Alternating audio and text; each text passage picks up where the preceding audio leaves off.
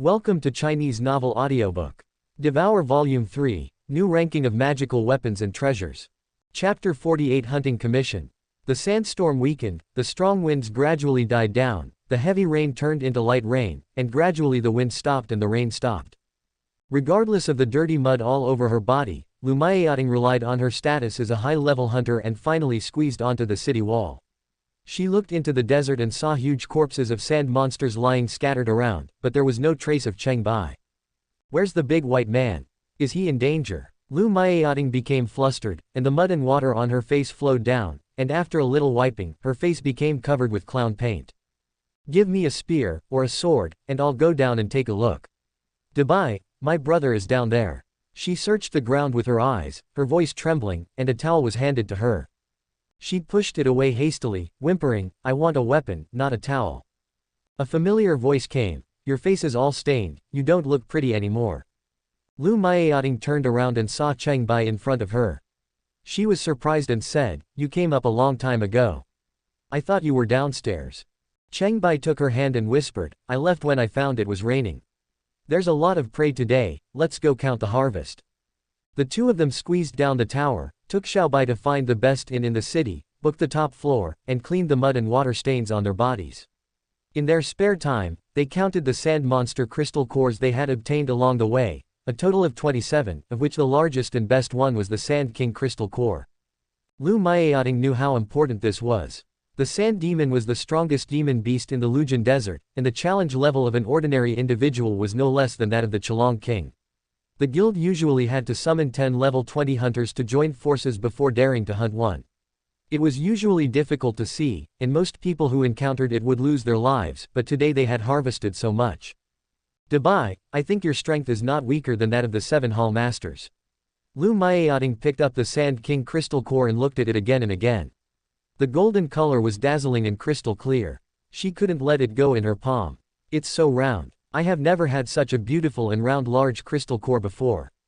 Cheng Bai said casually, this one can be used to embed weapons.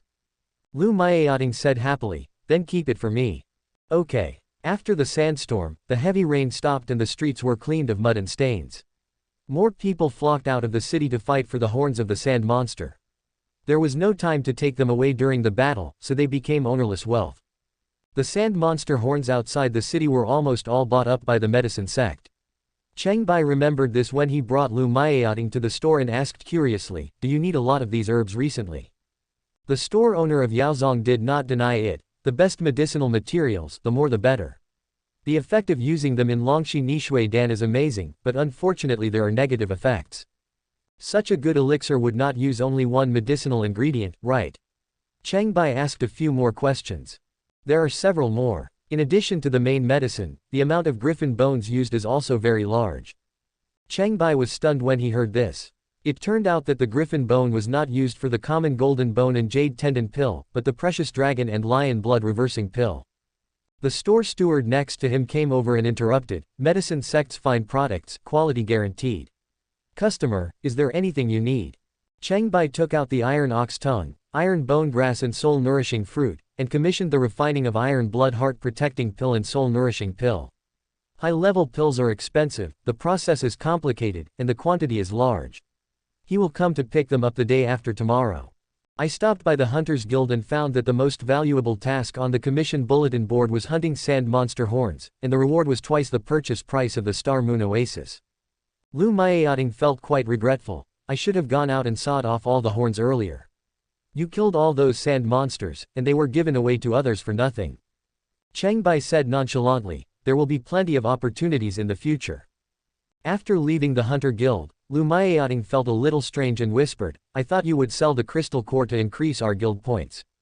I have other uses for those crystal cores. We'll talk about upgrading them later if needed. Cheng Bai was reluctant to sell the crystal cores he harvested along the way.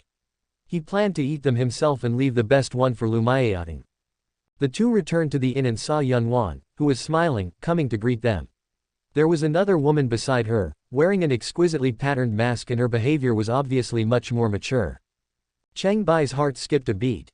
It seemed that meal could not settle the old account. He stood alone at the city gate, killed 22 sand monsters in a sandstorm, and even the Sand King was left dead in the desert. The Thunder Blade King is now famous all over the world. Yunwan started by praising him endlessly. I am just in time to meet you. I wonder what you two are talking about. Let's have some tea inside and talk slowly. They came to him on their own initiative, of course, not just to flatter him. Cheng Bai invited them to sit in the private tea room of the inn and inquired about their real purpose. Lu Maoying's eyes wandered over Yunwan's mask, guessing the other person's appearance and identity, and slowly sat down next to Cheng Bai. Yunwan was also observing Cheng Bai, sensing the subtle changes in him from the inside out, and praised him highly. Yin and Yang are in harmony, your mind is returning to its roots, and your dharma nature is clear. Your cultivation has improved greatly and has surpassed me. If you don't work harder, you will be left far behind. Cheng Bai saw that her beautiful eyes were full of light, clear and gentle, and it was obvious that her cultivation had improved. He smiled and said, you too, have made great progress since the last time we met. I want the Sand King crystal core. You took the Moonlight Blade back then, so I'll give it to you as compensation. I won't let you work for nothing. How about buying it at the guild price? After the greetings, Yunwan stated her purpose directly and her request was reasonable. No, Lu Maoying refused outright. The Sand King crystal core had already been agreed to be left to her. Yunwan looked at Lu Maoying curiously, guessing their relationship, and said with a smile, your friend is very beautiful and has good taste. The words were ambiguous. Lu Maoying fluttered her long eyelashes, wanting to say something but stopping herself, not knowing what to say. Cheng Bai thought for a moment and said, if you want the crystal core, it's not impossible, but we are not short of money. Yunwan asked, what do you want? Lu Maoying was a little anxious. How could she let the duck fly away? She secretly raised her foot under the table and gently kicked Cheng Bai's calf. Cheng Bai simply reached one hand under the table and gently pressed her leg. The gentle body temperature from his palm immediately made Lu Maoying blush and her ears hot, her whole body numb and unable to move. The 7 life-threatening gold coins of the Tianshuan Palace Master will be exchanged for the Sand King's crystal core. This was one of Cheng Bai's purposes for coming to Tianshuan City. Yunwan and the woman next to her exchanged a glance, surprise in their eyes. This condition was really too much. That's really unreasonable. Let's try something else. Yunwan shook her head and refused. The masked woman beside her had an old voice and spoke in a steady voice, the price of the Sand King crystal core is not enough. The life-losing gold is made of black gold and is inlaid with 7 lightning demon eagle crystal cores. The total value is far more than 1 Sand King crystal core. The Hunter Guild has a clear measurement mechanism for monster crystal cores. The market value of a Sand King crystal core is barely close to 3 lightning demon eagle crystal cores, and the purchase price is even lower. It cannot be compared with a whole set of life-losing money. Lu Maoying couldn't help but secretly admire her teammates. Proposing such high conditions was also another way of rejection, and the initiative was firmly in their hands. Cheng Bai smiled and said, you two have something to ask of others, how can you blame me for being too ambitious? If it doesn't work, do you have any better suggestions? The masked woman suggested, I will agree to your exchange only if I give you the Sand King crystal core, the Dark Hydra King crystal core from Dark Flame Lake, and 2 kilograms of flying shadow stone. Now that we have the Feiying stone, we can just send it to the Kazong store and cut off a piece. How difficult is it to go to the Dark Flame Lake to hunt the Dark Hydra King? The price offered by the other party is still a bargain for me. Cheng Bai thought there was no problem with the calculation, and nodded, it's a deal. The masked woman next to Yunwan was naturally Lu Suyan. After the two of them reached an agreement, they left the inn. Cheng Bai could go to Tianshuan Temple to trade at any time. Palace Master Lu, are you really willing to give him the money for his life? Yunwan was nervous. Even if she increased the price, she could not imagine that the warrior would give up his famous weapon. Lu Suyan smiled and said, why not? I am old, and my successor has his own weapon. The money is just to accompany me to the grave. For the future of Palace Master Yun, it is urgent to exchange for better resources. In the future, I will get the immortal iron, plus the flying shadow stone, and I can upgrade the ghost light blade again, far surpassing the money, and even surpassing the Tianwang sword. Cheng Bai also had his own plans. He watched them walk away and chuckled, the other masked man is most likely the Tianshuan Palace Master. His skills are not inferior to mine at all. Lu Maoying glared at Cheng Bai fiercely and said resentfully, you are going to give away my crystal core. That woman is the Light Blade King, right? What are you going to use to compensate me? Sexual compensation. Cheng Bai wiped his sweat. He knew that what Lu Mayating meant by sexual compensation was different from what the people on Earth said. It was just compensation with barbecued food. She had used this trick to deceive people before. I will get you something better in the future. The Sand King crystal core is nothing. Shouting, believe me, Cheng Bai grabbed Lu Mayating's hand and promised with a sincere look. Lu Mayating's heart was melted by the burning gaze and she couldn't refuse. The next day, she eagerly followed Cheng Bai to go hunting in Dark Flame Lake, working as diligently as a little follower. 1,000 miles northeast of Tianquan City, you will reach the Thousand Faces Stone Forest, where huge stones stand in a row in all kinds of strange shapes, seemingly in a disorderly manner, but as if they were deliberately arranged. In the early morning or evening, when the light is soft, the stone forest in front of you is like a beautiful ink painting, with majestic and magnificent scenery, which can be called the work of nature. The stone forest is full of dendrobium, which is also a medicinal herb used to make tea, nourishing yin, clearing away heat, nourishing the body and moistening the throat. The two did not forget to collect it when they passed by. In the midst of the busy work, they discovered a charred area several meters in radius in the stone forest, which was still steaming. I have seen this scene twice. The Diamond Man turned into a meteor and descended. The burning air caused high heat and slowed down the landing, leaving similar traces, but this time the area was larger. Cheng Bai became alert and looked around. In the distance, there was a black diamond man with a shiny black body, more than 4 meters tall, a muscular and smooth body, and a mysterious glow flashing. He stood with his back to him like a stone statue. Nice to meet you again. You are much stronger than last time. I can't believe your rapid progress. The Diamond Man said faintly. Cheng Bai asked, have you seen me? Once or twice. The Diamond Man in front of him was shiny black, obviously different from the white one he had seen before, and was also a little bigger, so it was impossible that they were the same person. Why do you say we've met? The Black Diamond Man turned around and faced Cheng Bai, but did not answer. He just kept talking to himself. Although it does not match the records, it may have slipped through the net. It is better to kill it than to let it grow. Seeing that the situation was not right, Cheng Bai waved his hand to tell Lu Mayating and Xiao Bai to retreat as quickly as possible, and took out his knife. The Black Diamond Man approached quickly and attacked with great force. He was much more powerful than the White Diamond Man. His punches were as fast as thunder and his steps were as fast as the wind. His moves were extremely aggressive. Cheng Bai blocked a few moves, only to feel a violent shock from the opponent's fist, challenging the endurance of his body and nerves like an electric shock. Fortunately, he was protected by the spiritual shield and was not affected by the spasm. The black diamonds are much stronger than the white ones. If Forest Watch had used such tactics at that time, he would have been knocked unconscious on the spot. Now Cheng Bai's strength has improved by leaps and bounds. He is not afraid of the opponent's attack at all. He slashes out 3 layers of black spirits in succession, and the cross-shaped sword energy makes the Black Diamond Man's body spark. It seemed that he had the upper hand, but Cheng Bai was secretly shocked in his heart. Its material has also been upgraded. Its hardness is not inferior to star gold. Even those with weaker skills will be powerless against it. The Black Diamond Man fought and retreated, his body shining with light, and was about to perform the secret art of blazing light. Cheng Bai knew that this move was incredibly powerful, so how could he let it do what it wanted? This blazing light needs to concentrate the sun's thermal energy for a short period of time before it can launch a powerful attack, and the delay in energy storage becomes its fatal weakness. Cheng Bai took this opportunity to become invisible instantly, flashed behind the Black Diamond Man, and assassinated him with a triple sword energy, which hit the target's back with a strong impact. The Black Diamond Man was hit by the knife and flew a long distance. He hit the stone wall with a loud bang, and was deeply sunken, exposing his back, and the crystal at the back of his head shattered. Deadly killing moves followed one after another, and the laxative spiritual energy of the sword pierced through the damaged area and destroyed the core. The Black Diamond Man shook a few times and could no longer move. Cheng Bai secretly congratulated himself. Fortunately, I learned the weakness of the Diamond Man in the Great Rift Valley that day, otherwise I might have been busy for a long time but still couldn't kill it. After passing through the 1,000-faceted stone forest, we arrived at the Dark Flame Lake. The breeze blew, and the lake water rippled, as blue as bright brocade and as crystal as a bright mirror.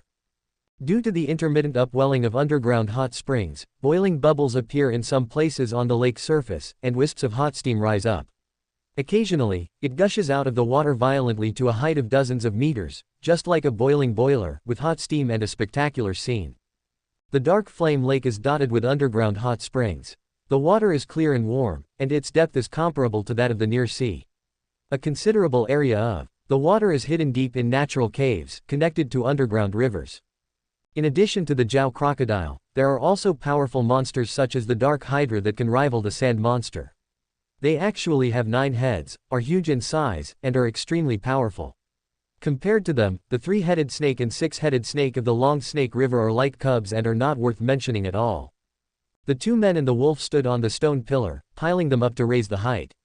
Lu Maeating rode on Xiao Bai's back, while Cheng Bai rode on Lu Maeating's shoulder and looked around, opening his spiritual eyes to search the lake. There are many animal skeletons scattered on the shore, including the skeleton of a huge crocodile and the skeleton of a hunter who failed in a hunt, which shows that the hydra occupies a high position in the food chain of Dark Flame Lake.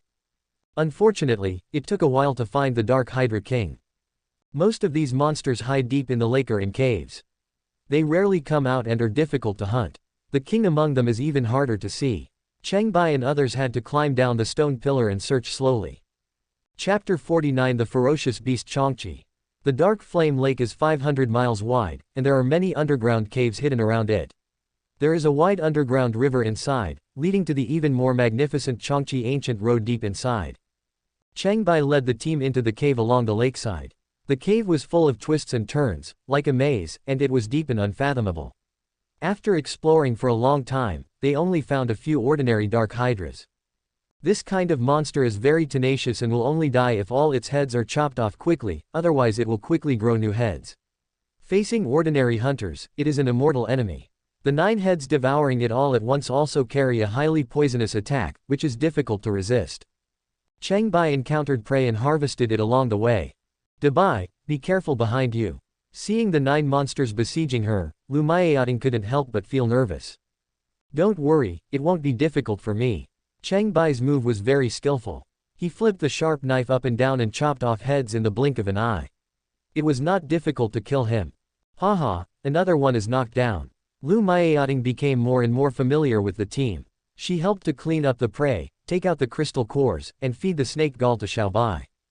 Wandering in the deep caves, the dark hydra-level monsters are no problem at all. After searching back and forth all the way, I didn't find any trace of the king, but the harvest was not small. Continuing to explore deeper, we found that the underground caves twist and turn in numerous ways, sometimes bordering on open-air valleys. Experienced hunters could easily find the exit by feeling the air flow. The team moved quickly and arrived at the valley. Looking up, they saw clouds covering the sky at the high peaks, and looking down, they saw gurgling water under their feet. There were strange rocks lying across the ground, and jagged stones protruding from the ground. The valleys and caves were intertwined with many entrances and exits, and the light refracted in various colors, forming a colorful and bizarre beauty. The 2 men and the wolf became cautious. Such a magnificent and beautiful scenery could only be found on the Qiongqi ancient trail. Before they knew it, they had reached the outskirts of the secret realm. What is this? Lu Maeating raised her foot and kicked out a big round head from the corner. Cheng Bai's face changed slightly. It turned out to be the head of a black diamond man. Looking around, he saw the remains of limbs scattered around, as if they had been disassembled into pieces like a toy. How powerful are the black diamond people? Who can do it? The ground shook slightly and Xiao Bai growled in fear. Cheng Bai quickly calmed it down and hid in the cave with Lu Maeating. In the distance, a huge monster was approaching slowly. It was over 100 meters long, shaped like a tiger, majestic like a mountain, with wings on its back, and its body was covered with steel-like sharp spikes, and its sickle-like claws were like giant mountain-splitting blades. It lowered its head to peer into a cave, and quickly stretched out its claws to pull out a dark hydra, fiddling with it like a toy. When the prey was on the verge of death, it gnawed off the 9 heads as if they were delicious food, not caring about the hydra's venom at all, and then abandoned the remains and left. After the monster left, Lu Maeating whispered, "That's Qiongqi, a smaller beast. It's vicious, cunning, and vicious. It's picky and will throw away anything it doesn't eat. It's the most dangerous and powerful beast on the Qiongqi continent." Cheng Bai stared at the remains of the dark 9-headed snake and whispered, "The snake monster that Qiongqi caught is different in size and color." He asked Lu Maeating and Xiao Bai to stay in the cave, and he went forward with a knife to take a closer look. This dark hydra was much larger than the ordinary hydra, with a glossy color and was still trembling slightly, but it had not yet died. Its 9 slender necks were struggling and squirming, trying to grow new heads. Its vitality was surprisingly tenacious, and was obviously inferior to the Dark Hydra that had been killed before. Cheng Bai was overjoyed. This is the Dark Hydra King. It was easy to get him. He swung his sword to cut open the body of the Dark Hydra King and took out the huge black crystal core. The quality was indeed better than those of similar monsters. The unfortunate dying Snake King finally died. Lu Maoying suddenly screamed, and Xiao Bai also howled wildly, like a frightened bird. Cold sweat dripped from Cheng Bai's head.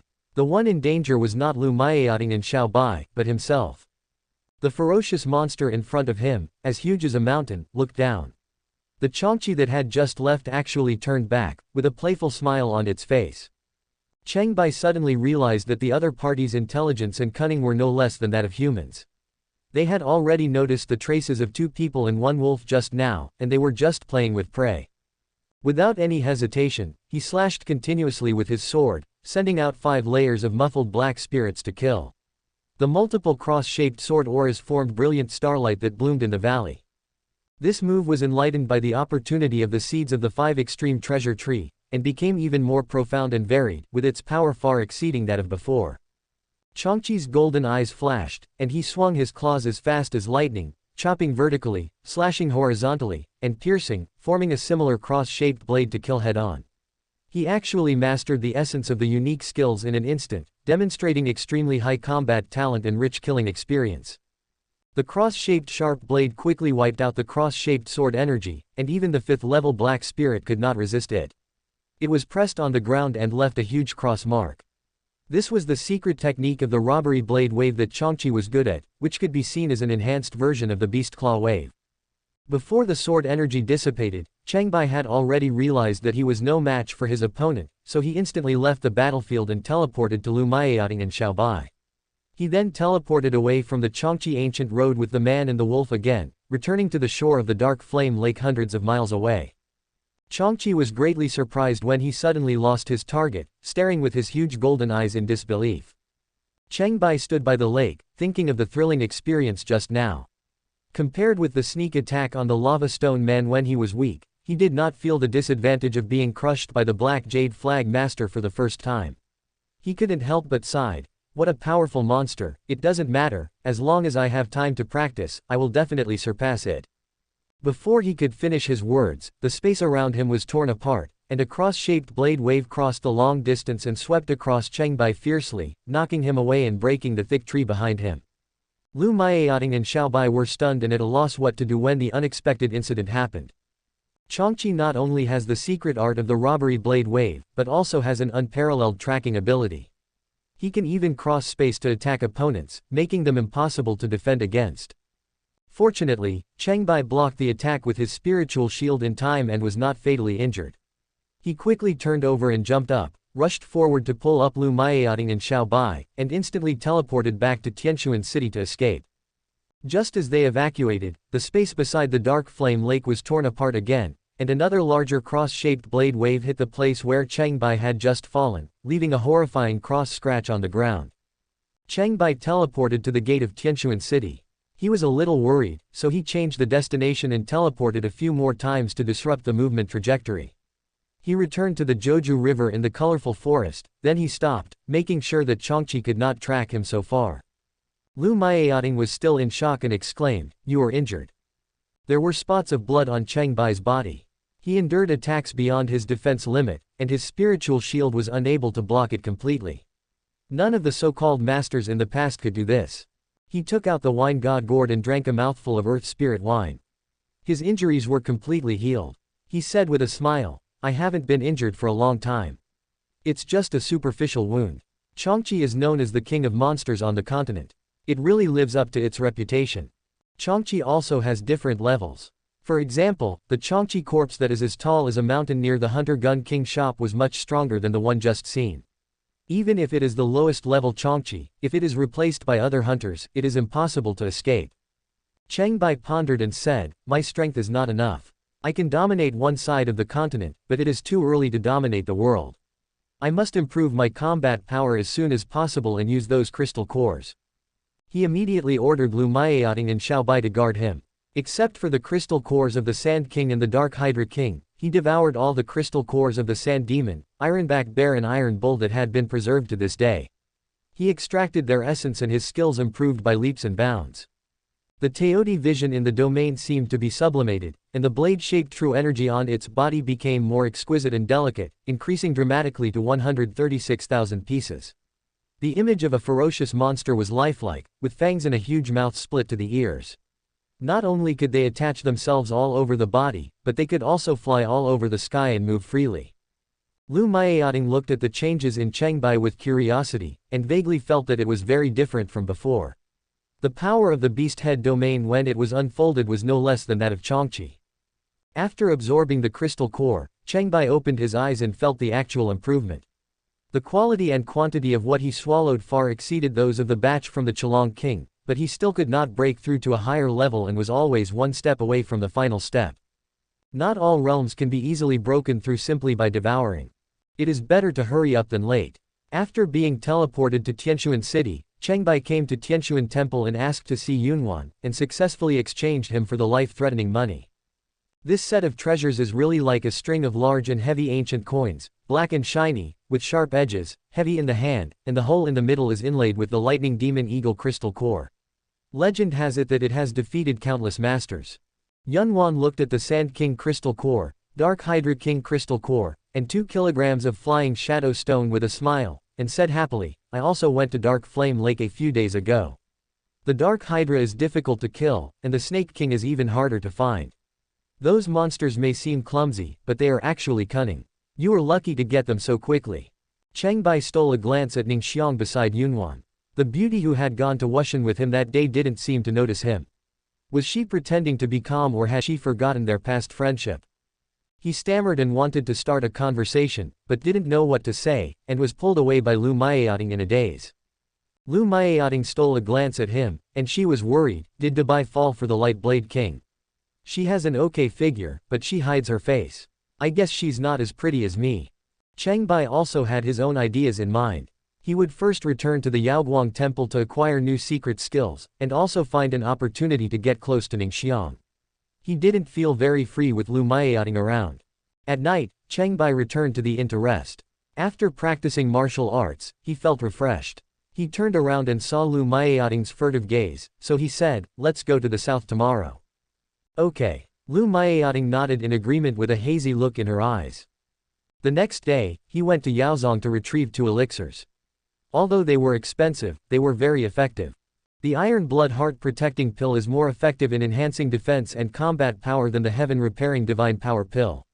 The Soul Nourishing Pill is secondary in improving spiritual consciousness, and its role in protecting the mind from external evil is more important. Cheng Bai thought to himself, it's good to always have a panacea. It would be even better if I have the opportunity to learn how to make it in the future.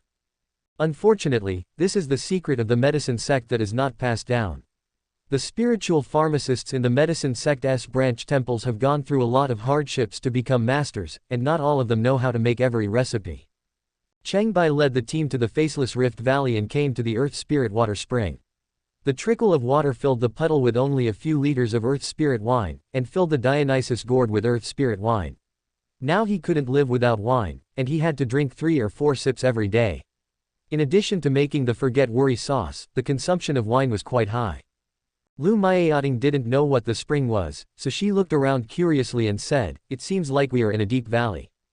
Cheng Bai filled her water bottle with the remaining Earth Spirit water, and happily took her to visit the nearby Qinyuan nests, emptying them one by one to replenish the stock of nest crystals. Lu Maoying took the Wo crystal and tasted it. Her eyes lit up and she said happily, this is Wo crystal. It can only be found in the Faceless Rift Valley. It's very valuable. Cheng Bai smiled and said, you've been eating it for several days. It's usually in the Forget Your Sorrow sauce. Really? That means a lot of money was wasted. While chatting and laughing, Cheng Bai took Lu Maoying and Xiao Bai to the territory of the Faceless Man and walked into the Hunter Gun King shop. Occasionally, a few faceless warriors passed by the door. They were not surprised at all that there were foreign guests visiting this store, and they just went about their business without paying any attention to them. When Zhou Zibang saw Cheng Bai, he put down the cotton cloth he was using to wipe his weapon and said bluntly, it seems like you have learned a new secret technique. The void rope is not ready yet. Cheng Bai secretly admired the other party's sharpness. He looked up at the overlord spear inlaid on the ceiling like a decoration and asked, "How much is this gun?" Zhou Zibang said solemnly, "The overlord spear weighs 195 jin and costs taels, the cost price." Lu Maiating was surprised and said, "This can also be called the overlord spear. More than 70,000 taels of silver, so expensive." Zhou Zibang corrected him, "It's gold, not silver. We don't accept silver here." Cheng Bai looked at it carefully. Having handled similar materials and crystal cores before, he would not make a mistake. It is made of incinerated star gold and inlaid with 2 Qiongqi crystal cores. It is worth the money. Zhou Zibang was quite surprised. "You recognized him. You have good eyesight." Lu Maiating was dumbfounded, and after a moment of silence, she said, "Incineration iron and star gold are rare and hard to obtain, and it is not easy to smelt them into incineration star gold. To collect the crystal cores of 2 monster kings, especially the Qiongqi, it would take at least several decades. Throughout the ages, in addition to the Overlord Spear of the Tianshu Palace Master, there was once another weapon called the Overlord Spear, but it is a pity that it is gone." Zhou Zibang lazily moved the stepladder, slowly climbed up to the roof, took down the Overlord gun from the ceiling, and the solid wood nailed steps creaked under his feet. He laughed at himself and said, "It took a lot of time and effort to bring the Overlord Spear to the world, shocking the continent and being considered a top-notch weapon. However, in the past few decades, Guan Wanlan's new spear weighs 225 kilograms, with better materials and crystal cores, and is listed as a top-grade magic weapon. It is truly worthy of the name Overlord Spear, and the list of weapons in the world has been rearranged. The old Overlord Spear only defeated a few strong men before retreating to the mountains and fields. It can no longer claim to be the Overlord, and it is more appropriate to call it the Hermit. Have you really only defeated a few strong men?" Cheng Bai thought of the remains of the White Diamond Man he had seen on the southern peak of the Great Rift Valley, and his mentality remained calm. Lu Maiating carefully took the spear, looked at its smooth lines, and stroked the exquisite patterns. She couldn't let it go, and whispered to Cheng Bai, "I want it, but I don't have enough money. Can I borrow it?" Cheng Bai interrupted her and said, "Let me do it." They came to Zhou Zibang and said sincerely, "Boss, we really want it. How about a discount?" Zhou Zibang coughed twice and said with a sullen face, "It's barely the cost price. There's no profit, so there's no discount. If you're really sincere, the buyer of this item can get a full copy of Overlord Spear Technique as a gift." Lu Maiating was dazed. She lowered her voice behind Cheng Bai and said, "Lend me 20,000 taels, and that will be enough." Cheng Bai pulled Zhou Zibang over and whispered, "My sister is a bit stupid. 75,000 yuan will give you the Overlord gun technique plus 2 months of gun technique training. He is taking advantage of me." Zhou Zibang was reluctant and said in a deep voice, "I am already old, how can I stand 2 months of hard work? 15 days at most. I only taught Guan Wanlan for half a month. I won't be able to teach him any more. I don't have the patience. It seems that this master is a hands-off boss, otherwise he wouldn't hide here." The price was agreed upon and the payment in goods were completed. Zhou Zibang accepted the gold and suddenly thought of something, and hurriedly said, "You can study here for 15 days, and you can rent a room upstairs to your sister. The rent, water fee, maintenance and management fee, are 6 taels of gold. The expenses here are high. The rent is as much as that of the presidential suite." "Okay." Cheng Bai took money out of Lu Maiating's wallet, who was short of money. Finally got rid of the sticky candy. It is a good thing to let Lu Maiating practice here and improve herself, otherwise she will be of no help in the face of increasingly powerful monsters. Cheng Bai left some of the woe crystals, dark hydra meat and other food in 27 soul-nourishing pills to Lu Maiating, arranged everything, and left the Hunter Gun King with Qiao Bai. Lu Maiating reluctantly said behind him, "Please come back to pick me up in 15 days. "Yeah," Cheng Bai said casually. Zhou Zibang watched him teleport away and was quite surprised. This secret technique is powerful, much better than the divine movement. He turned around to look at the new disciple, shook his head and sighed, "You don't look like siblings. I'm afraid you are another pair of enemies." Lu Maiating was busy playing with her spear and said happily, "From now on, your name will be Reed Flower Spear." Upon hearing this, Zhou Zibang's mouth twitched and his eyes became dull. Chapter 50. Things are different now. Cheng Bai teleported to the entrance of Yaoguang Temple, left Qiao Bai outside to wait, and entered the altar hall in stealth. He felt the subtle changes in the environment along the way and frowned slightly. The palace was not only dark but also heavy. The air was much thicker, as if it had turned into liquid. Ordinary people would move slowly and even have difficulty breathing. The open-air hall was as dark as night, shrouded in darkness, with numerous corpses and demons dancing everywhere, and countless ghosts everywhere, making it like hell on earth. Seeing the white jade banner master standing firmly in front of the altar, Cheng Bai was secretly surprised. Is it really immortal? In the last fight, the leader of the white jade flag was slightly stronger, and Cheng Bai had the upper hand relying on usability and the fifth sword. Now that his strength has greatly improved, he is no longer afraid of the opponent. He strode through the dense pile of corpses, swinging his sword straight in. The densely packed mummies around had not yet reacted and were forced back by the sword energy, struggling to resist. After just a little contact, Cheng Bai was able to judge the exact strength of the group of corpses. Each one of them was comparable to the Green Stone Man. With more than 10,000 of them, they were a huge military force that dominated the continent. Cheng Bai didn't dare to underestimate such a legion of corpses. It was not difficult to force them back or even kill them, but the swarming numbers like a tide would still be a big trouble. He had to hide and avoid them temporarily. As before, the leader of the white jade banner saw through the invisibility, and swaggered out with his neck tilted. His dry hands suddenly stretched out, his fingertips were as sharp as blades, and his claws grabbed forward. Cheng Bai dodged the attack, stepped back quickly, and led it into the hall behind him again. As soon as they fought, he noticed that the owner of the white jade flag had changed a lot. Not only does its appearance become paler, but its strength has also greatly improved. It has completed a complete transformation from a mummy to a corpse demon. Its body is harder, its claws are sharper, and its strength is even greater. The sharp claws came and went suddenly, strangely and unpredictably, and with a casual grab, a hole appeared in the hall, as if what was stretched out was not a hand, but an anti-tank armor-piercing bullet. The two men fought in the air, their bodies intertwined, swords flashed and claws clashed in close combat, and sonic booms were heard one after another. Cheng Bai responded calmly, and the black spirit layered up to 5 layers of cross-sword energy. Although this move is 3 swords in one, it is already very refined and simple. No matter how many changes you make, I will not deviate from the essence. The attack is fast, fierce and fierce, suppressing the white jade flag owner, chopping on the 2 ghost claws, making a sound of metal clashing. After a few moves, the 5th level sword energy was resisted, and the corpse monster's finger bones were broken bit by bit. The white jade banner master was obviously at a disadvantage. Although his strength increased, it was not as fast as Cheng Bai's progress. After losing the battle, the leader of the white jade banner took a few steps back. His broken finger bones quickly recovered and he let out a series of unwilling howls. He opened his bloody mouth full of sharp teeth and spewed out a roaring wind. These old moves were no problem for Cheng Bai, who didn't even need to deploy his domain. He integrated the 6 paths of bliss fist into his mind, and the sword light surged. The power of his multiple sword techniques was further enhanced, superimposed into 7 layers of cross-sword energy. He slashed at his opponent and broke through the Yinfeng domain with a decisive force. After a dozen moves, the leader of the white jade banner was defeated step by step, seemingly at the end of his rope. Cheng Bai was delighted. This undead monster has become a good target for leveling up. I get better and better at it every time I kill it. It's rare in this world. The leader of the white jade flag suddenly roared wildly and used an unheard of secret technique.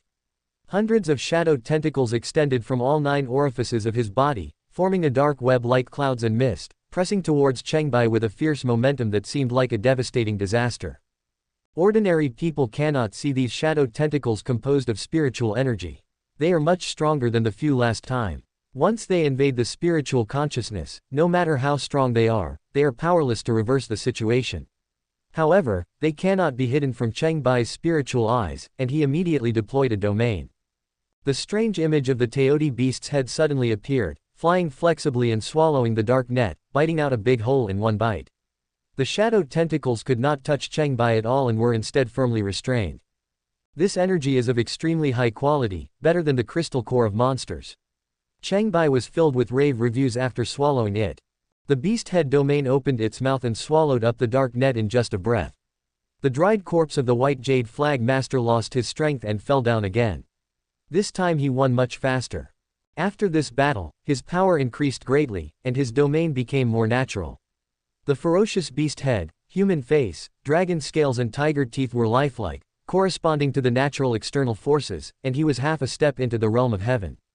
His true energy was more condensed, and the Janmu tree in his dantian, which was grown by the 6 paths of uniqueness, had a faint cyclone in the drooping giant claws at the bottom, as if it was about to condense an inner elixir. Cheng Bai used the 6 paths of supreme power to confirm that the spiritual energy he had obtained was pure and harmless, without any impurities. He secretly rejoiced in his heart, the white jade flag master may be able to upgrade his rank, so I'll keep it for the next harvest. He put away his knife, turned invisible and sneaked into the altar, took out 7 life-threatening gold coins, and thought repeatedly in his heart, there are 7 of these treasures in total. Doesn't it mean that they can obtain 7 kinds of secret techniques? Don't waste the opportunity. He picked out a life-threatening gold coin and placed it on the altar, and it disappeared immediately. However, after waiting for a while, the altar did not return the expected result. Cheng Bai was secretly shocked. Is the treasure not heavy enough?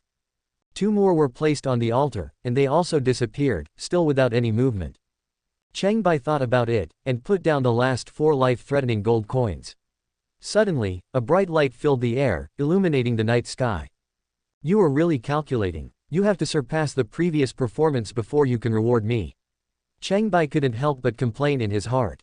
The sacrificial treasure transformed into a dazzling ball of light, floated in front of him, and unfolded 3 rune secrets, all of which were profound and mysterious, each with its own strengths and great power. Sniper condenses air pressure and vibration waves to attack long-range targets, causing air pressure and kinetic energy damage. Its range is staggering, limited by the fact that it must be airborne to strike anywhere within the planet's atmosphere. Sword Dance gradually increases attack and speed during continuous sword fighting, making you stronger as the battle goes on. This secret technique of strengthening martial arts is undoubtedly good news for sword practitioners. The sword power will be enhanced to an immeasurable level. Unfortunately, Cheng Bai does not use a sword. The corpse of the killed target will become a corpse slave and can be controlled at will. The existence of the corpse slave can add a small amount of combat power to the master during his lifetime. The secret art of the dead is enough to create an army of undead. The more people are killed, the more corpse slaves they have, and the stronger they become. Seeing the large number of corpses around the altar, you can understand its power. Compare the effects of the 2 and consider choosing the direction. Jiangwu had no choice but to give up. The effect of the dead is very good. If a large number of corpses without complaints can cover the sky and the earth, how terrifying will the king of the undead be? But Cheng Bai is not here, he prefers to be a lone hero. The lightning fire attack has not increased as much as the multiple sword chi so far, and it has almost become a special fire for cooking, and is rarely used in battle. The ultra-long-range pursuit of Qiongqi made Cheng Bai feel amazing. Now that the sniper secret technique has better ultra-long-range attacks and new tactics, he chose to master the sniper secret technique and give up other runes. Having gotten what he wanted, Cheng Bai walked down the altar gracefully and teleported out of the palace before the mummies could make a commotion. After a long delay, Xiao Bai outside the palace was not idle. A man and a woman approached the Yaoguang temple and clashed with the vigilant white giant wolf. Xiao Bai followed Cheng Bai and enjoyed precious spiritual creatures every day. He also ran diligently and exercised. His physical fitness and combat power improved dramatically. His strength was no less than that of the 6-tailed scorpion lion. The wolf was seen leaping around, as fast as a whirlwind, biting and clawing at each other, leaving scars all over the body. The 2 men, who claimed to be masters, could not resist it together, and their weapons were knocked away, looking miserable. You are the messenger of disaster, but you can't even defeat a giant white wolf. How dare you call yourself the elite of the legion? The black-robed man who was observing in the dark shook his head and sneered, then walked out of the shadows. It turned out to be the leader of the Black Jade Flag. Xiao Bai noticed that the opponent's aura was different from others, so he stopped attacking, slowly retreated, and let out a threatening growl. The 2 envoys of Wind and Rain broke away from the wolf's kiss and retreated hastily to the side of the master of the Black Jade Flag. The Black Jade Banner master stared at the saddle and ornaments on Xiao Bai, frowned and said, "It's a demon beast mount tamed by a hunter. How can it still be so wild? Which expert came to the Yaoguang Holy Temple?" "It's me." Cheng Bai was teleported out of the palace. He had already seen the confrontation between 3 people and 1 wolf. He strode to Xiao Bai and reached out to comfort his mount. The leader of the Black Jade Banner looked Cheng Bai up and down, and said in astonishment, "Thunder Blade King Cheng Bai. You took my Crescent Moon Blade." The Thunder Blade King has become famous in the Qiongqi continent, and the Lord of the Black Jade Flag has found clues while searching for his own weapon. Cheng Bai smiled and asked, "Is the injury on your back healed?" The leader of the Black Jade Banner was stunned for a moment, then suddenly realized, "It was you who attacked me that day." He pulled out the scimitar he carried with him. Although it was not as good as before, it was also a fine treasure made of dragon steel and inlaid with a six-tailed scorpion lion crystal core. It was called the Poison Dragon Knife. He was furious and shouted, "You little bastard ruined my business and took my weapon. How can I let you go today?" Cheng Bai said disapprovingly, "What are you doing here, General of the Disaster Legion? Are you looking for your colleagues?" The leader of the Black Jade Flag snorted coldly, unwilling to answer, and swung his sword to cut. The willow catkins following the wind sword technique he used was considered unique in the Qiongqi continent. After Cheng Bai mastered the 6 paths of Bliss Fist, he became more and more adept at absorbing the strengths of martial arts and improving on their weaknesses. He defended tightly against the enemy and concentrated carefully on watching his opponent's sword moves, which were light and agile, elusive, and varied. He chopped at the neck, chest, abdomen, and back, attacking the meridians where qi and blood flowed. It seemed complicated and unpredictable, but in fact there were many rules to follow. Seeing that Cheng Bai was only defending and retreating, the 2 envoys Fengyu thought there was an opportunity and cooperated with their leader to surround and kill him. Cheng Bai still handled it with ease. After he figured out the opponent's moves, he suddenly unleashed his black spirit killing move. The brilliant sword light swallowed up the 3 people like the claws of a beast. The 2 envoys Fengyu fell to the ground, each with a cross-shaped knife mark on their body, and died on the spot. The leader of the Black Jade Banner shed blood, holding the poison dragon knife upside down, and ran away, holding his head in his hands. Cheng Bai was too lazy to chase after him, and he just summarized his experience. "It seems that I am really arrogant. I wanted to kill 3 people with 1 move, but I only killed 2. I was seriously injured but still able to run so fast. Although Black Jade is not as good as White Jade, it is at least a little tricky. Things are different now, the Black Jade Flag Master is no match anymore." Cheng Bai was concerned about the beauty, and thought about her so much that he teleported Xiaobai to Tianchuan City. He changed into a tricolor moonlight deer fur suit, which made him look more handsome and energetic.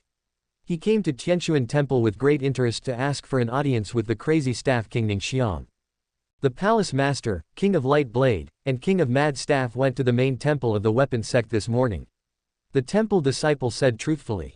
The main altar of the Qi sect is located in the northwest of Tianchuan City, 1,800 miles away in the Three Sages Valley of Gumeng Mountain, passing through the Yushi Forest and Canaxing country.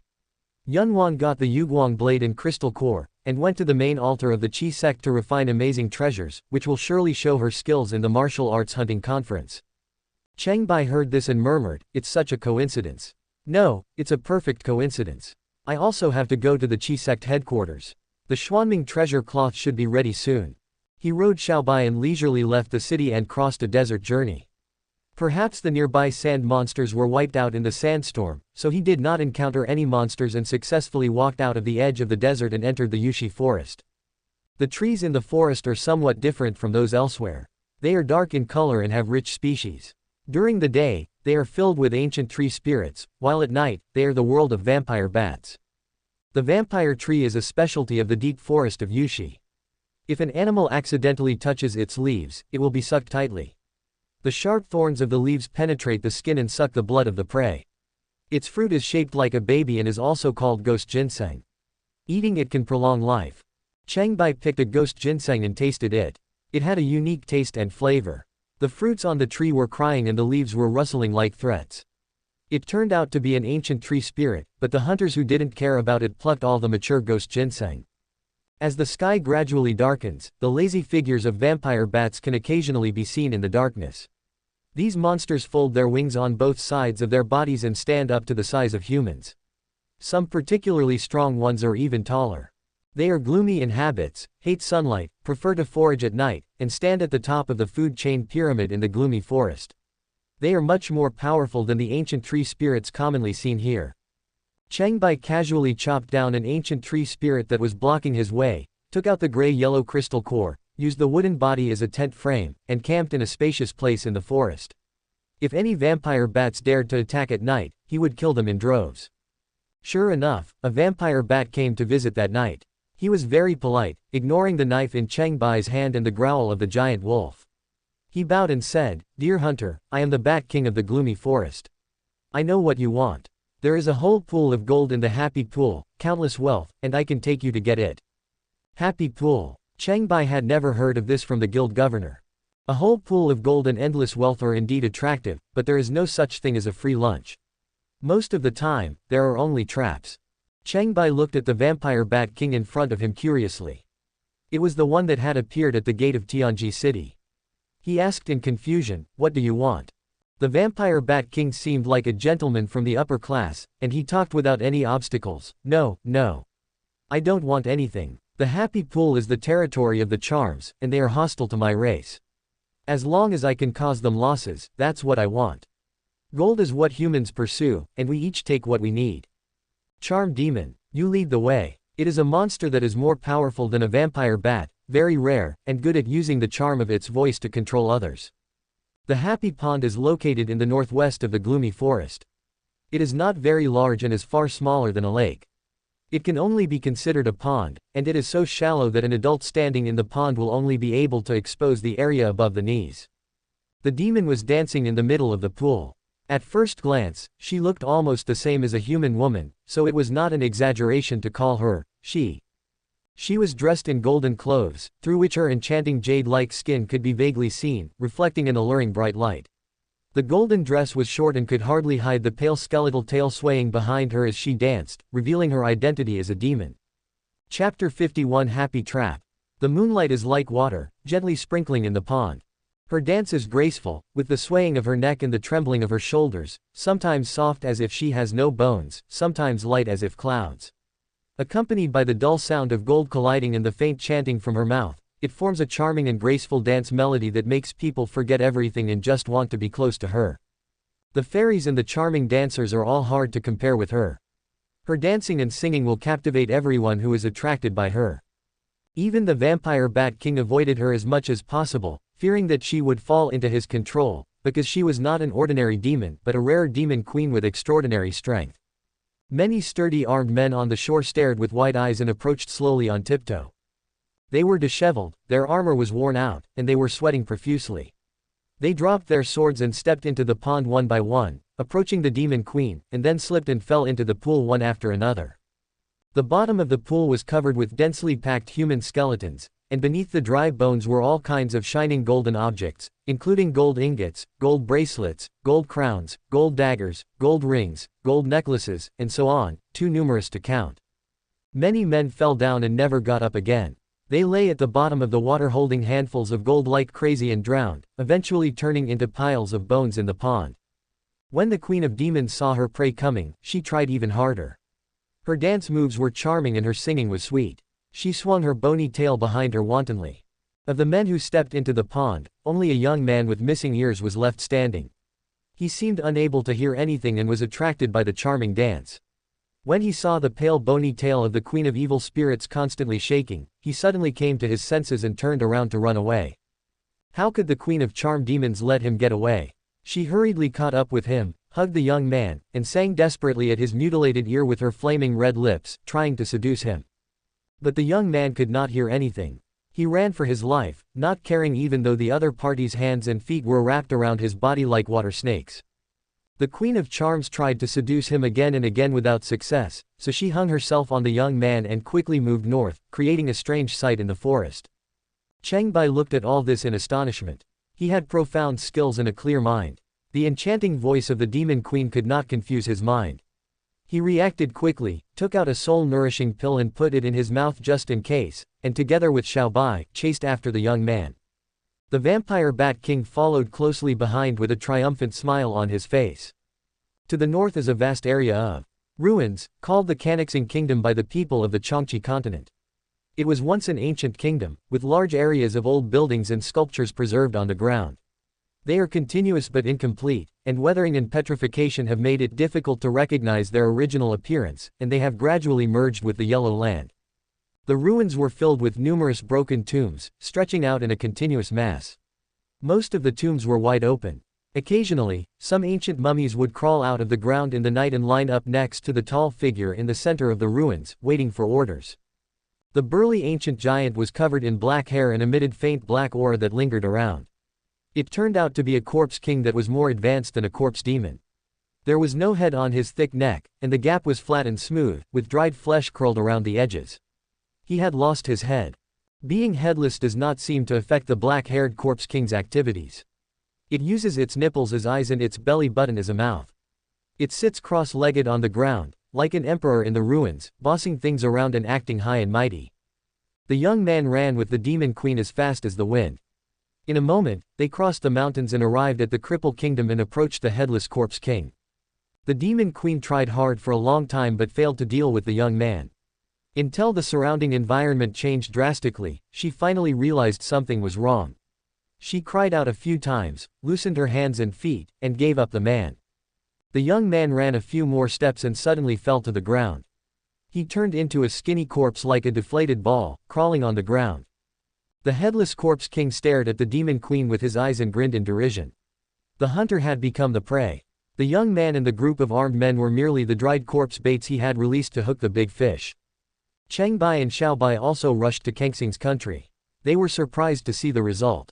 When they turned around and saw that the vampire bat king was hiding far away, they realized something was wrong. The headless corpse king stood up, a dark mass as high as 60 meters. The fear he released was more intimidating than Meiwu. All the creatures around him were terrified. As soon as the weak creatures approached, they fell to the ground and could not move. The demon queen fell to the ground, even more limp than when she danced just now, like a lamb to be slaughtered.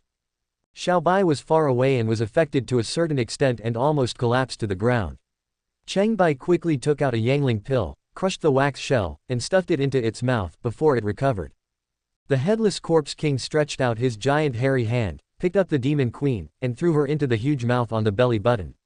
She chewed sweetly with a crunching sound, and blood splattered at the corners of her mouth. The demon queen suddenly woke up from the severe pain and let out a hoarse banshee wail. This secret technique is well known on the mainland. When people hear the wailing sounds, no matter if they are monsters or humans, they will go crazy and their souls will be scattered. Guild hunters are terrified when they talk about it. A few unfortunate swallows that were passing by fell straight down from the sky and died silently, gradually turning into fertilizer for the soil of the Qiongqi country. Cheng Bai and Xiao Bai were not hurt at all under the protection of the yangling pill. It was also completely ineffective against the headless corpse king, because it was already dead and was only concerned with chewing the delicious food in its mouth, including the skin and bones, without any mercy. Even the golden clothes were not spared, and became filth in its stomach. To the headless corpse Cheng Bai, who was still unsatisfied, it seemed that the demon queen was not enough to fill his stomach, and the man and the wolf who came to his door were barely enough to fill him up. Seeing the other party's strange position and unfriendly eyes, Cheng Bai faced the huge monster in front of him without fear. On the eve of dawn, the bright moon in the sky was obscured by clouds, the stars were dim, and it was pitch black between heaven and earth. You couldn't see your hand in front of you. It was the darkest moment of the day and night.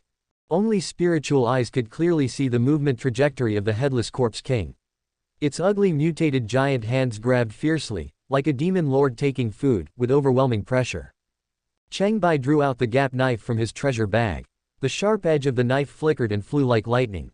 He swung out multiple cross-shaped knife forces in midair over the ruins, cutting through the air silently and ready to tear apart the opponent in front of him. The headless corpse king had an instinctive desire to fight. His two big hands instantly turned into afterimages and blocked the 5 levels of sword energy in succession. The explosion caused by the friction between the powerful force and the air shook the clouds.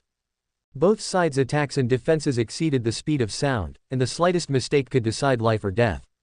Within a few moves, the sword energy dissipated. Cheng Bai fell to the ground with a solemn expression on his face.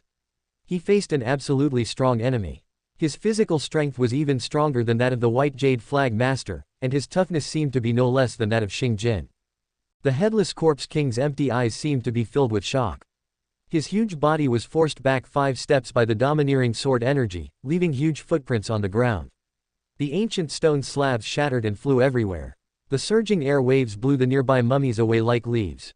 Cheng Bai was about to attack again, but he saw the huge mouth on the corpse king's belly button open with a mouthful of sharp fangs, and let out a roar like a loud bell. The continuous air vibrated violently, the buildings in the ruins trembled slightly, and then were instantly covered with cracks, shattered from the outside to the inside. Cheng Bai's face turned pale with shock. He had seen similar screaming secret techniques before. The lion's roar secret technique performed by the Headless Corpse King is even more powerful, emitting a surging conical sound wave to crush the target, and all objects swept from the front or turned into powder. The aftermath had a wide range of impact. Cheng Bai, who was far away, had blood on the corner of his mouth and slowly retreated. The vampire Bat King was extremely sensitive to the sonic roar and quickly hid further away. Cheng Bai deployed his spiritual shield to resist the surging sound waves of the lion's roar. The area within a 3-foot radius of the standing area was intact, and a thick ditch was instantly plowed out outside the range of the spiritual shield. The sound waves of the lion's roar continued, shaking the area covered by the spiritual shield. Its breath is really long-lasting. Even dolphins' voices aren't that high, right? Cheng Bai did not defend with all his strength. While maintaining the spiritual shield, he carefully separated some of his spiritual power and performed the secret technique of sniping.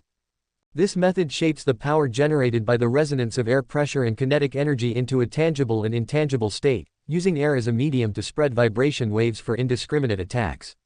Its destructive power and range of influence far exceed those of the thunder and fire secret technique. How to shape? This depends on the knowledge and experience of the user. It can be in various forms such as swords, flying knives, arrows, and projectiles. Cheng Bai's previous experience with the Earth's military civilization was of great help. He immediately referred to the armor-piercing warhead, and used his spiritual sense to condense a sharp, slender, and powerfully penetrating vibration wave projectile, perfectly optimizing its speed and power. He fired it with a flick of his finger, hitting the Headless Corpse King's mouth. The sniper's attack range is very small, but the power of the bullet is astonishingly great. The penetrating sound wave burst out in the mouth of the Headless Corpse King, and the lion's roar was immediately silenced. Cheng Bai tried the knife and saw the excellent effect. He was secretly delighted and stopped maintaining the spiritual shield. He increased his spiritual power and turned to attack, continuously using the sniper's secret technique to fire bullets. He believed that offense was the best defense. Several vibration waves exploded from the Headless Corpse King. That powerful body that was harder than black iron exploded like rotten wood and was injured one after another.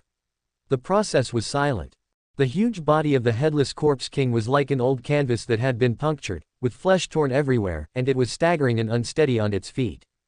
This secret technique is so useful, just like the precise penetration of a silenced sniper rifle combined with the firepower of a heavy machine gun, killing people invisibly, and its power can be increased with strength.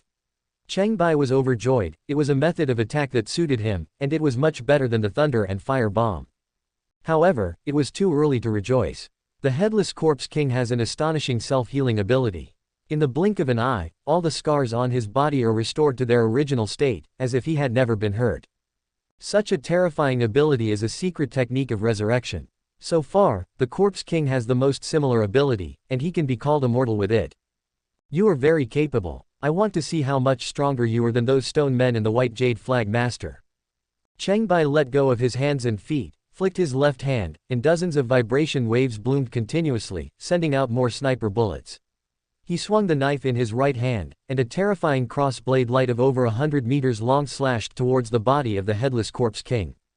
With the mutual support of the 6 Paths of Bliss Fist and the 6 Paths of Supremacy, the power of the secret technique and swordsmanship increased greatly. The ferocious attacks exceeded the speed of sound many times. He attacked with both hands, and the Headless Corpse King was beaten into a panic. He retreated repeatedly, and many ancient ruins of buildings collapsed under his feet. Although the attack was powerful, the Corpse King's terrifying regenerative power allowed him to recover quickly.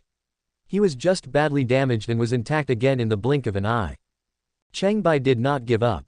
Vibration waves and multiple sword auras continued to surge, rapidly pouring out damage, turning the Headless Corpse King's body upside down from the inside out. The undead body that seemed indestructible in the eyes of ordinary people was beaten into pieces like a rag bag, until a huge, black, crystal-clear core rolled out. The perfectly regular multifaceted sphere spun silently, forming 3 runes on it that glowed faintly. It was extremely unique and had never been seen on any monster crystal core before. Cheng Bai was overjoyed when he saw this. That's it.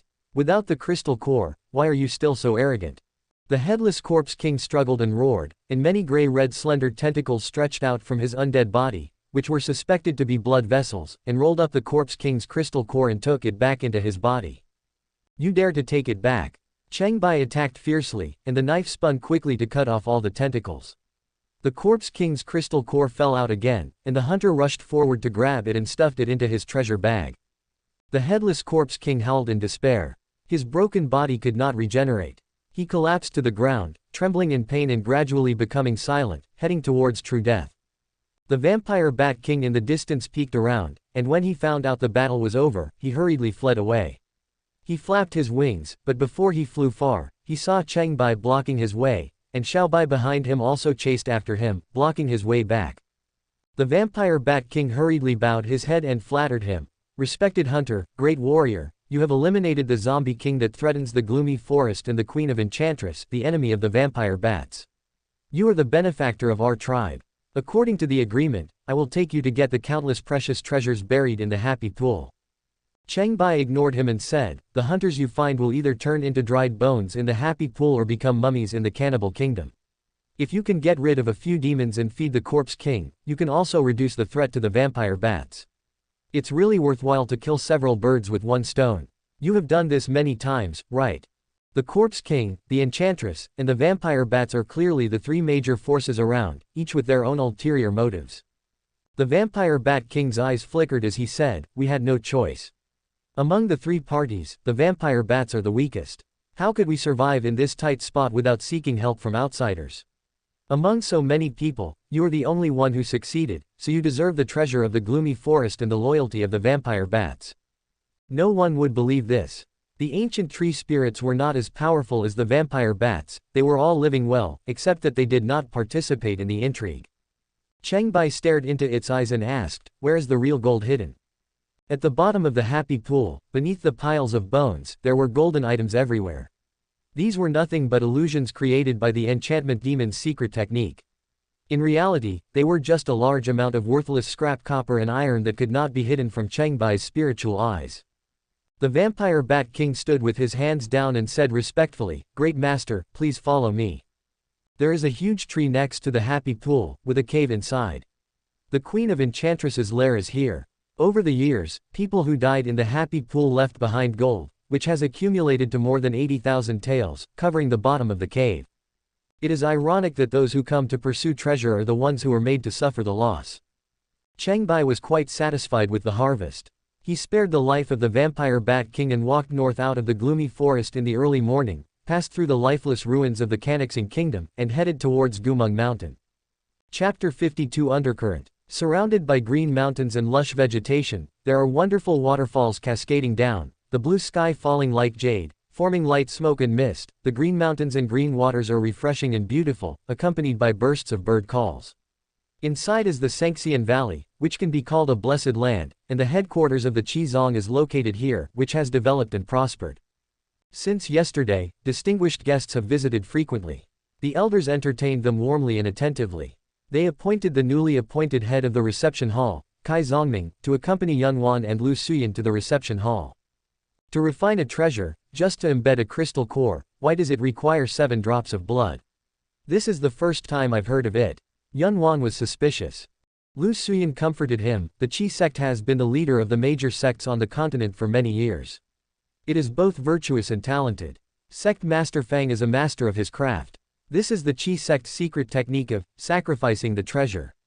7 drops of precious blood will enhance the spirituality of the treasure. It is worth it. We just have to wait for good news. Kai Zongming smiled and said, "Palace Master Lu is right. Everyone in Sangxian Valley lives and works in peace and contentment. The mountains and rivers are beautiful, and the birds are singing and the flowers are fragrant. There are not even any wild monsters, only a few docile pets. It is very safe. The 3 distinguished guests will play in the valley in the next few days and will definitely have a great time." Ning Xiang inquired, "There are no monsters nearby. Where can we go to hunt and improve our strength?" Kai Zongming introduced in detail, "There are occasionally pigs outside the valley, which eat both humans and animals. The challenge level is 16, and they are quite popular among hunters. In addition, there are only some weak union. If that's not enough, there are powerful monsters miles away from Gumeng Mountain.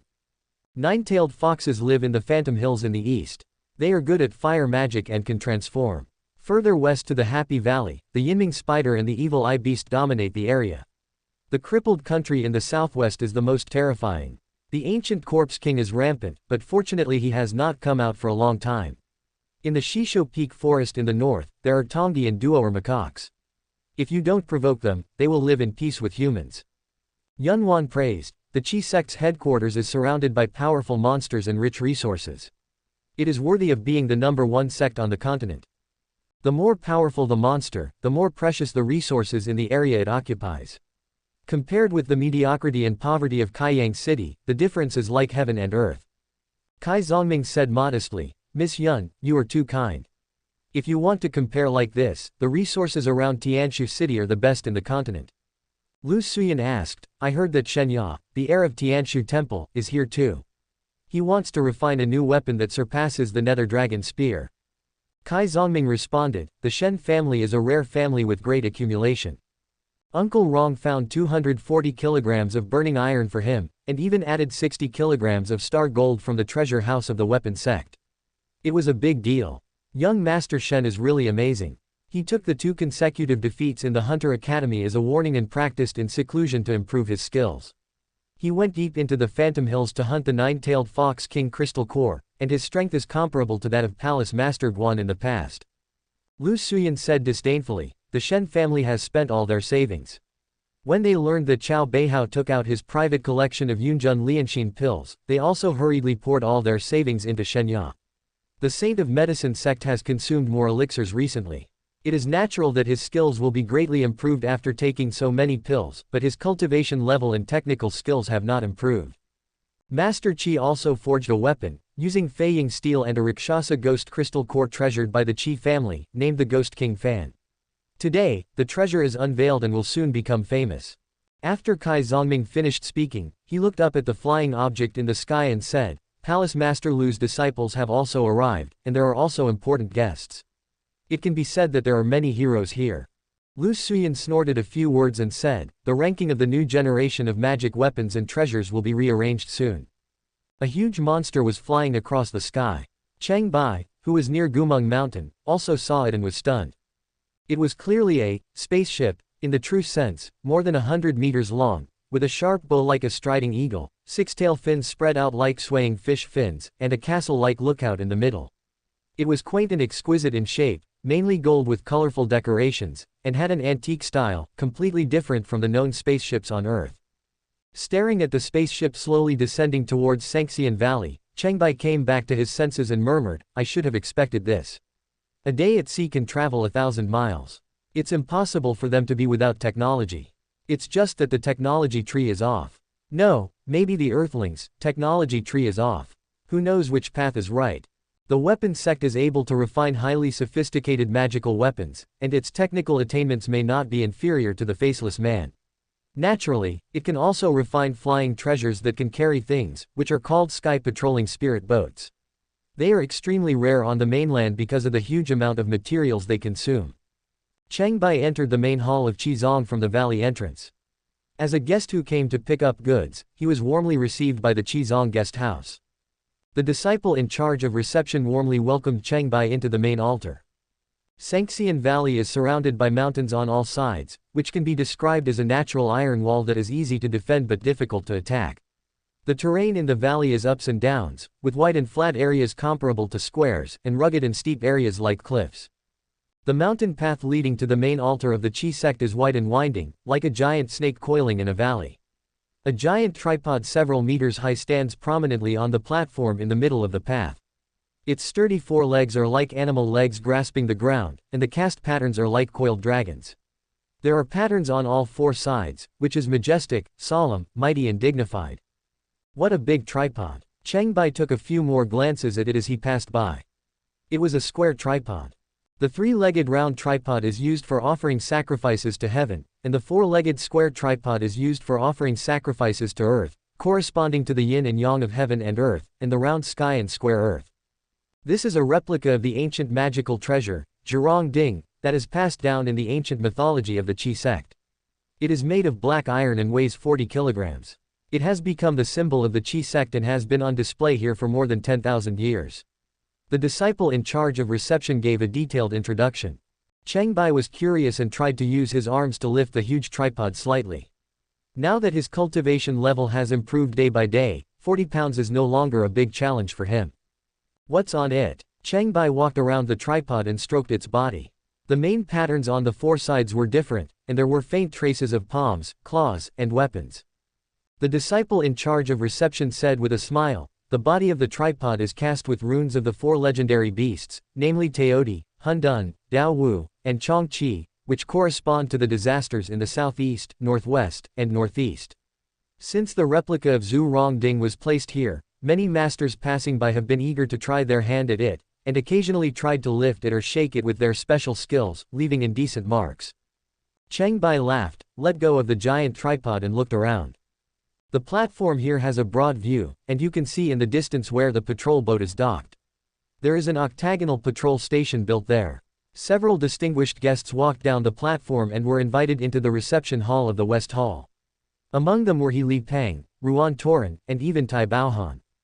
In the reception hall, Shenya closed his eyes and rested, while Qi Jifan drank tea and read a book. When a crowd of people came in noisily from outside the door, neither of them looked up. Then Yunwan and Ningxiang walked in from the inner hall corridor. The unruly men suppressed their arrogance, became a little more enthusiastic, and greeted each other. The young geniuses of Qiongqi continent finally gathered together. A lot of things happened during this period of time. The former king of Absolute Sword was eliminated unknowingly and no one mentioned him again. Shenya's eyes swept over everyone and stopped at Tai Baohan. He showed a surprised expression and said in astonishment, "Brother Tai's cultivation has greatly improved. He is like a completely different person. I am afraid I am no match for him." As soon as these words were spoken, everyone came to pay attention. The Hunters Guild is still looking for Tai Baohan and Xingju, but the task level is low, so the geniuses don't take it seriously and no one cares. The current Wildhammer King is naturally the leader of the Topaz Banner, replacing Tai Baohan's position. Qi Jifan also looked at him a few times and said disapprovingly, "We won't know until we fight. Everyone's strength is improving. It's still unknown who will win." The leader of the Yellow Jade Banner laughed loudly, placed the giant kite hammer on the ground, called the receptionist, took out a small piece of feying stone and a light golden poison crystal insect crystal core, and ordered, "Mix this black iron hammer with feying stone and re-refine it to make a feying steel hammer. Remove the original three-legged poisonous bird crystal core and replace it with this big one." The receptionist had panda eyes and went through the procedures listlessly, filled out the documents, accepted the materials and deposit, and told the disciples to carry the giant kite hammer away. Ruan Toran congratulated him, "Congratulations, Brother Tai, on your success in upgrading your weapons and soaring into the sky." He Li Peng chatted generously. Wildhammer King's fortunes have turned, and he has encountered many wonderful things. I must ask for your advice when I have time. The leader of the Yellow Jade Banner was secretly proud of himself, and said loudly, "From now on, the giant kite hammer is gone. When we refine the treasure again, we will call it the shadow-crushing hammer." Shenya applauded and praised, "What a great name, it's impressive. My dark dragon spear no longer exists, and by chance I got the burning iron and star gold to forge a new spear, and I call it the Phantom Dragon Firefang Spear." The two men hadn't even got their magic weapons yet, but they were already racking their brains to think of a name for them. Qi Jifan took out his newly acquired Ghost King fan and waved it. The treasure vaguely concealed a fan blade, and its shape was unpredictable when it was waved. He said in high spirits, "This Ghost King fan is unprecedented in the continent. I hope it can compete with all your treasures." The leader of the Yellow Jade Banner said with a twinkling gaze, "If Brother Qi has this intention, it would be great." He Li Peng called the other guests and took out a few pieces of black gold ore. He estimated that the amount was not much. After a brief discussion, he ordered, "Black gold ore is not easy to come by. Please refine it and make a tiger knuckle buckle. There is no suitable crystal core to embed it at the moment." The receptionist made detailed records and accepted the ore in deposit. Ruan Toran was about to say a few words of flattery when he saw his master waving at him at the entrance of the inner hall, so he hurried forward to pay his respects. Lu Suyan pulled him to the back, gave him a few words and left. Ruan Toran looked frustrated, and came to He Li Peng and muttered, "The palace master told me to give up this conference, go back and practice hard, and participate in the next conference in 60 years. Otherwise, there is no hope of winning the championship, not even the chance to become a hunter general." He Li Peng weighed the strength of the geniuses present and said carefully, "This makes sense. The Academy has evaluated the combat power of the 9 quasi-kings many times, and I am just barely in the middle. The top 3 in the conference cannot participate again." If you are not sure, you might as well study hard and practice hard, and think about it next time. Ruan Torin lowered his voice and said, I think I'm at the bottom and have little hope of winning. Back then, Palace Master Guan Wanlan also avoided being in the same generation as Palace Master Shi Ziyu, and only then did he win the title of Hunter King. We can learn from this. Brother He, I'm taking my leave and I wish you a successful start to the conference. It's easy to say, but how many 60 years are there in a person's life? Even a monk can't endure it. He Lipeng didn't want to give up some opportunities, so he nodded and said, even if I can't win, I can still accumulate some experience and opportunities. Brother Ruan, please do as you please. Ruan Torin soon left the reception hall on the pretext of something and prepared to return to Tianchuan City with Lu Suyan. The King of Chaos was also eliminated. Cheng Bai did not rush into the reception hall. He sent away the receptionist who was receiving him on the pretext of going to the bathroom, and followed the receptionist with panda eyes who had taken away the flying shadow stone and the crystal core of the poisonous crystal worm, all the way to the Balian Hall of the weapon sect. It is divided into several factory areas and multiple processes, and work is arranged according to demand. There is also a treasure house nearby for convenient storage and retrieval of various materials. ZK placed the Feiying stone and the poison crystal worm core aside. While handing over the black iron giant hammer to others, Cheng Bai took out the ancient tree essence core obtained from the Yushi forest and exchanged it for the poison crystal worm core. Tai Baohan was an impostor of the leader of the Wangyu banner. Allowing him to increase his strength smoothly would be a hidden danger, so he did something bad. The two crystal cores were of different levels and had different shapes but similar colors. The next disciple from the weapon sect had never seen a poisonous crystal insect crystal core, so he only knew to arrange the inlay process for the ancient tree essence crystal core, and had no doubts at all. Cheng Bai saw his Xuanming treasure clothes here. It was almost finished and only needed to adjust the details. Curious, he placed the poisonous crystal insect core next to the Xuanming treasure clothes and was about to figure out the production process. Fang Wanjun came over from a distance and shouted, "Who's there?" He can sense that I'm hiding nearby. Cheng Bai was secretly shocked and quickly teleported back to the outside of the reception hall. Fang Wanjun has extraordinary perception, but cannot see through invisibility. He is not sure whether there is an outsider who has entered Balian Hall without permission. He goes to Cheng Bai's previous position to check, but finds nothing special, so he puts aside his suspicion. Tong Feng, the head of Balian Hall, came to report, "Sect Master, the finished product of this Xuanming treasure cloth has exceeded expectations. The quality is perfect, it can be said to be a top grade, it is the crown of recent times, and it will be completed soon. It may not be perfect, there is still some room for improvement. I will make some minor adjustments, and there must be no mistakes." Fang Wanjun was picky about details. He picked up the crystal core next to him and shook his head, saying, "This is also the guest's material. The mysterious nether treasure cloth plus the poison crystal insect crystal core is such a wonderful idea. The ability to resist poison and avoid water is greatly improved. I will give it the finishing touch and make it a top-notch product." The master of Balian Hall was submissive and allowed the clan leader to take the Xuanming treasure clothes and the poisonous crystal insect core to be refined, inadvertently enriching someone. Cheng Bai pretended to come out of the toilet and was led into the reception hall by the receptionist. He greeted He Lipeng and said, "Brother, it's been a long time since I last saw you."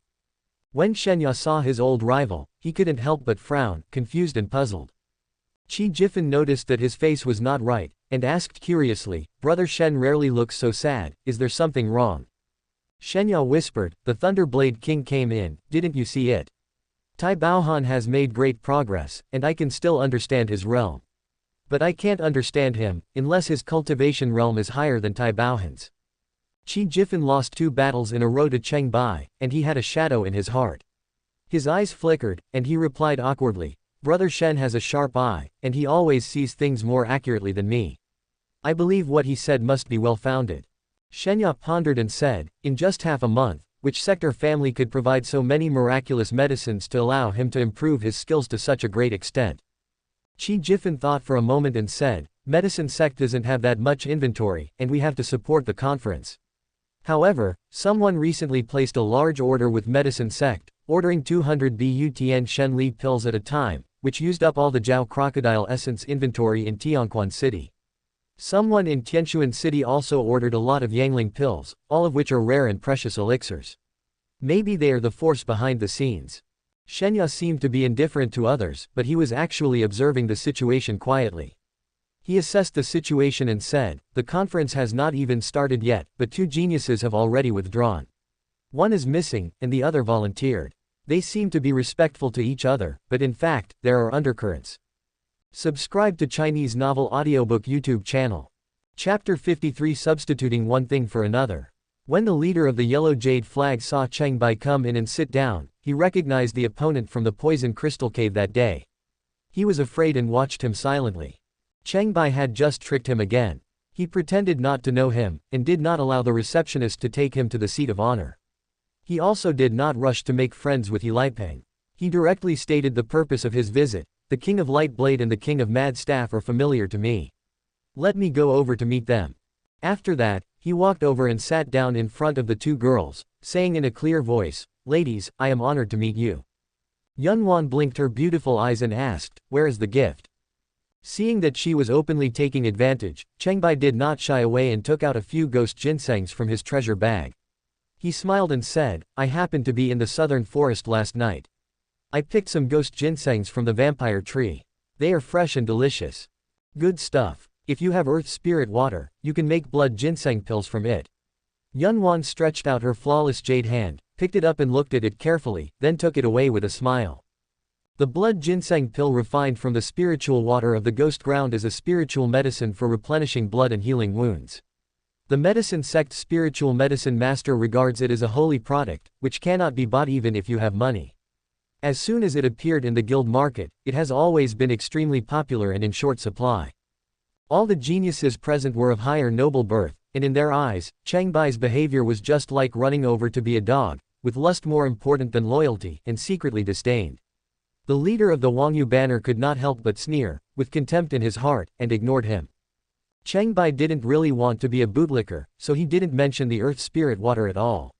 He took the opportunity to chat with the two girls about some of their adventures along the way, gradually adding more topics and talking with great interest. The weapons sect is full of talented people, so why haven't we seen any genius representatives sent to participate in the martial arts hunting conference? Cheng Bai mentioned casually. Yunwan spoke the truth, those with extraordinary talents are rare. The leader of the Qi sect just accepted a genius disciple, who has a rare exquisite body in 1,000 years. Although he is mature at a young age, his skills are still shallow. He may be able to participate in the next conference. Ningxiang reminded, "His name is Kai Zongming. You should know him. It is rumored that he customized a precious sword for the Thunderblade King." No wonder Kai Zongming was called back to the main hall of Qizong. It turned out that Fang Wanjun discovered his talent as a genius and was willing to accept him as his disciple. This kind of genius has a flexible mind and excellent memory. No matter what technology or knowledge he learns, he can apply it to other situations. As they were talking, Kai Zongming rushed to the reception hall, saw Cheng Bai, stepped forward quickly and saluted, saying, "Mr. Cheng, welcome to the main hall. There was an accident with your Xuanming treasure cloth." What happened? Cheng Bai thought of the crystal core that he accidentally dropped. Could it be that he had caused some trouble? Kai Zongming smiled and said, "The Xuanming treasure cloth is perfect, but I made a mistake in my haste and underestimated the labor cost. I need to pay another 5,000 taels of gold to make up for it."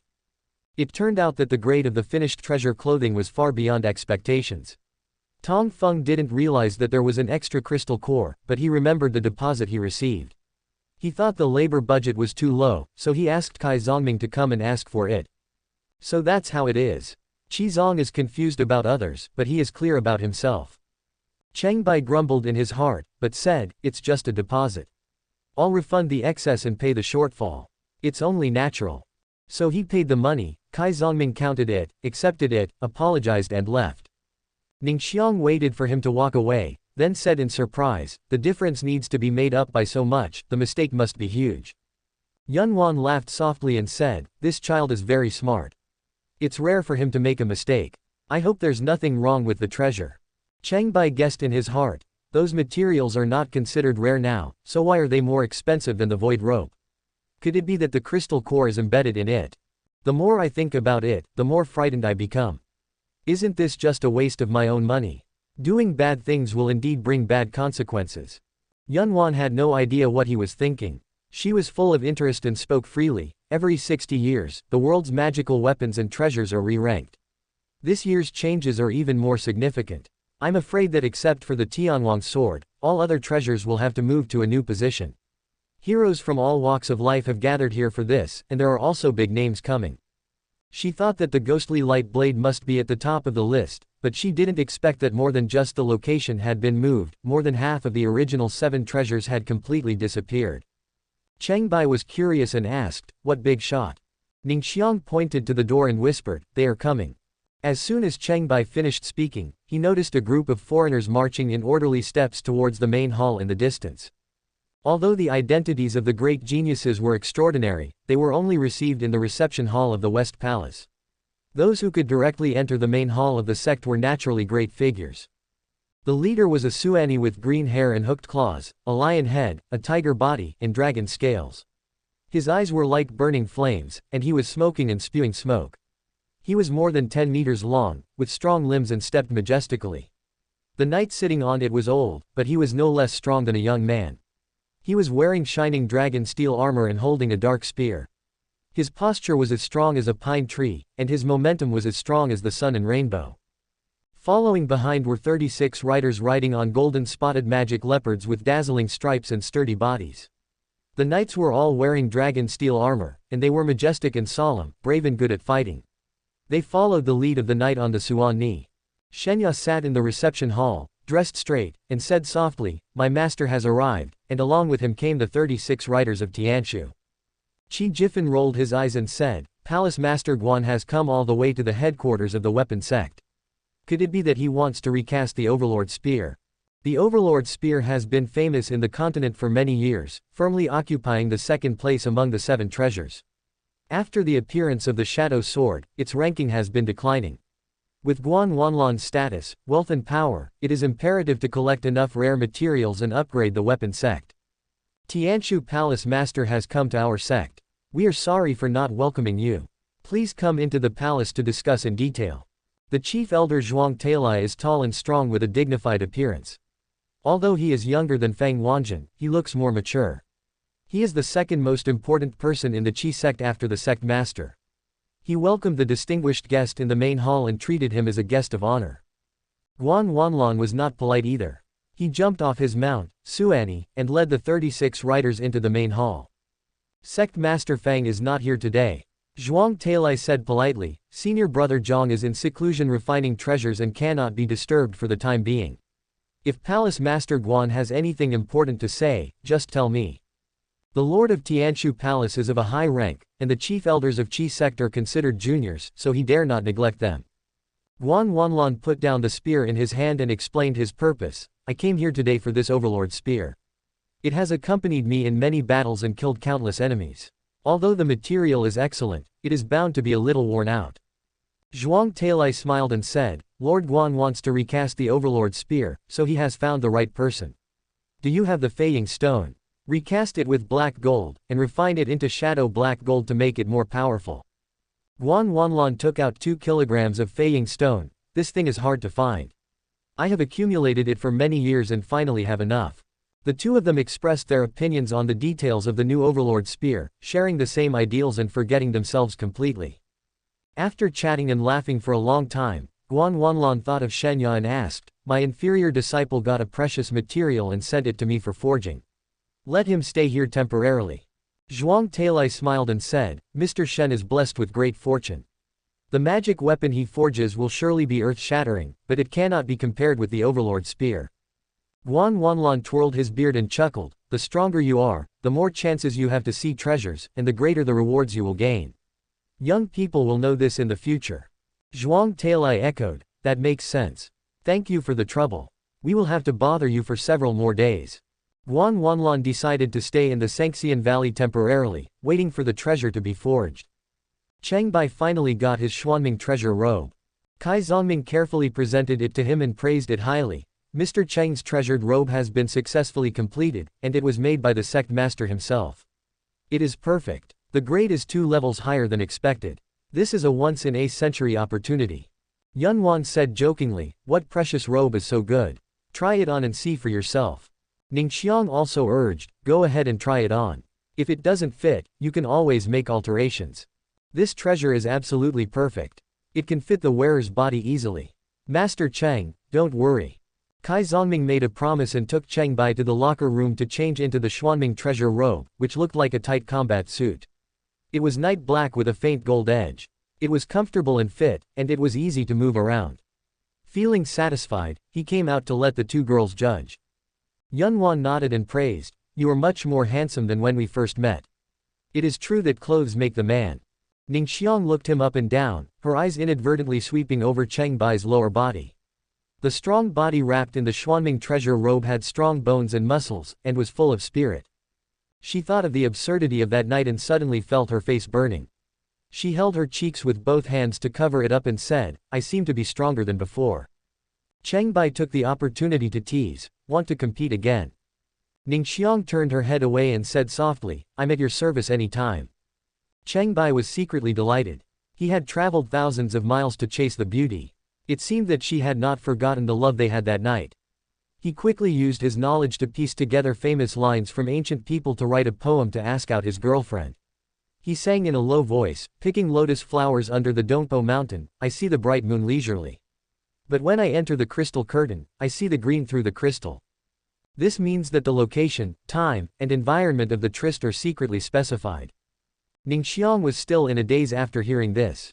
Yunwan joked, "I didn't know that Thunder Blade King could write. Such talents are rare on the mainland. He will have no worries about his livelihood if he becomes a scholar in the future." Except for the man and woman who were doing something fishy. No one else would think that deeply. Yunwan did not expect that the two had already had a secret affair, and just treated it as a joke because of their dissatisfaction in the last competition. Kai Zongming praised him, "Mr. Cheng's mysterious nether treasure cloth has extraordinary effects. It is the best of all magical instruments in recent years. It will definitely have a place on the new ranking of the 7 great treasures."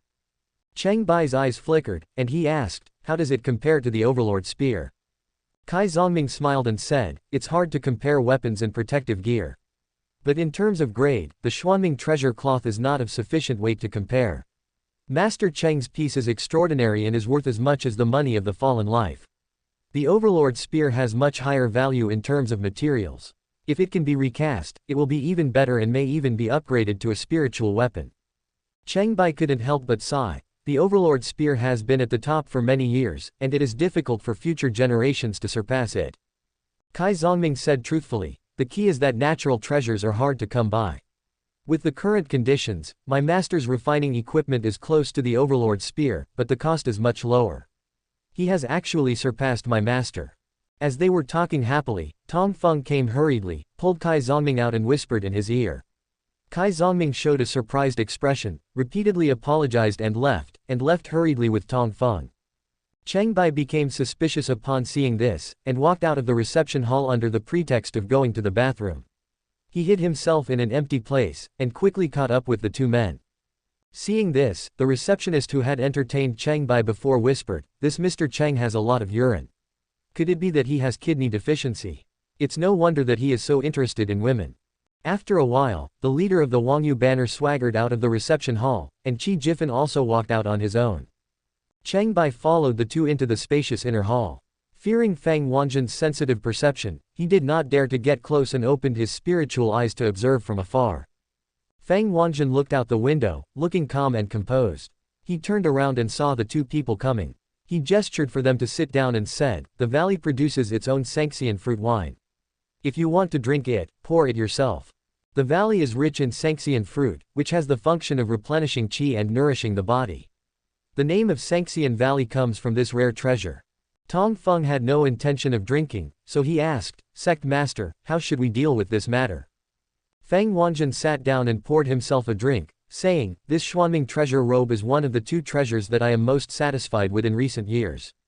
The other one, the blood jade fishing rod, is also in the hands of the Thunder Blade King.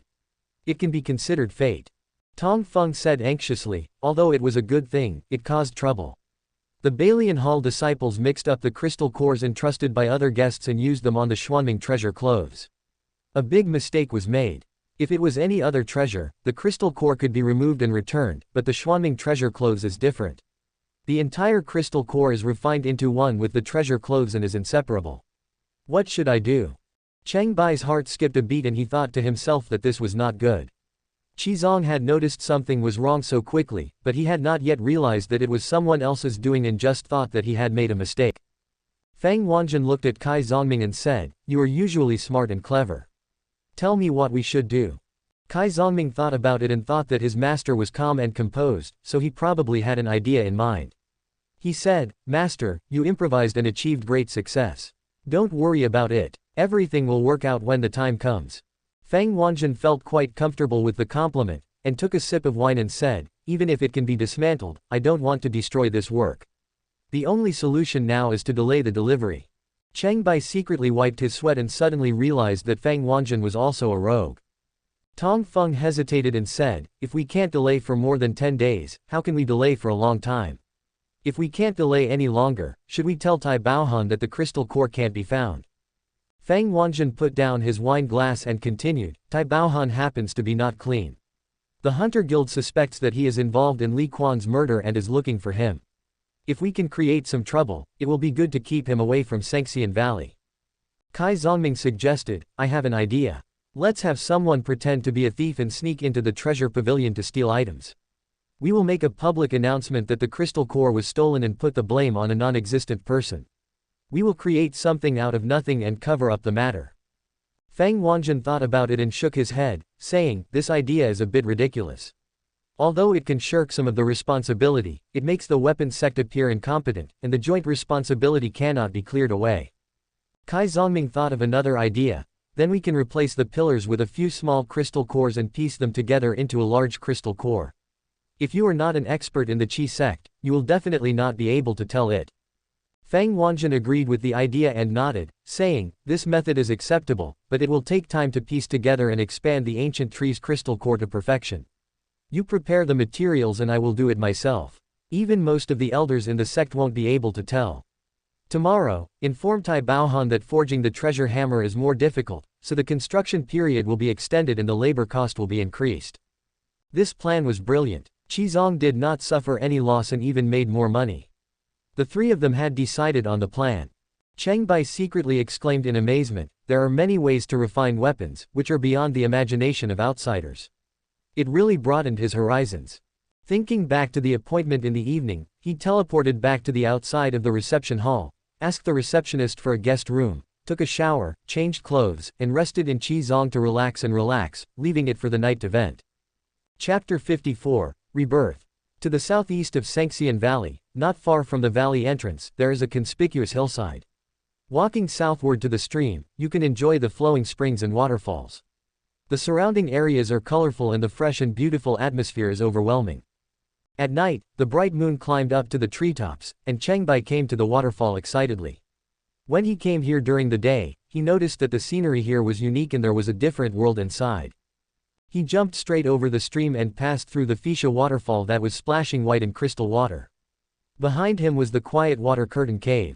Ningxiang, who had been waiting there for a long time, turned around. "You're late, and you said it so cryptically, I almost didn't think it was here." Ningxiang complained a little, but her voice was gentle. "No, the time is just right." Cheng Bai looked out of the waterfall. The water flow covered the entrance of the cave like a crystal curtain. He could vaguely see the bright moon rising above the green pines and cypresses in the distance. That was the area called the Green Forest. The angle and shadow of the waterfall made it difficult for outsiders to peek into the mysteries hidden in the cave. He turned his head, stared into Ningxiang's eyes, and said softly, "On the day we parted, I thought of you day and night, and traveled thousands of miles across the continent to pursue you. You are the romance hidden in the starry sky, and the tenderness and sweetness in my heart." Ningxiang blushed shyly and stammered, "You speak too sweetly. I think it's a little unreal." Cheng Bai took a step closer, and seeing that she did not dodge, he became bolder, gently grasped her hands, and whispered softly, "You can feel my truth in the warm fire of love." Ningxiang stared into his eyes, her eyes seductive, and whispered, "I have been abandoned and homeless since I was a child. Will you pity me, love me, and tolerate everything about me?" Cheng Bai took another half-step closer, approaching the beauty in front of him. He could smell her orchid-like fragrance and hear her nervous and restless heartbeat. "I am a harbor that protects you from wind and rain, embracing your sails. Everything you have can find a place to stay here," Cheng Bai vowed. Ningxiang's eyes were intoxicated, her blushing cheeks were bright and charming, and suddenly she found that her slender waist was hugged by strong and powerful arms. She struggled to get away, and hurriedly said, "No, not here." Cheng Bai raised his lips and said, "I'll just kiss you once, okay? Just once." "Well, then for a moment." Ningxiang agreed after a little hesitation. The man has feelings, and the girl is interested. Cheng Bai hugs the girl in front of him and gradually approaches. Ningxiang was very tall, not inferior to Cheng Bai at all. In order to please him, she squatted down slightly and let him kiss her forehead. Cheng Bai's target gradually moved downwards, passing over the straight nose and plump lips. A man's mouth is a lie. Ningxiang was breathing rapidly and wanted to speak but hesitated. The scenery inside the water curtain cave was beautiful. A man was running on the hillside outside the water curtain cave. His steps were light and his movements were agile, and he was particularly clear under the bright moonlight. The sound of the rushing water of the waterfall covered up the embarrassment. The lovers who were having a secret meeting stopped their deep exploration at the same time, held their breath, and looked out of the waterfall. The person who came was Qi Jifan, and he stood in the spacious open space in front of the lush forest. The taller man striding over from the other side was the leader of the yellow jade flag. Qi Jifan opened the Ghost King fan in his hand, waved it gracefully, and said in high spirits, "Brother Tai is very brave to dare to accept a small challenge." The leader of the yellow jade banner sneered and said, "Why not? There will always be a battle between you and me at the hunting competition. It would be better to decide to eliminate you tonight." Qi Jifan laughed and said, "Brother Tai, after stealing the treasure house of Qi sect, was still able to swagger around nearby. His courage and insight are unparalleled in the world." Cheng Bai was shocked when he heard this. There was actually someone who went to steal from the weapon sect's treasure pavilion and lived there openly under the pretext of refining treasures. The giant hammer and crystal core were just a cover. The leader of the yellow jade flag had far-reaching ambitions.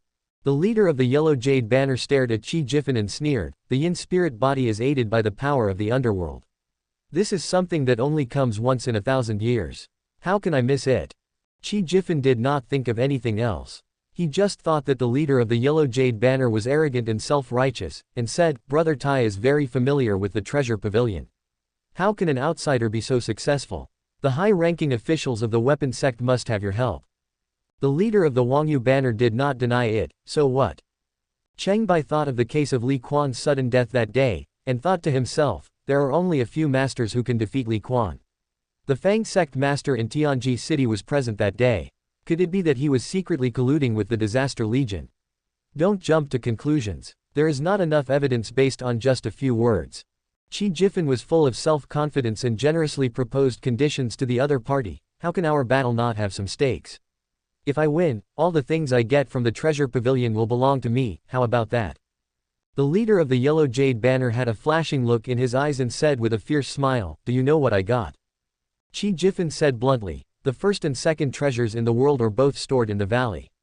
Brother Tai didn't find the Tianhuang sword, but he got the Overlord spear. How could I not know that?"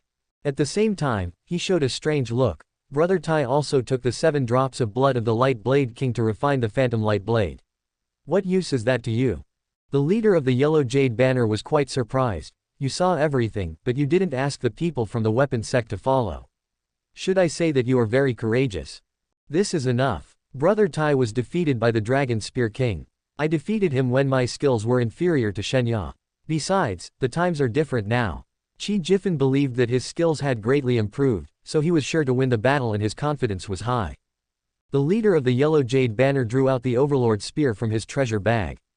Qi Jifan showed a hint of sneer on his face. He didn't even have a weapon that he was good at. Could it be that you knew how to use a spear? Unexpectedly, the leader of the Wangyu flag thrust his spear forward, as fast as thunder and with terrifying power, and his spear skills were extremely skilled. Qi Jifan's pupils constricted, and he quickly waved the Ghost King fan to shoot out 3 emerald green flowers, which brought up a cloud of green mist. He held up the Overlord spear and retreated 3 steps violently.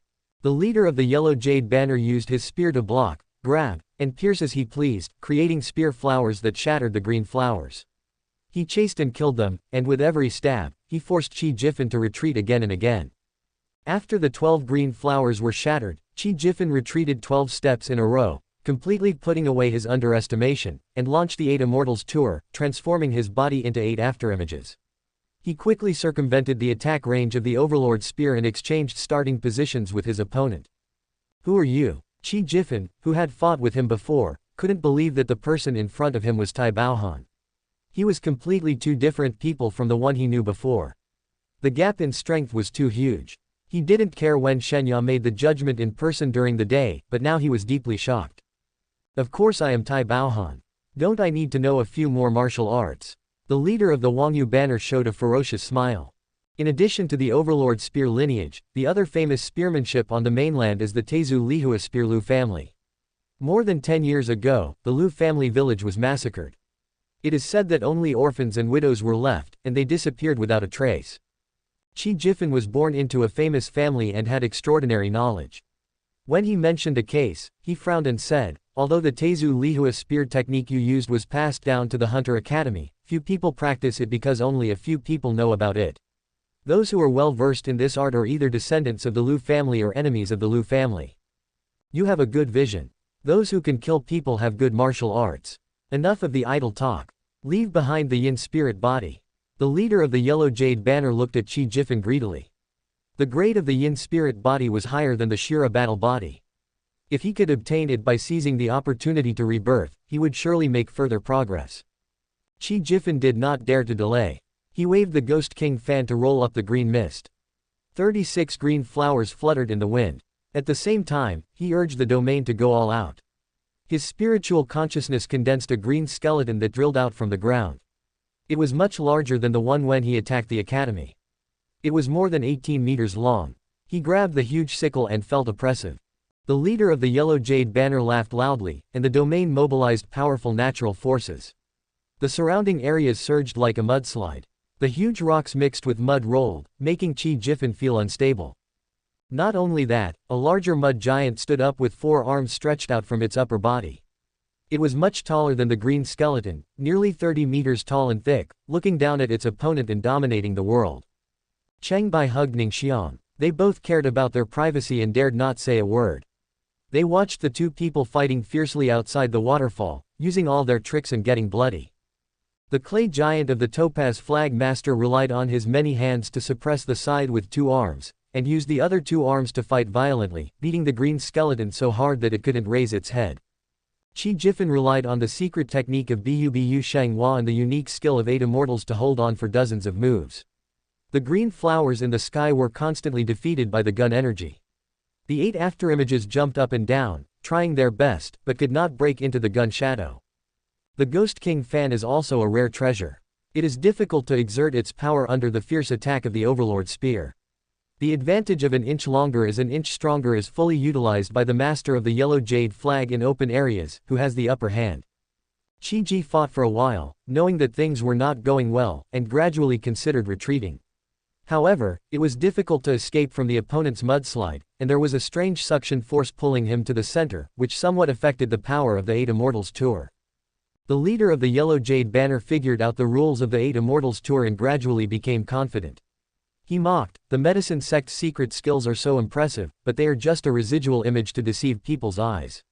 Watch me defeat you." The mud and rock area suddenly changed, and the suction force of the ground covered all the afterimages. Qi Jifan suddenly could not move, and the 8 Immortals tour was broken, leaving only his real body exposed to the powerful enemy. Cheng Bai, who was hiding in the waterfall, looked closely and saw that a black shadow invisible to the naked eye was entangled with Qi Jifan, and a causal relationship had been established between them, which was pulling him into the abyss, but Qi Jifan was unaware of it. Everything in the universe is created and destroyed according to the law of cause and effect. Cause is the ability to produce, and effect is what is produced. If there is a cause, there must be an effect, and if there is an effect, there must be a cause. The cause produces the effect, and the cause and effect are clear. This is the secret of the secret art of rebirth, which usurps cause and effect, changes destiny against the will of heaven, and disrupts the 8 Immortals tour. It played an indispensable role in this. Cheng Bai pondered, secretly horrified. His secret technique is hard to defend against. If you don't sense it, you will be tricked. Fortunately, my spiritual eyes can see it. How can I break it? I wonder if I can devour it. Qi Jifan felt lost and gradually became weaker, but he didn't know why. He thought to himself, with my current strength, I shouldn't be so weak and tired so quickly. Is there something wrong with his domain? During this period of time, Qi Jifan has made great progress and has already taken half a step into the Guangfa realm. In a hurry, the green skeleton raised the sickle and opened the door to the underworld, bringing in gloomy cold air to impact the entire area. If his realm is further improved, it may be possible to establish the underworld. The power of the underworld was cold, dark, and bottomless. Even the owner of the topaz flag shuddered, and the mud giant was temporarily frozen by the negative energy. Qi Jifan took the opportunity to control the green skeleton to chop at the mud giant. The skeleton's sickle was known as a spiritual slash, and a single hit could hurt the soul, so it was vicious and difficult to defend against. The yin spirit body is indeed extraordinary, but it's a pity that it is struggling to survive. The leader of the yellow jade flag sneered. The mud giant suddenly grew bigger and stronger, as if it was getting braver and braver, trying to break free from the shackles of yin qi. The skeleton's sickle chopped down and sank deep into its body, sucking it firmly and unable to move, failing to touch its soul and body. Its heavy mud and stone body also served as a shield, providing amazing defense. The skeleton's sickle couldn't be pulled out, so the mud giant took the opportunity to open his four arms, hug the green skeleton, and the surging mud and rocks wrapped around the opponent, forcefully taking the green skeleton and the sickle into his body. Qi Jifan's domain was held hostage by the opponent, and he suddenly lost all his strength, his true energy scattered, and the green flowers and blue mist raised by the Ghost King fan in his hand all disappeared, making it difficult for him to resist the attack of the Overlord's spear. The leader of the Yellow Jade Banner used a move called Force Penetrating Mountains and Rivers, and the long spear came at him like a poisonous dragon, and Qi Jifan barely dodged the fatal stab. Then he used another move called Pale Moon Blossoming, and the long spear came out at an unexpected angle, like a long knife slashing at an angle as fast as lightning. Qi Jifan could no longer dodge and was hit hard on the shoulder by the blunt blow of the spear. The enormous force was like an overwhelming force. All that could be heard was the sound of bones breaking. Qi Ji was bleeding wildly and half of his body was almost disabled. He fell to the ground like a straw. The Ghost King's fan fell out of his hand and he was barely able to breathe. Cheng Bai and Ning Shang looked at each other behind the waterfall. The leader of the Yellow Jade Flag was obviously much stronger, and the outcome was already decided. Qi Jifan's uninjured arm flipped in his sleeve. As long as he took out a talisman and crushed it, he would be able to inform everyone in the weapon sect of the unusual situation here. Unfortunately, the leader of the Wangyu banner stabbed out with the Overlord's spear first, directly cutting off Qi Jifan's hand, taking away the talisman, and extinguishing hope. In Cheng Bai's spiritual eyes, the black shadow that was invisible to the naked eye kept peeling off the shell of Qi Jifan's body, like layers of clothes, and adding them to the master of the Wangyu banner, causing his burly figure to change, from the image of a sturdy man with a broad back and strong waist to the image of the tall and gentle Qi Jifan. From now on, I am the holy son of the medicine sect. The leader of the Wangyu flag laughed strangely, and his voice sounded more and more like Qi Jifan. He bent down to pick up the Ghost King fan on the ground, and shook it gently in his hand, looking very unrestrained. In order to obtain the precious blood, I gave up the Shadow Crusher, which was a big loss. This fan is my compensation. The leader of the Yellow Jade Banner looked at the dying Qi Jifan, who was indeed a rare strong man. He was seriously injured but not yet dead, so he unscrupulously took away his treasure bag, which contained clothes and other personal items, making it easier to impersonate his identity. Then he waved the Ghost King fan blade, cut off his head, and ran towards the green forest in the south. Cheng Bai and Ning Shang saw the leader of the Wangyu banner running away, so they hurriedly tidied their clothes, walked out of the waterfall, and checked Qi Jifan's headless body. His body was destroyed and no one expected that the holy son of medicine sect would die here. When they saw him, they just regarded him as a body abandoned in the wilderness and no one cared about it. Cheng Bai turned over Qi Jifan's body and saw a corner of a book sticking out from his chest. He took it out and took a closer look, and found two sheepskin booklets. One was The Secret Book of Medicine, and the other was The Essence of the Eight Immortals Journey. I guess the book Qi Jifan was reading during the day was one of them, and he didn't put it in his treasure bag. The snipe and the clam fight, and the fisherman gain. Cheng Bai accidentally got two secret books and was secretly delighted. He put them in his pocket, took Ning Xiang and left the green forest. It would be a pity to stay here, so he found another quiet place to talk about love in a different environment. Chapter 55 Learn from a Master. The leader of the Yellow Jade Banner flew over the lush forest, left Gumeng Mountain, and entered the Canaxing Kingdom to search for a while. He found the headless corpse king's body full of holes. After being stunned for a moment, he crushed a sound transmission node and fired a special flare into the air. The remnant corpse king was killed. Who could do that? We found a head of a yin spirit for it, but it was useless.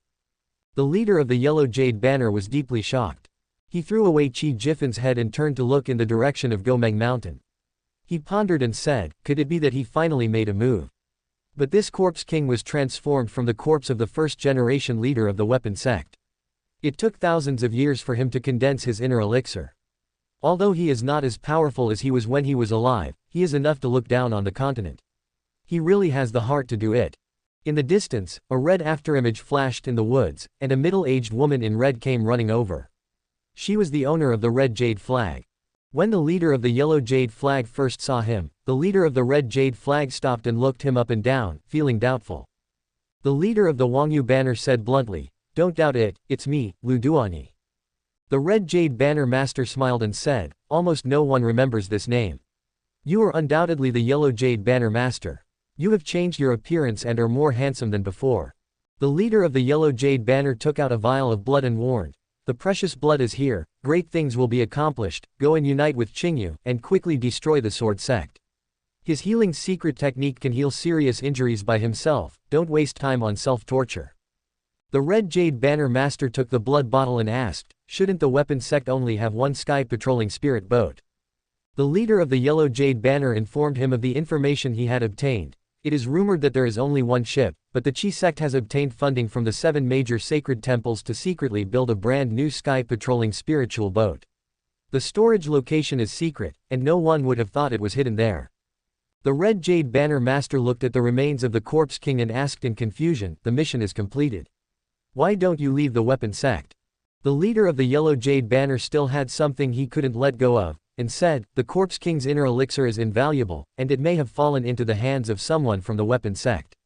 With my current status, no one would suspect me. If I can find it, I will be able to achieve twice the result with half the effort in the future." The Red Jade Banner master turned and left, leaving behind a message. It is not easy for someone from the weapon sect to support the Legion, so don't delay the important matter. The leader of the Wangyu Banner grinned and said, "Don't worry. It is late at night and everything should be asleep, but the top of Sanxian Valley is full of beautiful scenery, with rain and clouds blowing away." Cheng Bai embraced the beauty and said affectionately, "Forever and ever, I only wish to be with you for the rest of my life." He gently stroked Ningxiang's white arm, where there was a fresh wound that had just healed. Ningxiang pulled her arm back, tied up her long hair, straightened her clothes, and whispered, "I want to go back. Wan wants me to accompany her tonight." Cheng Bai stood at the top of the mountain and looked down at the valley, which was brightly lit and crowded with people. It was destined to be a restless night. Ningxiang saw that something had happened to the Qi sect, and that they must have discovered that the treasure pavilion had been robbed, so she asked, "Should we tell the Qi sect about this?" Cheng Bai thought for a moment and said, "Someone in the weapon sect may be colluding with the Disaster Legion. If we act rashly, we will alert the enemy. You and I should not make it public for now. We will see the situation tomorrow."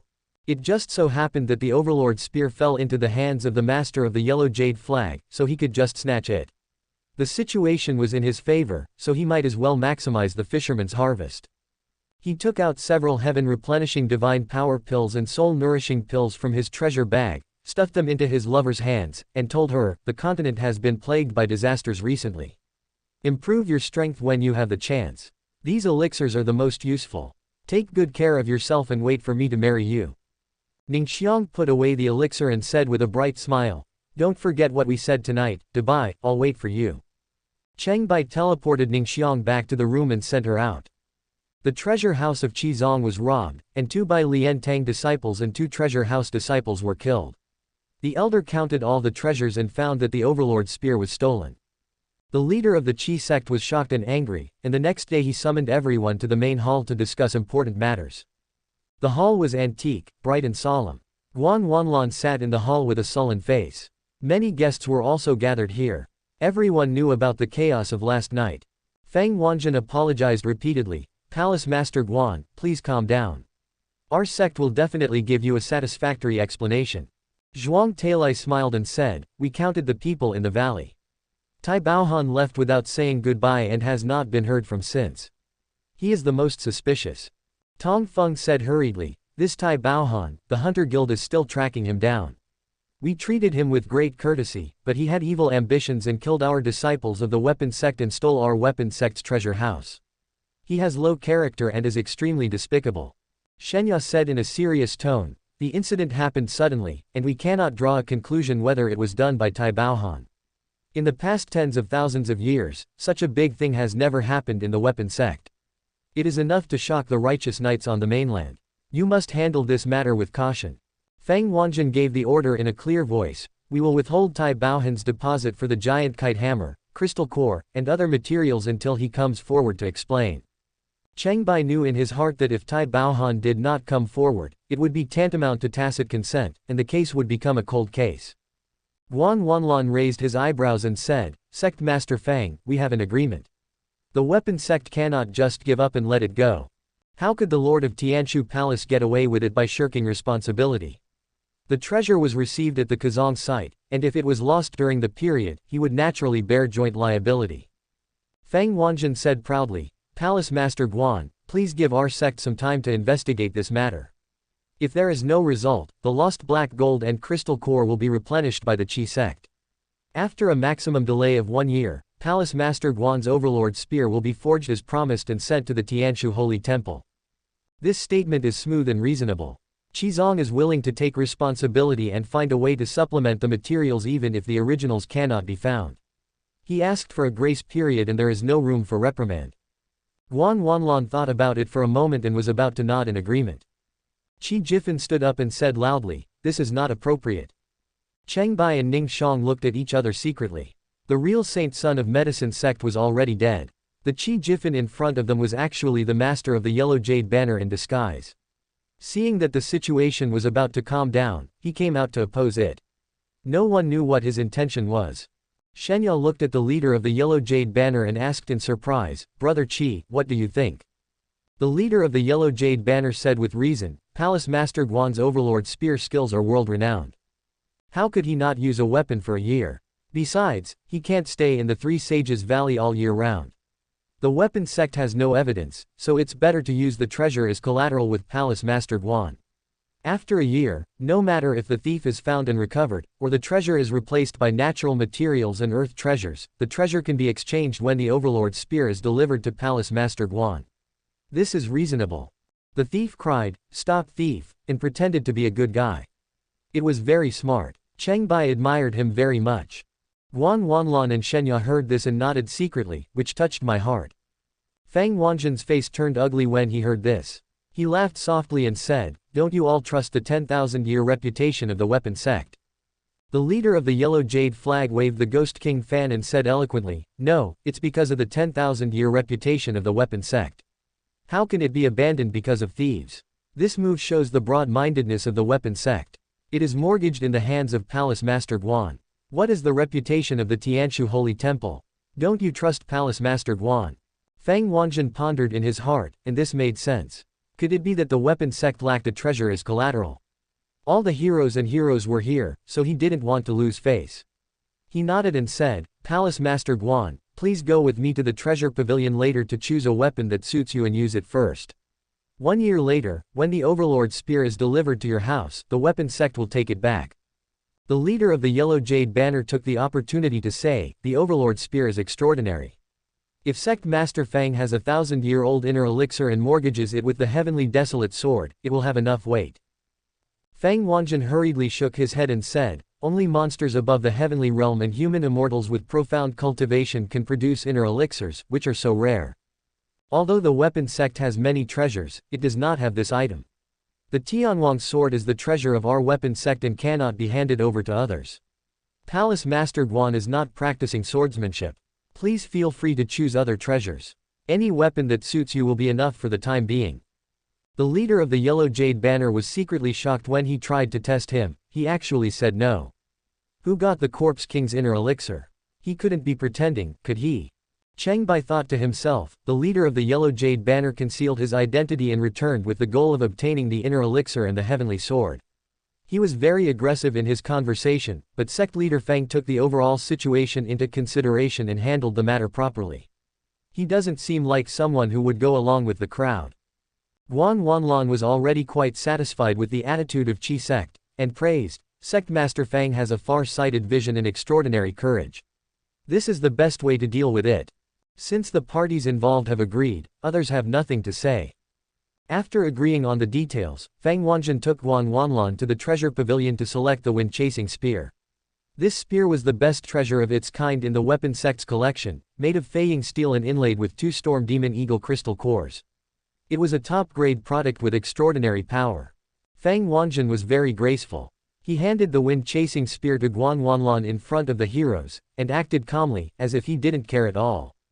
After both sides exchanged polite words, the Lord of Tianshu Palace said goodbye and led the 36 riders back to Tianshu City. Cheng Bai saw it all, assessed the situation, and came up with a plan in his mind. He can't just sit there and do nothing. Now is the time to fill the vacancy, and it's also my chance.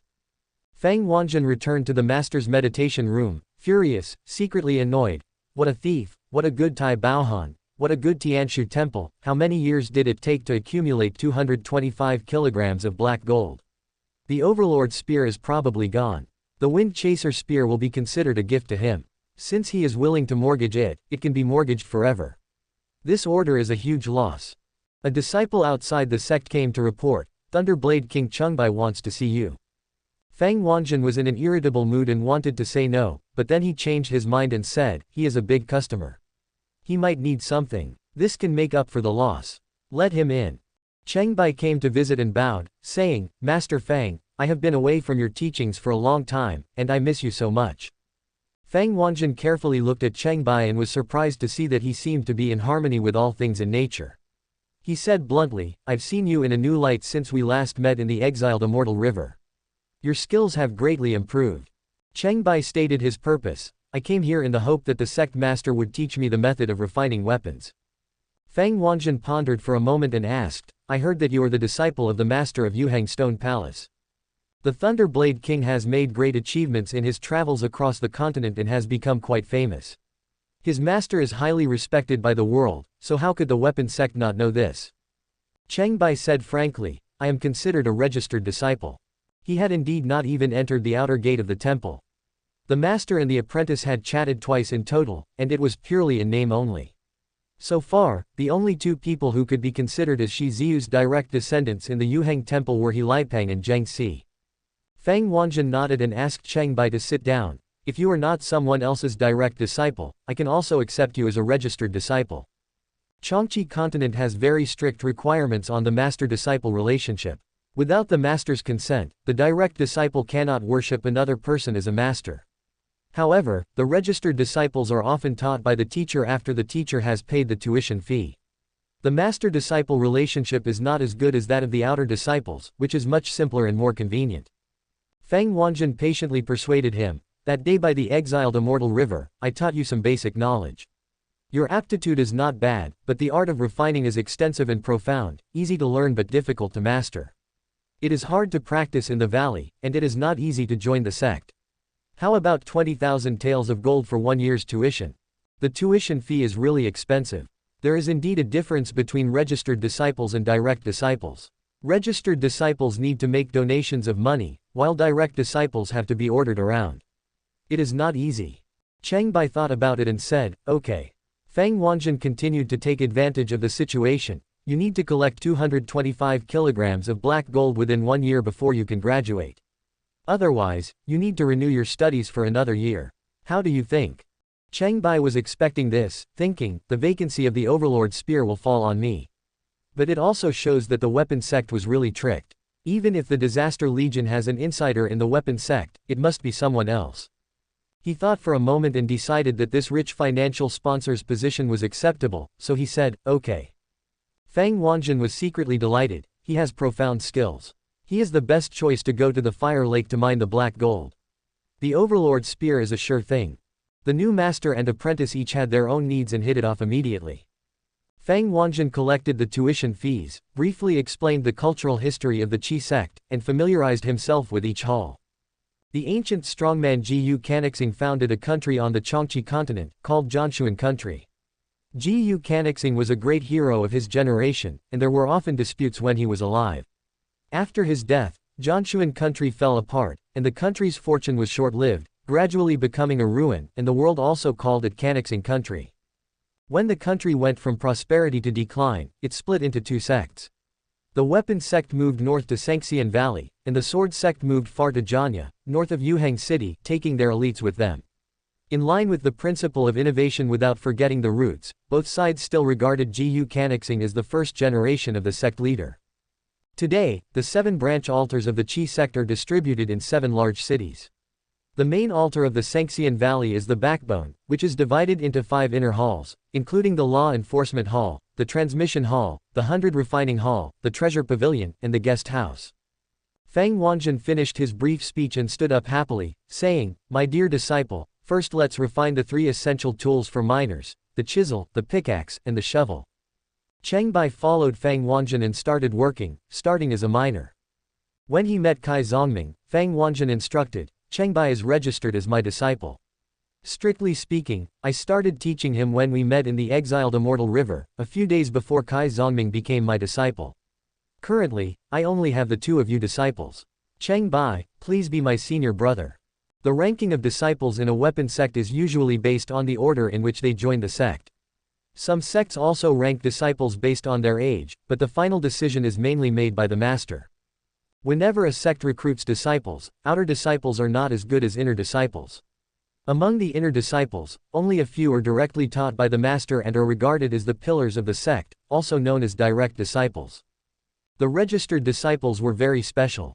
In most cases, their status and qualifications might not be as good as those of the outer disciples. But Cheng Bai's situation was different.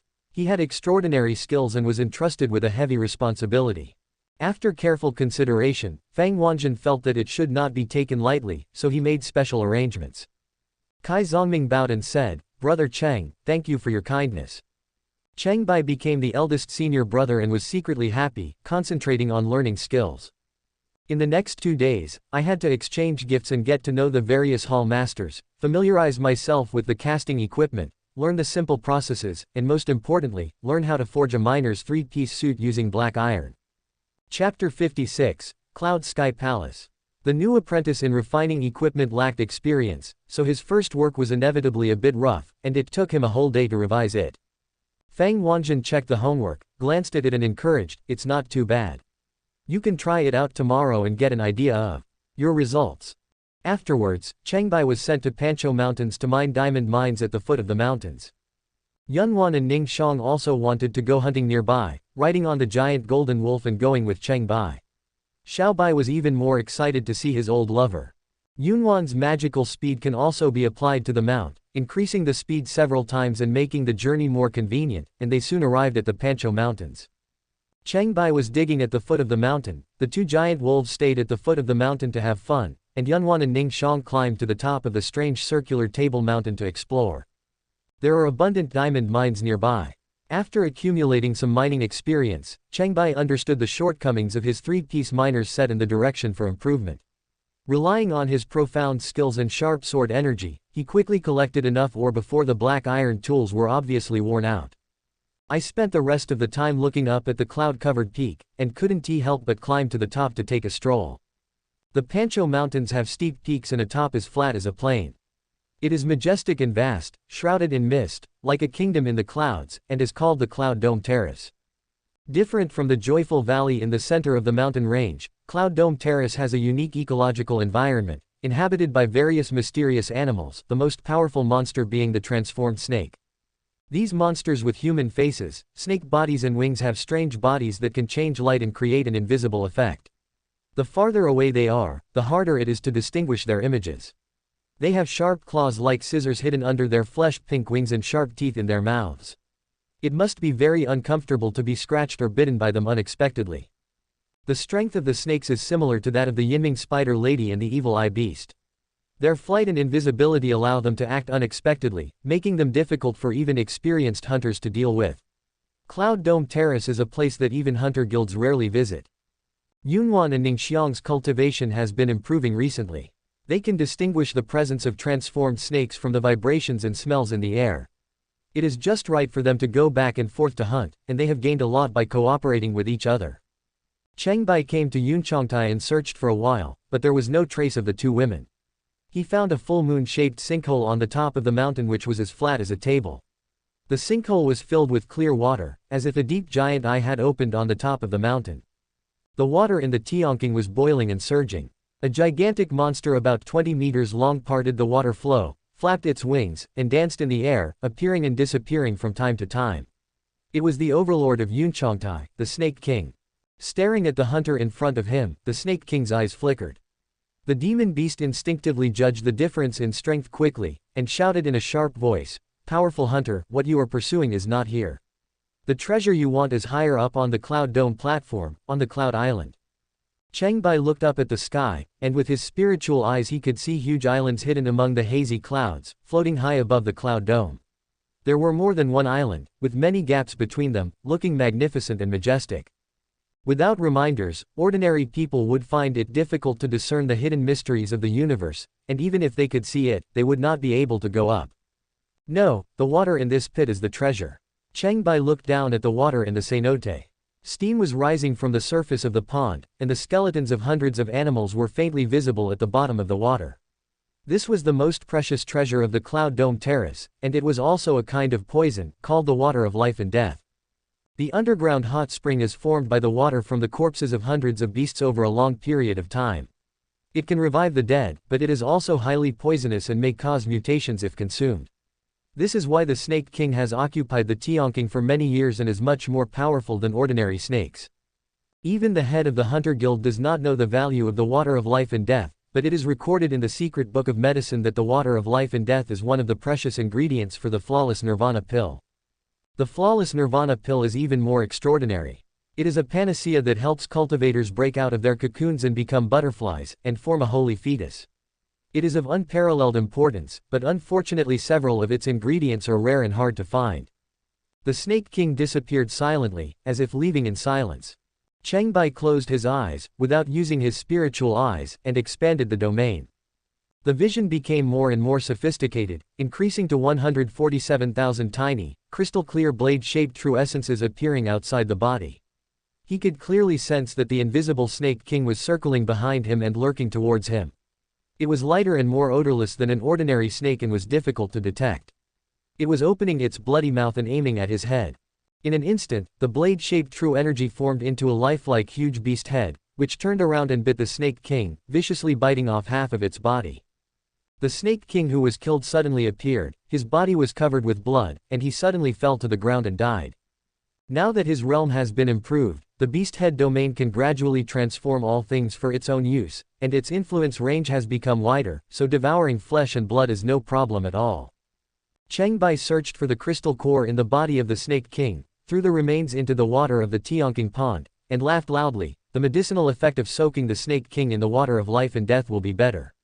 Come back in 10 days to use it. He looked at the nearest cloud island in the sky, leaned over and jumped, passing through thousands of meters of clouds, adjusted his direction with the help of the wind, and landed easily on the island. The cloud island floated in the mist like a dream, clean and mysterious, like a snow lotus blossoming in the sky. Looking around, I saw a dead snake, whose crystal core was removed by the hunter.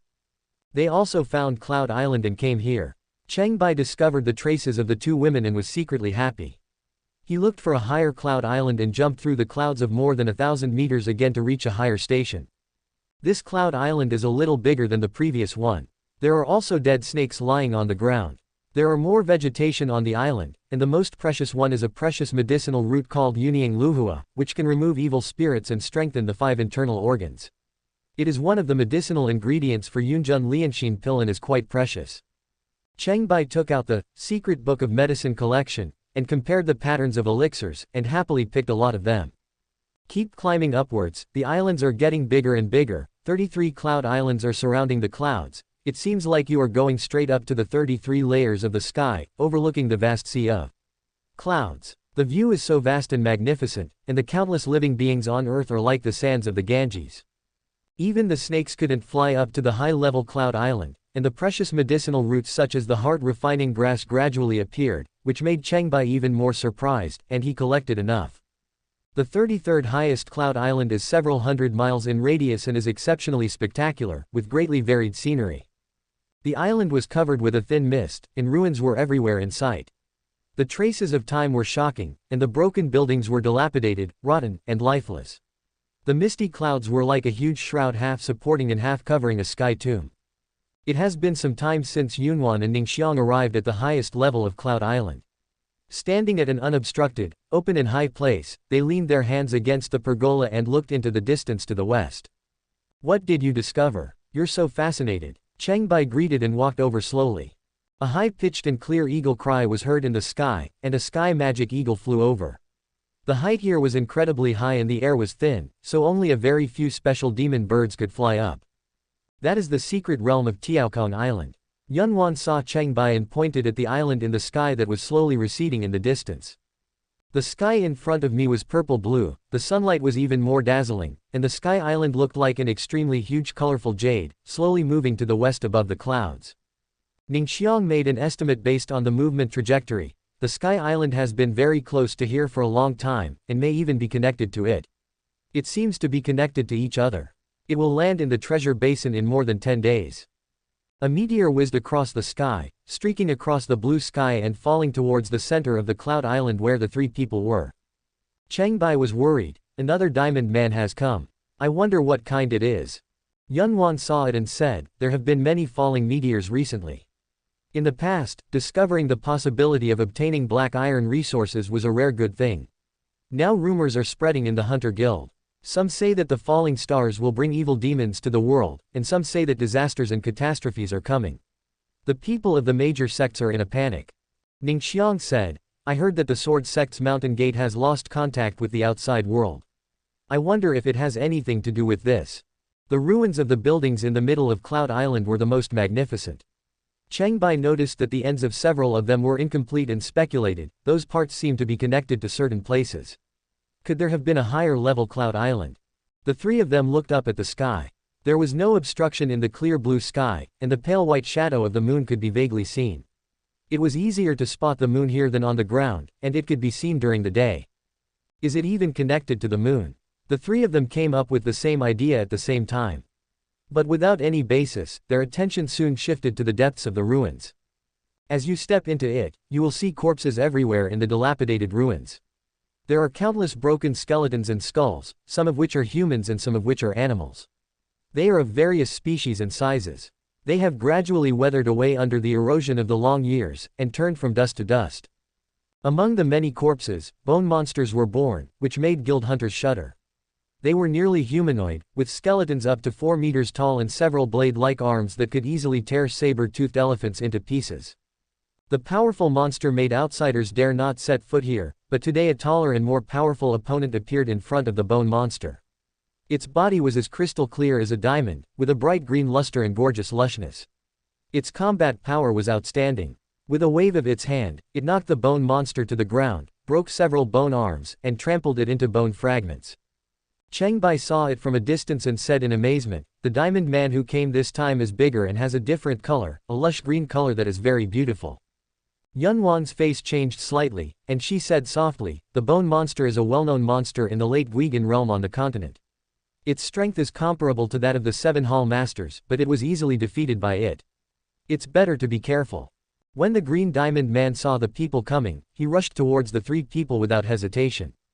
Yunwan took the lead in flying her sword, and the mountain copper dagger swung through the air like moonlight, slashing with it more agile and changeable than before, with a longer killing range.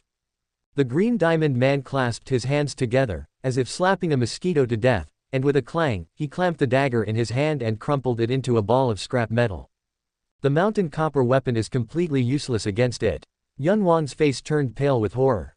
In a flash, the green diamond man raised his hand and threw the mountain copper ball back, as fast as thunder, and Yunwan had no chance of catching it. Cheng Bai rushed forward and blocked it with the bow technique of 6 paths of bliss fist, changing the direction of the mountain copper ball's impact. The remaining power was as fierce as a cannonball, which collapsed a wall with a loud bang, flew out of the Cloud Island, penetrated the clouds and disappeared. Feeling the strong force of the impact, Cheng Bai was secretly surprised. It is much stronger than the black one. Ningxiang was about to fight with a bone staff in hand, but Cheng Bai was worried that she might get hurt, so he said quickly, let me deal with it. He drew out his knife and fought with the green diamond man. Compared to previous opponents, green types are stronger, faster, and deliver more violent shocks when attacking. If you accidentally touch them, you will be knocked out. Cheng Bai activated his spirit shield to block the shock, defending himself impenetrably. He thought to himself, how dare we let two women touch this guy? They will fall to the ground and become a burden. Wait, if different levels have new abilities, what will it be?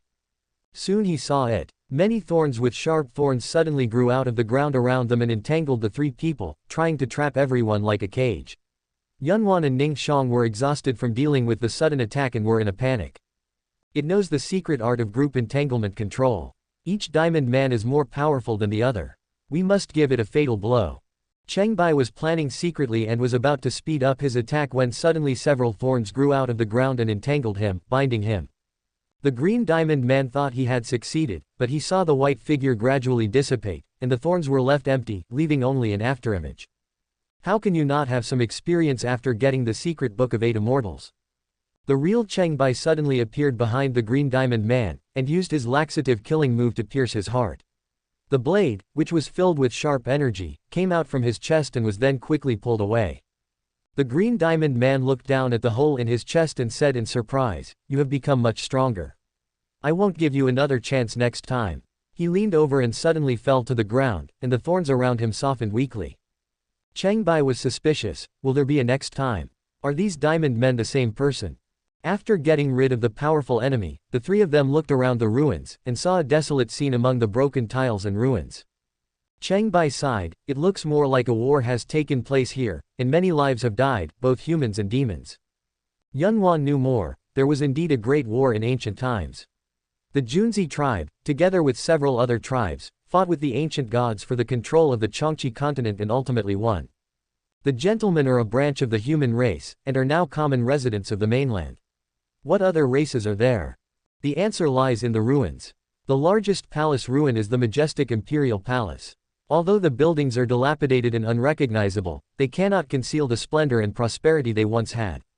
The ruins are large in size, complex in structure, simple in style and exquisite in details. The largest main hall is particularly outstanding, with many patterns and murals engraved on the walls and reliefs of giants creating the world carved on the columns. The carved patterns and characters are ancient and have gone through tens of thousands of years, and they still record every major event that has happened in the world. The palace on Yun Island is called Yunqiang Palace.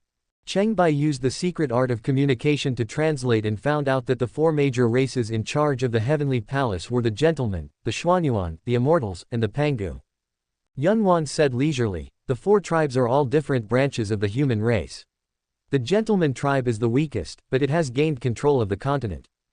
They worship different patterns, and the 4 major races have different cultures. Ning Xiang said as she looked up at the symbols of the 4 tribes. The gentleman tribe had an animal face pattern, the immortal tribe had a phoenix pattern, the Xuanyuan tribe had a human face and snake body pattern, and the Pangu tribe had an axe pattern. Cheng Bai stroked the clear carving marks and estimated the proportions of the figures. The size differences among the 4 major races are quite large. The gentlemen are of normal human size. The Xuanyuan people are generally sub-giants several meters tall. The undead range from ordinary humanoids to true giants that are tens of meters tall. The Pangu clan are super giants that are over 1,000 meters tall and can change their size at will. Chapter 57 Doomsday Prophecy. Cheng Bai couldn't help but think of the headless corpse king of Canaxing country. Could it be that he was an undead? Check out the content of the mural, which is rich in pictures and texts. When the 4 major races discovered the Qiongqi continent, there were 8 ancient gods between the sea and the land. They had different shapes and represented the strongest life in the local area. Yunwan looked at the mural and interpreted, this is an ancient legend. The 8 ancient gods stood at the pinnacle of life on the continent at that time, controlling the primitive power of land, sea and air. They are a fierce beast, a divine beast, a tree, a bird, a bug, a shell, a flame stone, and a skeleton. Cheng Bai questioned, there is no faceless man. Yunwan pointed at a few murals and said, the faceless people are from outside and are not among the 8 ancient gods. Their supreme leader, the faceless lord, is extremely powerful. He can defeat many enemies alone and is not weaker than the 8 ancient gods. Cheng Bai looked at the murals carefully. They were records of the faceless men coming to the continent, fighting with the 8 ancient gods, leaving corpses everywhere, and occupying a lot of territory. More murals that are famous throughout the ages are about the great historical achievements of the emperor instructing the human army to control the world, drive out the faceless men, and subdue the 8 ancient gods. Seeing this, Cheng Bai was surprised and asked, "There's only one person from the Penghu tribe." The Penghu tribe in the murals have a unified image of coming and going. Although they are sometimes big and sometimes small, they are always tall and majestic, swallowing up mountains and rivers, and invincible. It seems that there is nothing they cannot do and any difficulties can be easily solved. The heavens worship them and all tribes submit to them. Yunwan's eyes were full of yearning, and she said, "That was the young emperor, who led the 4 major races to bring all the other races under his command, and dominated the Starry Sea. The emperor was unfathomable, and he spared the lives of the ancient gods just to let them benefit the human race." Cheng Bai continued to look forward. The murals recorded that under the leadership of the great emperor, the human race incorporated the divine beasts, cut down the evil trees, expanded the territory, and sealed the remaining ancient gods and faceless masters in various places. The emperor left a few people to manage the continent, and arranged it into 7 hunting palaces: Tianshu, Tianshuan, Tianji, Qiongqi, Yuhang, Kaiyang and Yaoguang. For tens of thousands of years, there has been good weather and good harvests, and humans and demons have lived in harmony. It was not until 15,000 years ago that the seal of the ancient gods loosened, and many essences escaped, giving rise to a group of powerful sons of the ancient gods. They ran rampant, causing great suffering to all living beings, and turning everything into wasteland wherever they went. The Cloud Sky Palace was destroyed by an endless tide of beasts, and almost all the strong men of the undead and Xuanyuan tribes were killed or wounded. With the help of the neutral ancient gods, the remaining masters of the gentleman tribe led the survivors to retreat to the northern continent, using 7 palaces as their bases, and multiplied and developed 7 major temples, 3 major sects, and the Hunters' Guild. The Yunchang Palace is actually the birthplace of the human race on the Qiongqi continent. The murals record many heroic deeds that are worthy of praise. Shi Qi, the descendant of Yuhang Palace, led people to overcome difficulties. Ji Weibing, the last strong man of Xuanyuan clan, established the Hunter Guild and Academy. Ji Yu Canixing, the last strong man of Undead clan, refined the Changsheng iron and other materials left by the emperor into the Tianguang sword. Xing Chun, the descendant of Yaoguang Palace, suppressed the ancient god Sun. The 7 first-generation Hall Masters signed agreements with various demon clans, etc. The descriptions in the murals are all vivid. Yunwan praised, "These are great achievements that will go down in history and deserve to be recorded in history." Cheng Bai looked at it carefully and said in surprise, "It's not just the historical records, there's more behind it." The more I looked at the remaining murals, the more shocked I became. This part of the description is more like a prophecy. The divine fire was extinguished and broke into 10 pieces. One of them descended on the Qiongqi continent, causing the covetousness of foreign races and bringing subsequent disasters and catastrophes. The ancient god's son reappeared, and the ancient god was resurrected to cause trouble in all directions. Foreign races invaded, wars continued, and all life was destroyed one after another. Cheng Bai was not sure what the divine fire referred to, and thought to himself, "Are you talking about some kind of divine fire source?" The following paintings are somewhat incomplete, with few words and unclear descriptions. Especially the last mural stops abruptly, as if it was unfinished.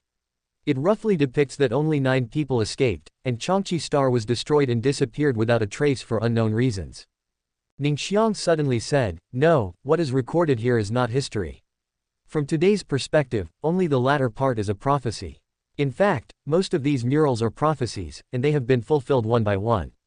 Cheng Bai understood, and noticed that the mural acknowledged that the location of the continent was called Qiongqi Star, a planet with a complete astronomical concept. Yunwan cares about more important things.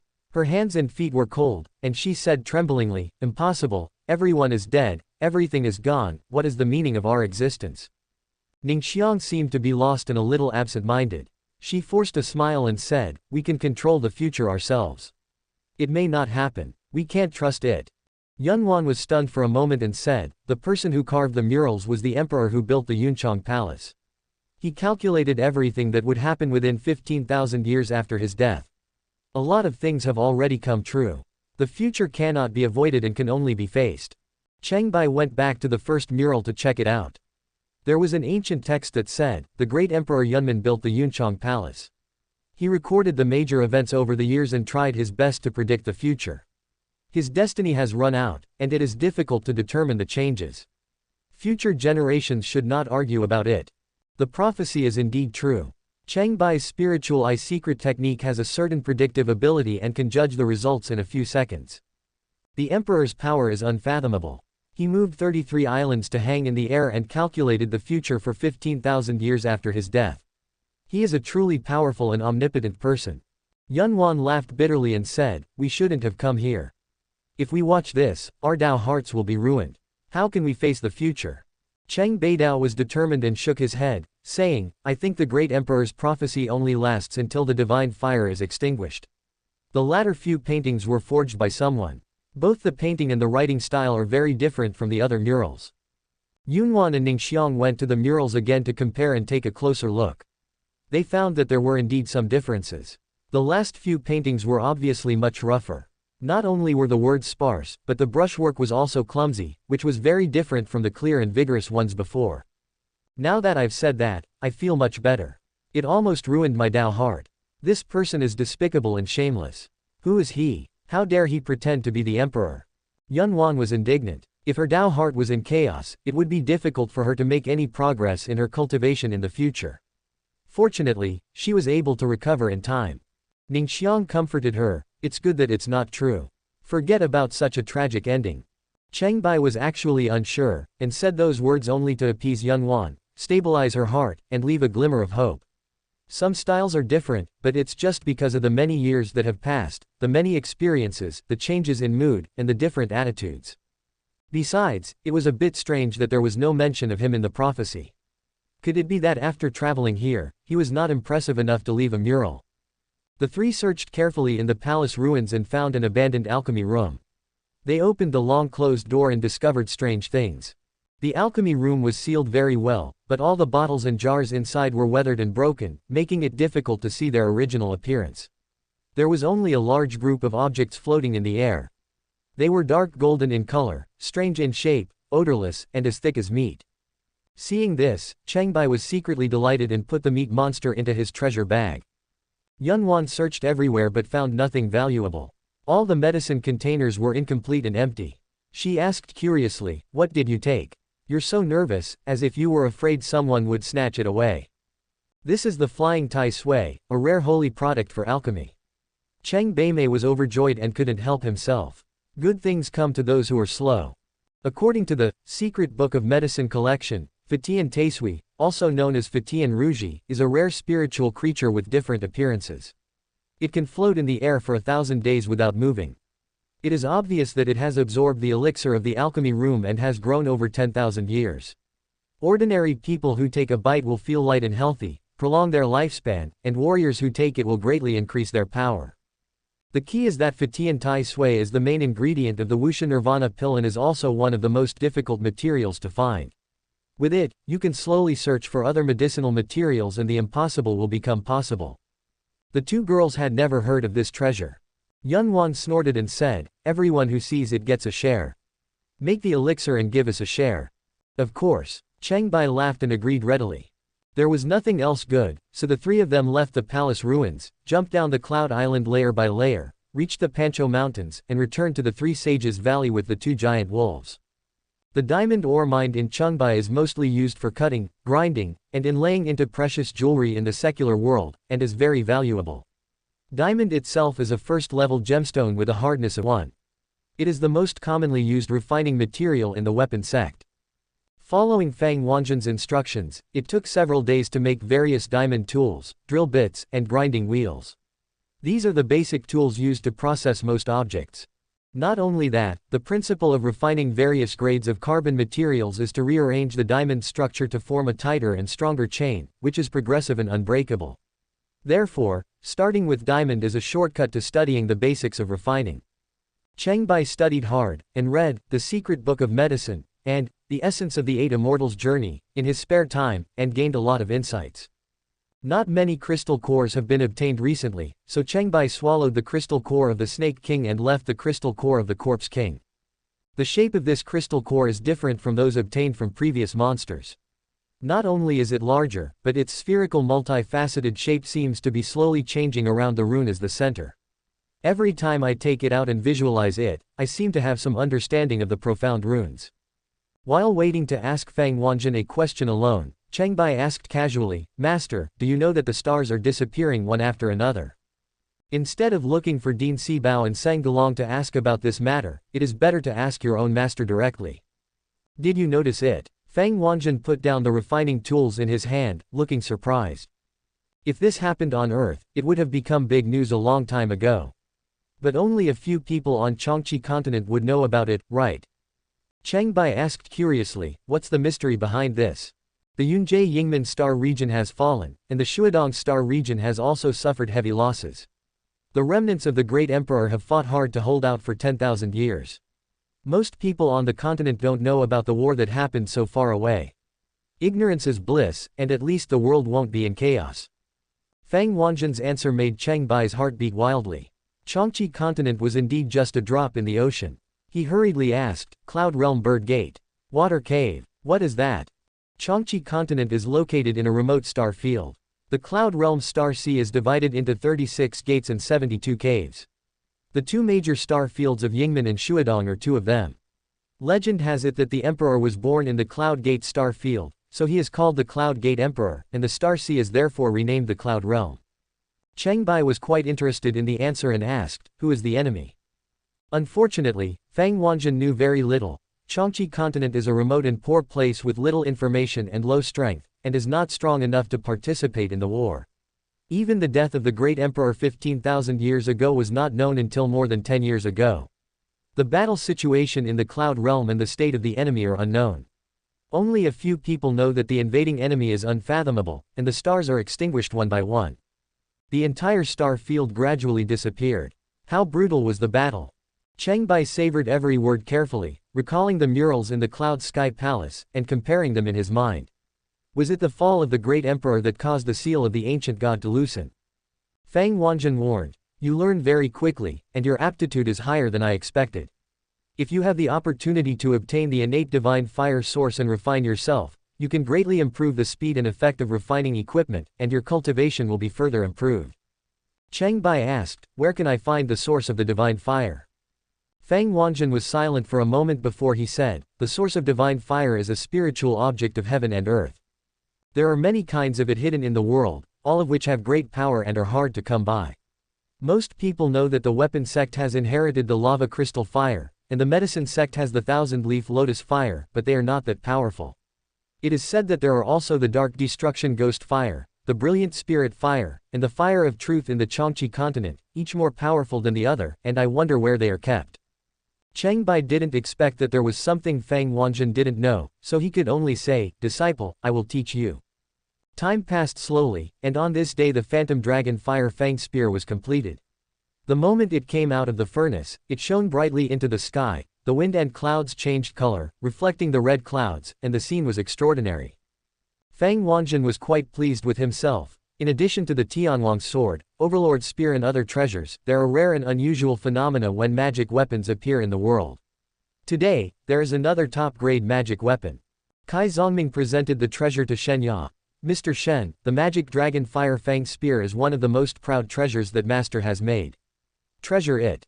Shen Ya slowly picked up the 300 Jin spear, feeling the power in it, his fighting spirit soared, his momentum rose, and he became the galloping dragon spear king again. The leader of the Yellow Jade Banner stepped forward. He had been investigating the Three Sages Valley for the past few days but still had not been able to find the whereabouts of the heavenly desolate sword. He was so impatient that he could not help but ask, how does this spear compare to the Overlord spear? Kai Zongming said thoughtfully, the Phantom Dragon Fire Fang spear is made of burning star gold. The material grade is slightly inferior to black gold, but it is inlaid with two nine-tailed fox king crystal cores, plus the master's superb weapon refining skills. It is no less powerful than the Overlord spear. 2. Everyone was surprised when they heard this. Shenya said frankly, the two monsters are a king and a queen. By chance, I got them one after another. The Yellow Jade Banner Master's eyes flickered, and he waved the Ghost King fan in his hand, saying with a smile, I will definitely ask for advice when I have time. It's better to do it today than to wait for a day. Brother Qi, please tell me a place. Shenya gladly accepted the challenge. Outside the valley, there is a wide terrain on the hillside of the lush green forest, which is perfect for a test of strength. The leader of the Wangyu banner agreed to fight at the place where Qi Jifan died.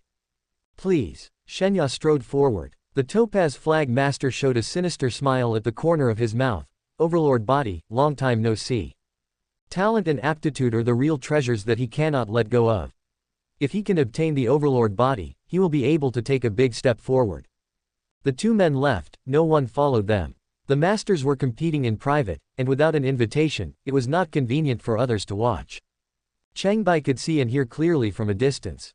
He hurriedly avoided the crowd and teleported to the water curtain cave in front of the lush forest to watch the battle from behind the waterfall. Subscribe to Chinese Novel Audiobook YouTube channel. Chapter 58. It takes no effort. Where Qi Jifan's headless body was abandoned, there were only messy bones. The nearby pigs had gnawed away all the flesh and skin, and a few maggots occasionally crawled out of the gaps between the remaining bones. Shenya stood still in an empty space and sighed. Such a beautiful place with clear water and mountains, how come there are corpses ruining the scenery? The leader of the yellow jade banner stopped and sneered, those are the remains of the defeated generals, and they will become food for the monsters. Shenya was slightly stunned when he heard the sinister words, but he still said in a voice as gentle as jade, Brother Qi's mood has become much colder. The leader of the yellow jade banner has acquired the gift of a yin spirit body, and his strength is greater than ever before. He is determined to obtain the overlord body and put away the Ghost King Fan. Shenya, holding the phantom dragon fire fang spear, was puzzled when he saw this. Although Brother Qi's skills have greatly improved, it is too arrogant to think that he can take on my overlord spear skill with his bare hands. No, I just want to learn from you about spearmanship. The leader of the Wangyu banner drew out the overlord spear from his treasure bag. Shenya's pupils shrank. He had never expected that the person who stole the overlord spear was right in front of him. He suddenly realized, you are not Qi Jifan. Although you look alike, there is always a difference in the tone of his speech. He always pretends to be noble and elegant, but you are bold, and much more direct. It's a pity that you see through it too late. You will end up like Qi Jifan lying on the ground. Hearing this, Shenya was shocked, but saw that the overlord spear stabbed swiftly and came at him forcefully. The speed and force were far beyond his expectations, so he hurriedly urged the phantom dragon fire fang spear to fight back. A giant with a dragon head and a human body suddenly appeared, pointing his big hand at the incoming spear. As an overlord, he moved forward bravely and fearlessly. Mud and rock flowed all around, and the mud giant of the yellow jade flag lord emerged from the ground. His body was stronger and broader than before, with a skeletal structure on his chest and 4 upper arms. He absorbed the power of the yin spirit body and brought with him bursts of eerie cold air, making him even more threatening. The old and new generations of precious spears were like 2 dragons fighting on the battlefield. One was like a surging wave, with overwhelming potential. The other was like a meteor with fire, with the force of thunder. Cheng Bai, who was standing behind the waterfall, saw the 2 men fighting fiercely, and his blood was boiling.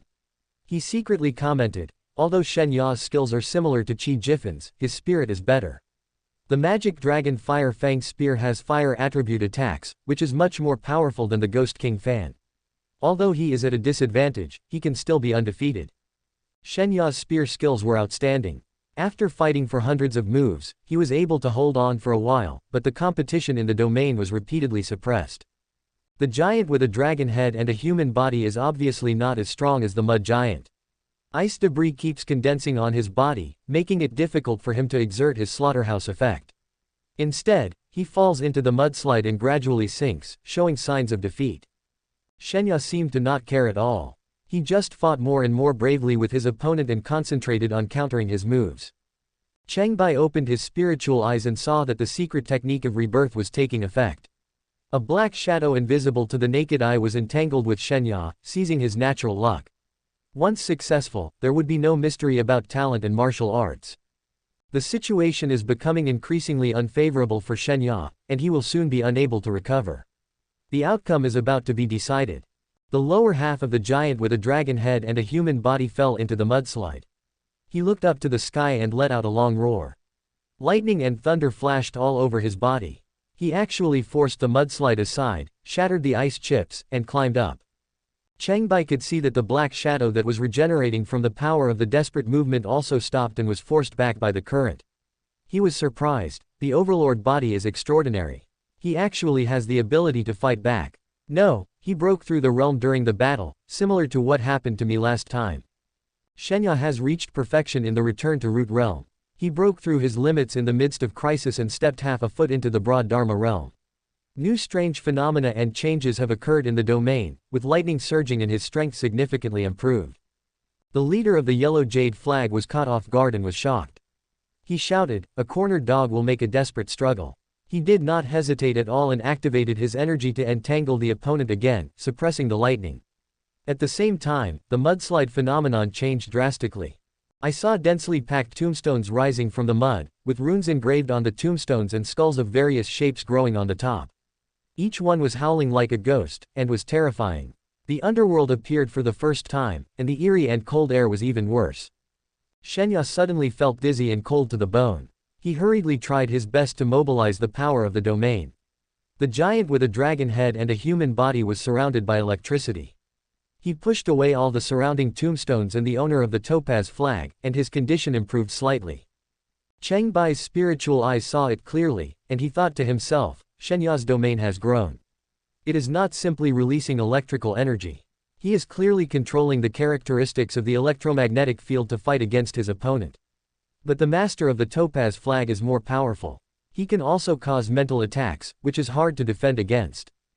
Just as he finished thinking, he saw Shenya taking advantage of the brief gap when the repulsive field pushed his opponent away, took out a blue-black pill from his treasure bag and swallowed it.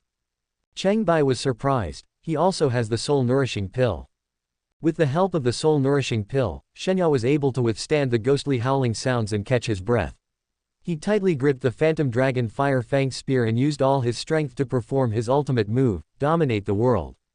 The leader of the Wangyu banner was forced to retreat. He felt ashamed even though he was obviously more powerful. He shouted, "You little thief from the Shen family, let's see who has better spear skills." He also tried his best to display the most powerful move of Teizu's pear blossom spear, a flash of bloom. Two gun flowers bloomed, brilliant light blossomed magnificently on the field, energy overflowed, and strong winds blew, even the nearby trees were blown down, and the waterfall in the distance was blown away. After all, the gap in skill between Shenya and the others was too big, and he was knocked far away to the ground. His hands were injured at the base of his palms, and he couldn't hold the phantom dragon fire fang spear anymore. The giant with the dragon head and human body was defeated and dissipated. Although the leader of the Wangyu banner had the upper hand after taking the powerful move, his clothes were torn and he looked a little embarrassed. He activated his secret technique to entangle Shenya again, and was about to succeed in his plan of resurrecting. His domain was so wide that he could detect a figure hiding behind the scattered waterfall without looking directly at it. He shouted angrily, "You dare to hide and peek, you will die."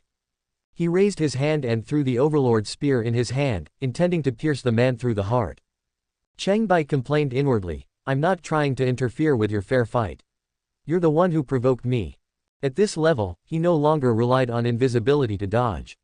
He moved sideways to avoid the sharp tip of the spear, reached out and grabbed the spear shaft firmly.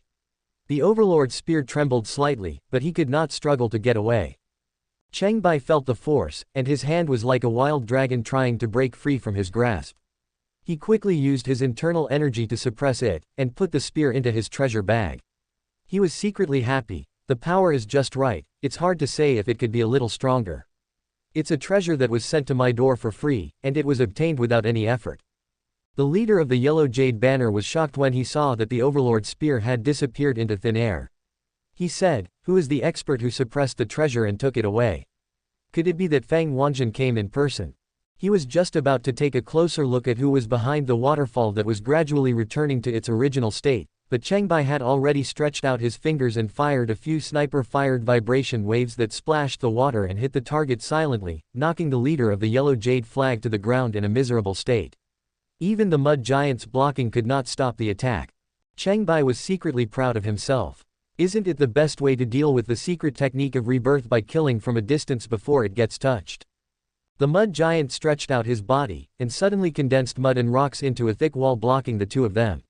The master of the topaz flag took the opportunity to roll over and get up, jumping and hopping away at a high speed, leaving only a pool of blood on the ground. Cheng Bai suddenly felt no sense of accomplishment, and thought to himself, "This old guy is tough, I didn't beat him to death, that's amazing." But he had no intention of chasing him.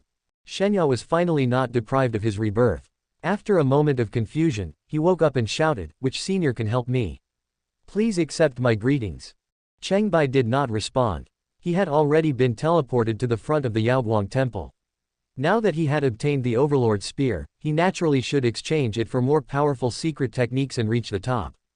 The palace was dim and the air was sticky and strange, as if it was a tangible object, touching every life that entered the palace. That feeling made people feel very weak and helpless, as if the high and mighty monarch was playing with a toy in his hands. Cheng Bai felt the subtle differences from before and slowly walked to the open-air hall where the altar was located. As expected, the Lord of the White Jade Banner led the army of corpse slaves to guard quietly, including the hunters who died while exploring the Yaoguang temple. Any invaders would be killed and added to the army of corpse slaves. Cheng Bai was no longer invisible. Now he was fearless with his strength. He strode forward with great strides. The energy of his sword spread over 100 meters, like a tiger entering a flock of sheep. His fighting spirit was high, his momentum was rising steadily, he was unstoppable and invincible. With every swing of his sword, nearly 100 corpses were torn into pieces. Many corpse slaves fell to the ground like straw being cut, with broken limbs flying everywhere. Even the leader of the White Jade Banner who rushed forward was quickly repelled by the powerful sword energy, and no one could get close to him. There were corpses everywhere, but no blood. They fought their way to the altar, the air around them was filled with the smell of decay and death, and behind them were only piles of corpses and fragments. Their feat of victory was unimaginable in the past. The leader of the White Jade Flag was cut into dozens of pieces by the five-fold sword energy and died completely. Its corpse demon crystal core fell into Cheng Bai's hands. It was the most round and perfect snow-white sphere ever seen, and it was just waiting for the opportunity to transform into an inner elixir. Cheng Bai was quite satisfied with the result of keeping the corpse demon until now to harvest it. He expanded his domain to devour the crystal core without hesitation, and his skills improved by a big step forward. The open-air hall was dark as ink and silent, with no one to stop it. Cheng Bai put away the knife, took out the Overlord spear and placed it on the altar. As the treasure disappeared, bright light illuminated the entire dark hall. The altar unfolded a majestic rune chapter, containing tremendous power. Cheng Bai carefully examined the new secret technique. Star shower attracts a group of small meteorites to form a meteor shower, causing large-scale fire and kinetic damage. It is powerful and wide-ranging, enough to destroy towns, and the effect is shocking. Massacre greatly increases the destructive power to flesh and blood life forms. This is the power that warriors dream of. The physical body is the foundation of martial arts. Strengthening and destroying the physical body brings significant combat power. It is very likely that the weak will defeat the strong. Eviction means expelling the target to a distant space, or bringing it to the front from a distance. The weaker the target, the farther the impact. The spatial abilities involved are mysterious and unpredictable, and using them properly can bring surprises. Cheng Bai chose the secret art of slaughter with almost no hesitation. The momentum brought by the battle just now that surpassed all living beings was so wonderful, and with even stronger power, it would surely reach a higher level. With massacre, there is no body that I cannot kill. Feeling the mystery of the secret technique, any body seemed to become vulnerable.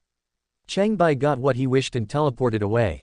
The Yaoguang temple was dark and gloomy until a few days later, when 2 men and 1 woman stepped into the open-air hall, lighting the altar with torches in their hands. They were the master of the Green Jade Banner, the master of the Red Jade Banner, and the master of the Black Jade Banner. The 3 of them had solemn expressions as they stepped over countless shriveled corpses and slowly walked to the altar. The Red Jade Banner leader said in a clear voice, "For this day, the White Jade Banner was completely wiped out and sacrificed everything. Even the bodies could not be buried peacefully." The leader of the Black Jade Banner coughed lightly, as if he was injured, and sighed, "One man's success is the result of the sacrifice of thousands of people. I don't know whether future generations will resent us or be grateful to us." The leader of the Qingyu Banner bowed his head and said, "Most of them are resentful. I poisoned most of the people in Jianya. Gai Xuan is missing, Xingju has been missing for a long time, and the Jian sect is almost destroyed. People only know that Qingyu is vicious, but they don't know that the Jian sect is selfish and missed the opportunity to fight." The leader of the Red Jade Flag handed the torch to the leader of the Black Jade Flag, took out the blood bottle from his arms, and slowly poured a drop of blood onto the altar. Smoke hissed from the place where the blood fell, and the blood drop actually dissolved a small hole in the altar, which was getting deeper and deeper. The rising black smoke became thicker and thicker, so thick that it seemed as if ink was about to drip out. Come on. The leader of the Jade Flag let out a low growl, then turned and ran away. The leader of the Red Jade Flag put away the blood bottle, and followed closely behind him with the leader of the Black Jade Flag, and rushed out of the Yaoguang temple. The black gas on the altar became thicker and thicker, and suddenly burst out, splitting into thin strands, reaching out to the ground like living tentacles. The body parts that came into contact began to tremble and crawl like worms, gradually gathering together to form a huge corpse ball. The limbs stretched out tremblingly, and a huge head with a green face and fangs poked out, and its neck tilted unconsciously, forming a giant corpse puppet that was 90 meters high, replacing the army of corpse slaves. Cheng Bai had already returned to the Three Sages Valley and completed his new homework. He had mastered many of the secrets of the Secret Book of Medicine, and the essence of the Eight Immortals' journey, especially his lightness skills had made great progress. In his spare time, he met Ningxiang again. Seeing that she had another wound on her hand, he couldn't help but ask her about it with concern. Ningxiang smiled and said, "It's okay, I volunteered and it will heal soon." Cheng Bai comforted her, "When I refine the blood ginseng pill, I will make the wound smooth and flawless like new." Ningxiang nodded shyly. "But it is easier said than done. Although I know the method of refining from the secret book, I lack experience, and refining elixir is by no means an easy task." Cheng Bai pondered in his heart, "At least I have to forge a pill furnace first. I haven't mastered this kind of technology yet. The blood ginseng pill is not an ordinary product, so I can't make do with it. It would be great if I had a ready-made spiritual tripod pill furnace." It just so happened that Fang Wanjun asked Cheng Bai to go to Kashan to collect luxury silver. He rode Xiaobai, passed through the Shisho peaks and forests, and headed to his destination in the north. By the way, he planned to turn east and go to Tianshu City. The Shisho Peak forest has magnificent scenery, with crisscrossing gullies, undulating rocks, shady trees, and flocks of birds and beasts. It nurtures strange and magical beasts with wisdom close to that of humans and wildness. The southern peak forest is the territory of the gibbon, and the northern Kashan is the paradise of the multi-eared macaque. The gibbon is strong, tall, and has very long arms. It is so strong that it can move mountains and overturn rivers. Sometimes it pulls up thousands of pounds or even tens of thousands of pounds of boulders from the ground and throws them high up, making a terrifying sound. In the Shisho Peak forest, there are sometimes strange phenomena of mountains moving, which are caused by the joint efforts of the gibbon macaques to pull up huge rocks and throw them. In a short time, the huge peaks are pulled up one by the apes, and thrown to another place to form new peaks, just like the mountains are moving and the earth is shaking. Chapter 59 Condensing the Inner Pill. Cheng Bai saw the mountains moving with great momentum from afar. He watched for a while and became curious. He asked the gibbon nearby what was happening. "It's just a custom. Humans have customs too," the young gibbon said and ran away to have fun on his own. But the ancient tree spirits around the peaks told the truth. The gibbon is driving away the multi-eared macaques. It's just a racial war. The multi-eared macaque is smaller than the gibbon and more human-like. It is agile and fast as a whirlwind. It has 6 ears and can hear sounds from thousands of miles away. It is known as a good listener who knows everything. These clever guys are no less powerful than the gibbon, and sometimes even more difficult to provoke. Their excellent hearing is both an advantage and a disadvantage. The multi-eared macaques often break into the Shisho Peak forest, but they hate the rumbling noise of rocks being thrown, so they will be driven out of the gibbon territory. So that's how it is. Cheng Bai suddenly realized. There is a rare kind of pearl tree at the junction of Shisho Peak forest and Kashan. Its leaves are like pearls and its fruits are like clam shells. Eating the flesh inside can make people's mind lively and quick thinking. Pearl tree fruit is one of the medicinal ingredients for Yunjun Lianxin pill. Together with the Lianxin grass and Yuniang Luhua obtained earlier, the ingredients are complete. Cheng Bai relied on the secret art of communication to ask all the birds and beasts and found the pearl tree. He jumped onto the branch, cut his nails into the cracks in the shell, pried open the clam-like fruit, tasted the flesh, and found it soft, sticky, and sweet, even better than durian. His eyes lit up and he praised, "It tastes great. Someone is trying to grab it, hurry up and get it." The pearl tree was very large, with lush branches and leaves. On the other side, there was a figure picking fruits. His hands and feet were no slower than Cheng Bai. He opened the fruit shell with a flick of his fingers, swallowed the flesh with a lick of his tongue, and gobbled it up voraciously. The fruit shells were scattered all over the ground under the tree. Cheng Bai let go and picked out the large, ripe fruits and put them into his bag, feeling lucky that he arrived in time to get a share. The guy on the other side noticed that someone was fighting for the pearl tree fruit, so he worked harder with his hands and mouth. But Cheng Bai only collected it and didn't eat it, so he was naturally faster. Both parties reached for a fruit at the same time, and Cheng Bai grabbed it first. The other party let out an angry cry and poked its head out. It had a protruding forehead, deep eyes and furry face, but it was a monkey face. It was 5 feet tall and covered with golden hair. It turned out to be a multi-eared macaque. What made it different was that it had 8 ears, staring with fiery eyes, and growled at Cheng Bai with dissatisfaction. Cheng Bai ignored him and just put the fruits into his own pocket. Duobao became angry and reached into his ears to pull out the pearl leaves that were plugging all his ears. He blocked the ears with something to avoid being disturbed by the loud noise of Qiongqi apes throwing mountains, but he was not as sensitive as before and failed to discover Cheng Bai earlier. It shook its 8 ears and suddenly pounced towards Cheng Bai, moving as fast as the wind and striking out with its claws. Cheng Bai turned and dodged. The opponent's agility and speed were shocking. Since practicing the 8 Immortals tour, his speed has increased day by day. The monster could actually catch up with him. Just when he was feeling lucky for having dodged the attack, he saw the multi-eared macaque turning around with a sly grin, shaking the treasure bag in his hand towards Cheng Bai as if to show off, and then throwing it far to the west. Cheng Bai looked down and saw that one of the treasure bags on his waist was missing, so he whistled quickly. Xiao Bai obeyed the order, ran like a whirlwind, and rushed towards the treasure bag along the thrown trajectory, and was responsible for picking up the items. Cheng Bai concentrated on picking the fruits, jumping and skipping to speed up the grab, and picked all the ripe pearl tree fruits. Duobao turned his head to look at Xiao Bai in the distance, then looked up at Cheng Bai on the tree. His face showed a look of grief and anger, and his throat gurgled. He took a deep breath, held his head high and puffed out his chest, and pounded his chest with his fists, dong dong dong, like the sound of war drums. Just as Cheng Bai finished grabbing the fruits, he caught a glimpse of a huge macaque standing on the ground, 20 meters tall, staring at him fiercely, and hurriedly jumped off the pearl tree. The multi-eared macaque in front of him is no ordinary one, but the king of the tribe. He can transform the world in a pot of different sizes, and his strength is not inferior to that of the long-armed ape Qiongqi. The man and the monkey confronted each other with clenched fists, glaring at each other with murderous looks on their faces, and the atmosphere was tense. The pearl tree next to it that had been plucked clean suddenly staggered and climbed out of the pit. It put down its thick branches and supported itself on the ground together with the roots, as if it had 4 legs.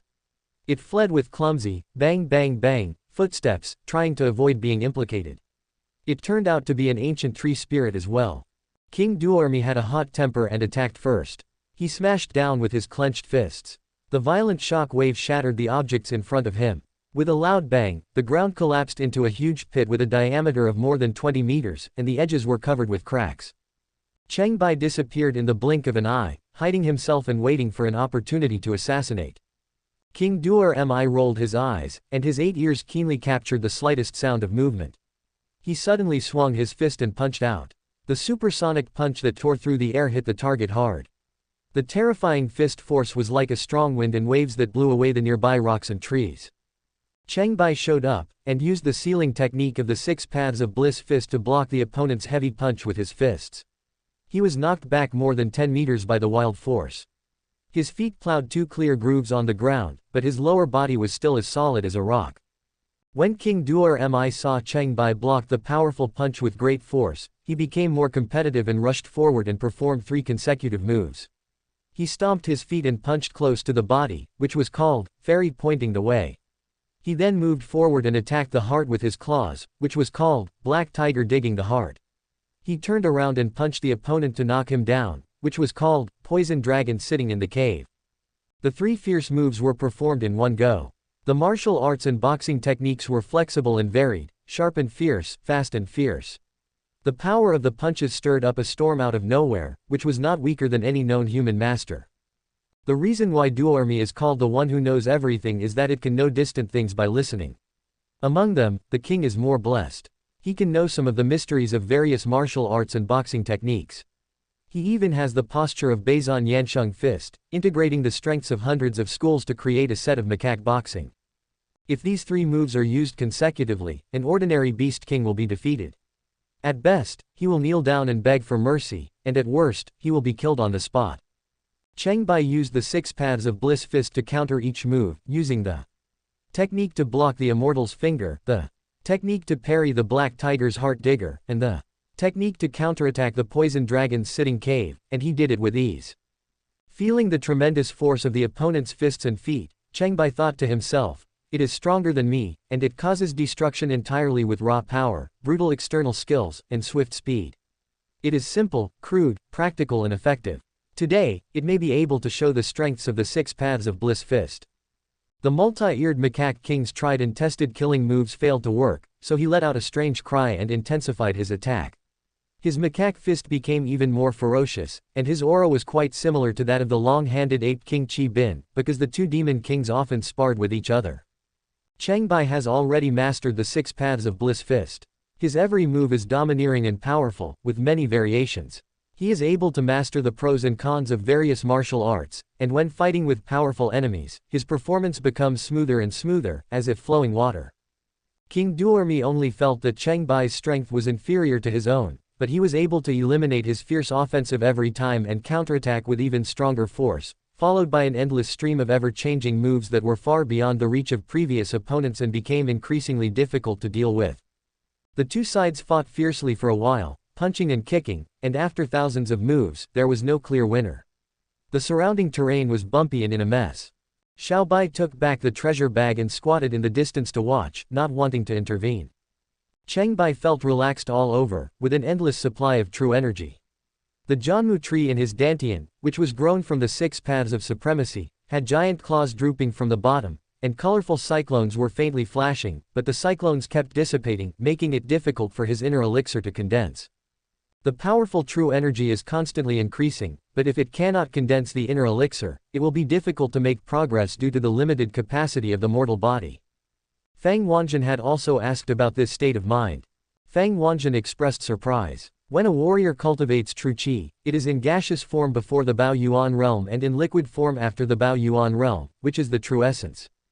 Depending on the different techniques, one of the upper, middle, or lower dantian is used as the foundation to continuously expand the true essence in preparation for the formation of the inner elixir. Only when the inner elixir is formed can it be considered as the beginning of exploring the Great Way and entering the stage of cultivation. With Cheng Bai's current level of power, he should have entered the realm of heaven and man and condensed his inner elixir, but he stopped at that point.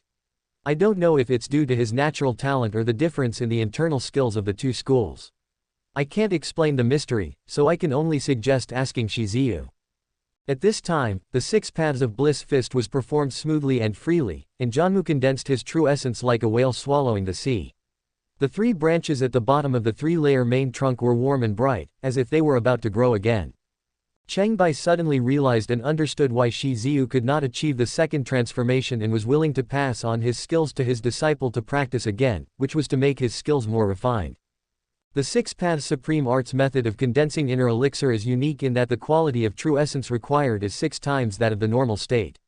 The basic requirements are much higher than those of other techniques, and they must be conquered layer by layer, connecting the past and the future and carrying forward the past. The 6 paths of bliss fist helps to a great extent in purifying the 6 paths of supremacy, and the two are inseparable. It is naturally extremely difficult for the descendants of the Jade Heng Temple in later generations, whose inheritance is incomplete, to condense the inner elixir. Cheng Baidao's mind was as clear as a mirror, his skills became more vigorous and pure, he laughed loudly, and swung his fist with the Han technique to unleash the 5th level of strength, greatly increasing his power. King Duobao was unable to resist and was beaten back dozens of meters. The ground rubbed out thick grooves. He lost his balance and fell to the ground with a thud, shrinking back to his original 5-foot stature in an instant. Wait a minute, I'm tired of fighting. I didn't eat enough just now. I need to go have a meal and fight again another day. King Duobao felt that he had hit a wall and the loss outweighed the gain. He didn't want to fight desperately, so he made excuses and wanted to retreat. Okay, I'll come back for advice next time. Cheng Bai rarely had a melee opponent, so he came to Xiao Bai, took back his treasure bag, took out a large piece of crystal and threw it over. King Duobao took it, sniffed it, tasted the delicious food, and said happily, "You are a good kid. Come to me, Ku Kong, and we can talk if you want. I am Cheng Bai. Through this battle, we got to know each other and made a friend, a beast king. Chapter 60, Medicine Sect Steals the Master. The scenery of Mount Qi to the north is charming, with clear mountains and clear water. From a distance, you can see painted bridges covered with willows and green curtains. From a close distance, you can see pines that look like dragons and rocks that look like tigers and leopards. It is like walking into a beautiful scenery in a painting. The luxurious silver mine produced in Mount Qi is of excellent quality and is as famous as the Cold Wind Valley in the mainland. Luxury silver is also known as rich iron. It has a treasure hardness of 3, rich luster, preciousness and rarity. It is much stronger than steel but light and flexible. It is a good material for refining weapons or armor. Most of the ores are hidden between the cliffs and sandwiched between the rock layers. The veins are streamlined and reveal a graceful color. It is difficult for ordinary people to mine. In addition, there are rampant monsters nearby, so few people visit. Cheng Bai used the dragon finding and vein finding techniques he learned from Qizong to find a rich mining site. Fortunately, the surrounding multi-eared macaques disliked the noise caused by moving mountains, so they hid on the other side of Qi Mountain, allowing him to mine without much interference. The luxury silver ore is much harder than the diamond ore and more difficult to mine, so the three-piece suit of miners made of black iron is severely worn. Cheng Bai relied on his profound skills to condense the knife energy to cut the ore, which consumed a lot of true energy. Otherwise, he would not be able to mine much even after working for several days. After working hard for half a day, they collected more than 5,000 kilograms of luxurious silver ore, which was just enough. The miner's three-piece suit was also deformed and could no longer be used. When he stopped, he noticed a large group of multi-eared macaques approaching. It turned out that the clanging sound of mining had lasted for too long, and finally the monkeys could no longer bear it. They picked up rocks from a distance and threw them at the monkeys, making it sound like a rain of stones falling from the sky. Cheng Bai left in a hurry, but he was unwilling to suffer any loss before leaving, so he caught a few pieces and found that they were also luxury silver ore. He put them into his treasure bag and teleported away with Qiao Bai. If you go east for another 500 miles, you will reach Tianshu City. When the huge and majestic city wall came into view vaguely, it was already dark. Dark clouds were rolling in the sky and heavy rain was pouring down from the sky, crackling on the vast earth and then blown into smoke and fog by the wind. Cheng Bai's power was as he wished, and he repelled the raindrops 6 feet away from his body, without getting a drop of water. He changed his mind and asked Qiao Bai to stop. Instead of entering the city, he teleported to the faceless Great Rift Valley to collect enough earth spirit water for refining the blood ginseng pill, and found a dry and refreshing place in the valley to camp and rest, avoiding the annoying heavy rain. 2 figures stood on the misty Tianshu city wall. One is Guan Wanlan, the master of Tianshu Palace holding the wind-chasing spear, and the other is the master of the Wangyu flag waving the Ghost King fan. The 2 men had profound skills, and the rain was repelled 3 feet away from their bodies. They stared into each other's eyes. The leader of the Wangyu banner suddenly asked, "Do you still remember the blood debt of Lujia village 15 years ago?" Guan Wanlan's expression slightly changed. The world doesn't know who the master of the Yellow Jade banner is, but he is so amazing. It turns out that he is Lu Duanyi, who has been missing for many years. He has seized the opportunity to be reborn and robbed the body of the Saint of Medicine sect. Thanks to you, I am where I am today. The leader of the Wangyu banner had a grim smile on his face. Guan Wanlan mocked, "You will suffer the consequences if you do evil. You have ruined Lujia village by yourself. You have taken away other people's talents and luck, and you have caused great trouble to the world. How can you not attract masters from all walks of life to come to you?" The leader of the Yellow Jade banner said angrily, "I still remember clearly that it was you who brought them here," and Gai Xuan's hypocritical face. Guan Wanlan shook his head and said, "Lujia village is only 100 miles away from here and is under the jurisdiction of Tianshu City. How can I ignore it? Besides, I saved your youngest granddaughter and the inheritance of Tezu Lihua spear. If others died because of protecting you, who can I blame? You are shameless and invincible." The leader of the Yellow Jade banner roared, opening and closing the Ghost King fan in his hand, feeling sad and angry. "My Lu family's secret martial arts have become the private collection of the academy, and you are so generous. Over the years, I have been thinking all the time about how to grind you to ashes. The sword sect has been destroyed, and it will be your turn next." Guan Wanlan shouted, "Those who have evil intentions will only suffer the consequences themselves." Dark clouds rolled in the sky, and a huge black dragon emerged from the clouds, looking down at the hustle and bustle, staring at the two people and urging them, "Why don't you act quickly?" Guan Wanlan's eyelids twitched wildly, and he said in a deep voice, "The Disaster Legion and the Demon Clan Sage have joined forces." The leader of the Yellow Jade Flag did not answer. He gently waved the Ghost King fan, and the entire city wall twisted and turned into a huge mud giant. The giant mud and stone hand attacked Guan Wanlan fiercely, but was grabbed by a giant flaming claw halfway. A strange three-legged firebird rose behind Guan Wanlan, with a huge ring of fire, burning everything around it. The rain approached, making a hissing sound continuously, and raising a large amount of water vapor. "Do you know why I asked the black dragon to bring rain? Because your scorching sun combat body is incompatible with water and fire, and your strength will be reduced in the rain." The master of the topaz flag urged the mud giant, and the giant mud and stone hand stretched forward, gradually pushing the giant flaming claw back. "So what? You are my defeated opponent." Guan Wanlan refuted verbally, but he knew something was wrong. He did not dare to slow down at all. His wind-chasing spear streaked across the sky like a comet. The storm made it even more powerful. It emitted brilliant light and caused the city walls to collapse. His first move was to dominate the world. A hint of ruthlessness flashed in the eyes of the Yellow Jade Banner Master. "I learned the secret of dominating the world from Shenya, knowing myself and the enemy, but you have never seen the short-lived effect of my 15 years of retraining." The two masters fought a decisive battle on the city wall, causing the mountains to collapse and the earth to crack. The city was in chaos. The 36 riders of Tianshu led the Tianshu Temple Legion to engage in a fierce battle with the Disaster Legion that had infiltrated the city. People ran, jumped, and fought in the dim night. The noisy footsteps, the terrified shouts, the clash of swords, and the splash of blood were all drowned in the heavy rain. There is a small hill in the city, which is only 100 meters high and less than 1,000 meters in circumference. The buildings on the top of the hill are scattered in an orderly manner. There is a wooden house at the highest point, and the courtyard is quiet and elegant. The rain curtain was hazy. A thin old man with half black and half white hair stood in front of the house. He let the rain wet his whole body without noticing it, and looked into the distance at the place where the fire was lit on the city wall. The sound of rain could not cover up the loud noise of the city wall collapsing, and the shocking gap could be seen from as far as the top of the mountain. Guan Wanlan used hero domination so quickly, which shows that he is eager to win. The opponent's threat is beyond our expectations, and the rain and sun battle body is unable to fully exert its strength and is at a disadvantage.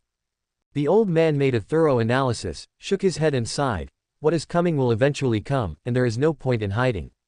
A figure landed in the darkness and slowly approached, revealing a dark yet handsome face. "I hope you won't interfere, Sect Master Yang." Yang Kaiping turned his head and saw that the black louse did not use his power to force away the rain, but the rain did not touch his body. This was one of the manifestations of the fusion and harmony between the heavenly realm and all things in nature. The biggest difference between humans and other things is that they have diverse thinking and abilities, and often make different choices for the same purpose. Yang Kaiping seemed to be talking about something completely unrelated. The rain that had just fallen on him, which was no different from the rain that fell on ordinary people, suddenly changed. The raindrops that fell and touched his body seemed to be hit violently, breaking into more small drops, which then fell and broke into even smaller drops on his body surface, and then broke into even smaller water mist when they broke again. Soon Yang Kaiping was shrouded in mist, and his figure was blurry and unclear. Heilong nodded in praise. "Your multi-leaf divine art has finally been perfected. It is said that it can easily lead to infatuation. It is the most difficult and repetitive internal art in the continent." Yang Kaiping said calmly with his hands behind his back, "The most difficult thing to practice is the 6 paths of supreme skill.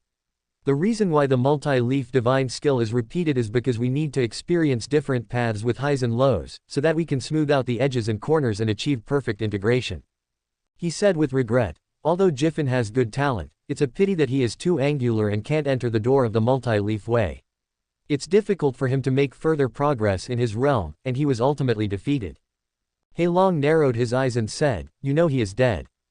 We have been master and disciple for many years. I knew it was not Ji Fen when I saw that man from afar. If he was not dead, how could his yin spirit body be taken away? For the public and for my own benefit, I can only fight with all my strength." Yang Kaiping faced it calmly. Heilong said disdainfully, "My trip was not in vain. You can stay in Yushan today." There were loud thunder explosions on the top of the hill. The decisive battle between the two masters intensified the storm, and the debris of the wooden house was blown down the hill like fluttering pieces of paper. The next morning, the rain stopped and the sky cleared up with the sun shining brightly. Everything was full of vitality. It was a pleasant and nice day. When Cheng Bai returned to Tianshu City again, the once majestic city walls were in ruins, with only broken and charred ruins left, telling of the hardships that had happened in the past. It was still fine yesterday evening, but after a night of rain, the wall collapsed. It's probably a shoddy construction. Although Cheng Baihua said this, he had to admit that Tianshu City was grand and magnificent. It was known as the #1 city on the continent. In terms of buildings and population alone, it ranked first among all cities. A big reason for its prosperity is that the headquarters of the medicine sect is located in Yu Mountain, west of Tianshu City, and all the spiritual pharmacists in the Qiongqi continent regard it as a holy place. Cheng Bai excitedly ran towards the Yaozong store at the foot of Yu Mountain. From a distance, the top of the mountain was in a mess, with trees and houses collapsed in large numbers, and the place was in a shambles. It seemed that there was a severe storm last night, which brought disaster to the sect buildings on the mountain. The nearby streets were deserted and there were few pedestrians. Fortunately, the shops at the foot of the mountain were open as usual. Cheng Bai found that he was the only customer, which was a bit unusual. In the past, this place would have been crowded with guests. Maybe it's too early. Various medicinal materials are quietly placed in the store, filled with a faint medicinal fragrance. There is only an old man with half black and half white hair taking care of the counter, and it is no longer as busy as before. Cheng Bai recognized him as the thin old man he had seen in Qiongqi City before, and asked curiously, "Excuse me, senior. How are you? Why are there so few people here today?" The old man said, "There were many casualties in the city last night. All the spiritual pharmacists who could be sent out to work have gone out, leaving only an old man like me. Oh, please help me to refine the medicine, old man." Cheng Bai took out the ghost ginseng and half a liter of earth spirit water, and entrusted him to refine the blood ginseng pill. Only refine one. The blood ginseng pill is very valuable, and the labor cost is not cheap. The old man took the medicinal materials and actually thought it was too little. "The elixir is precious, please help me."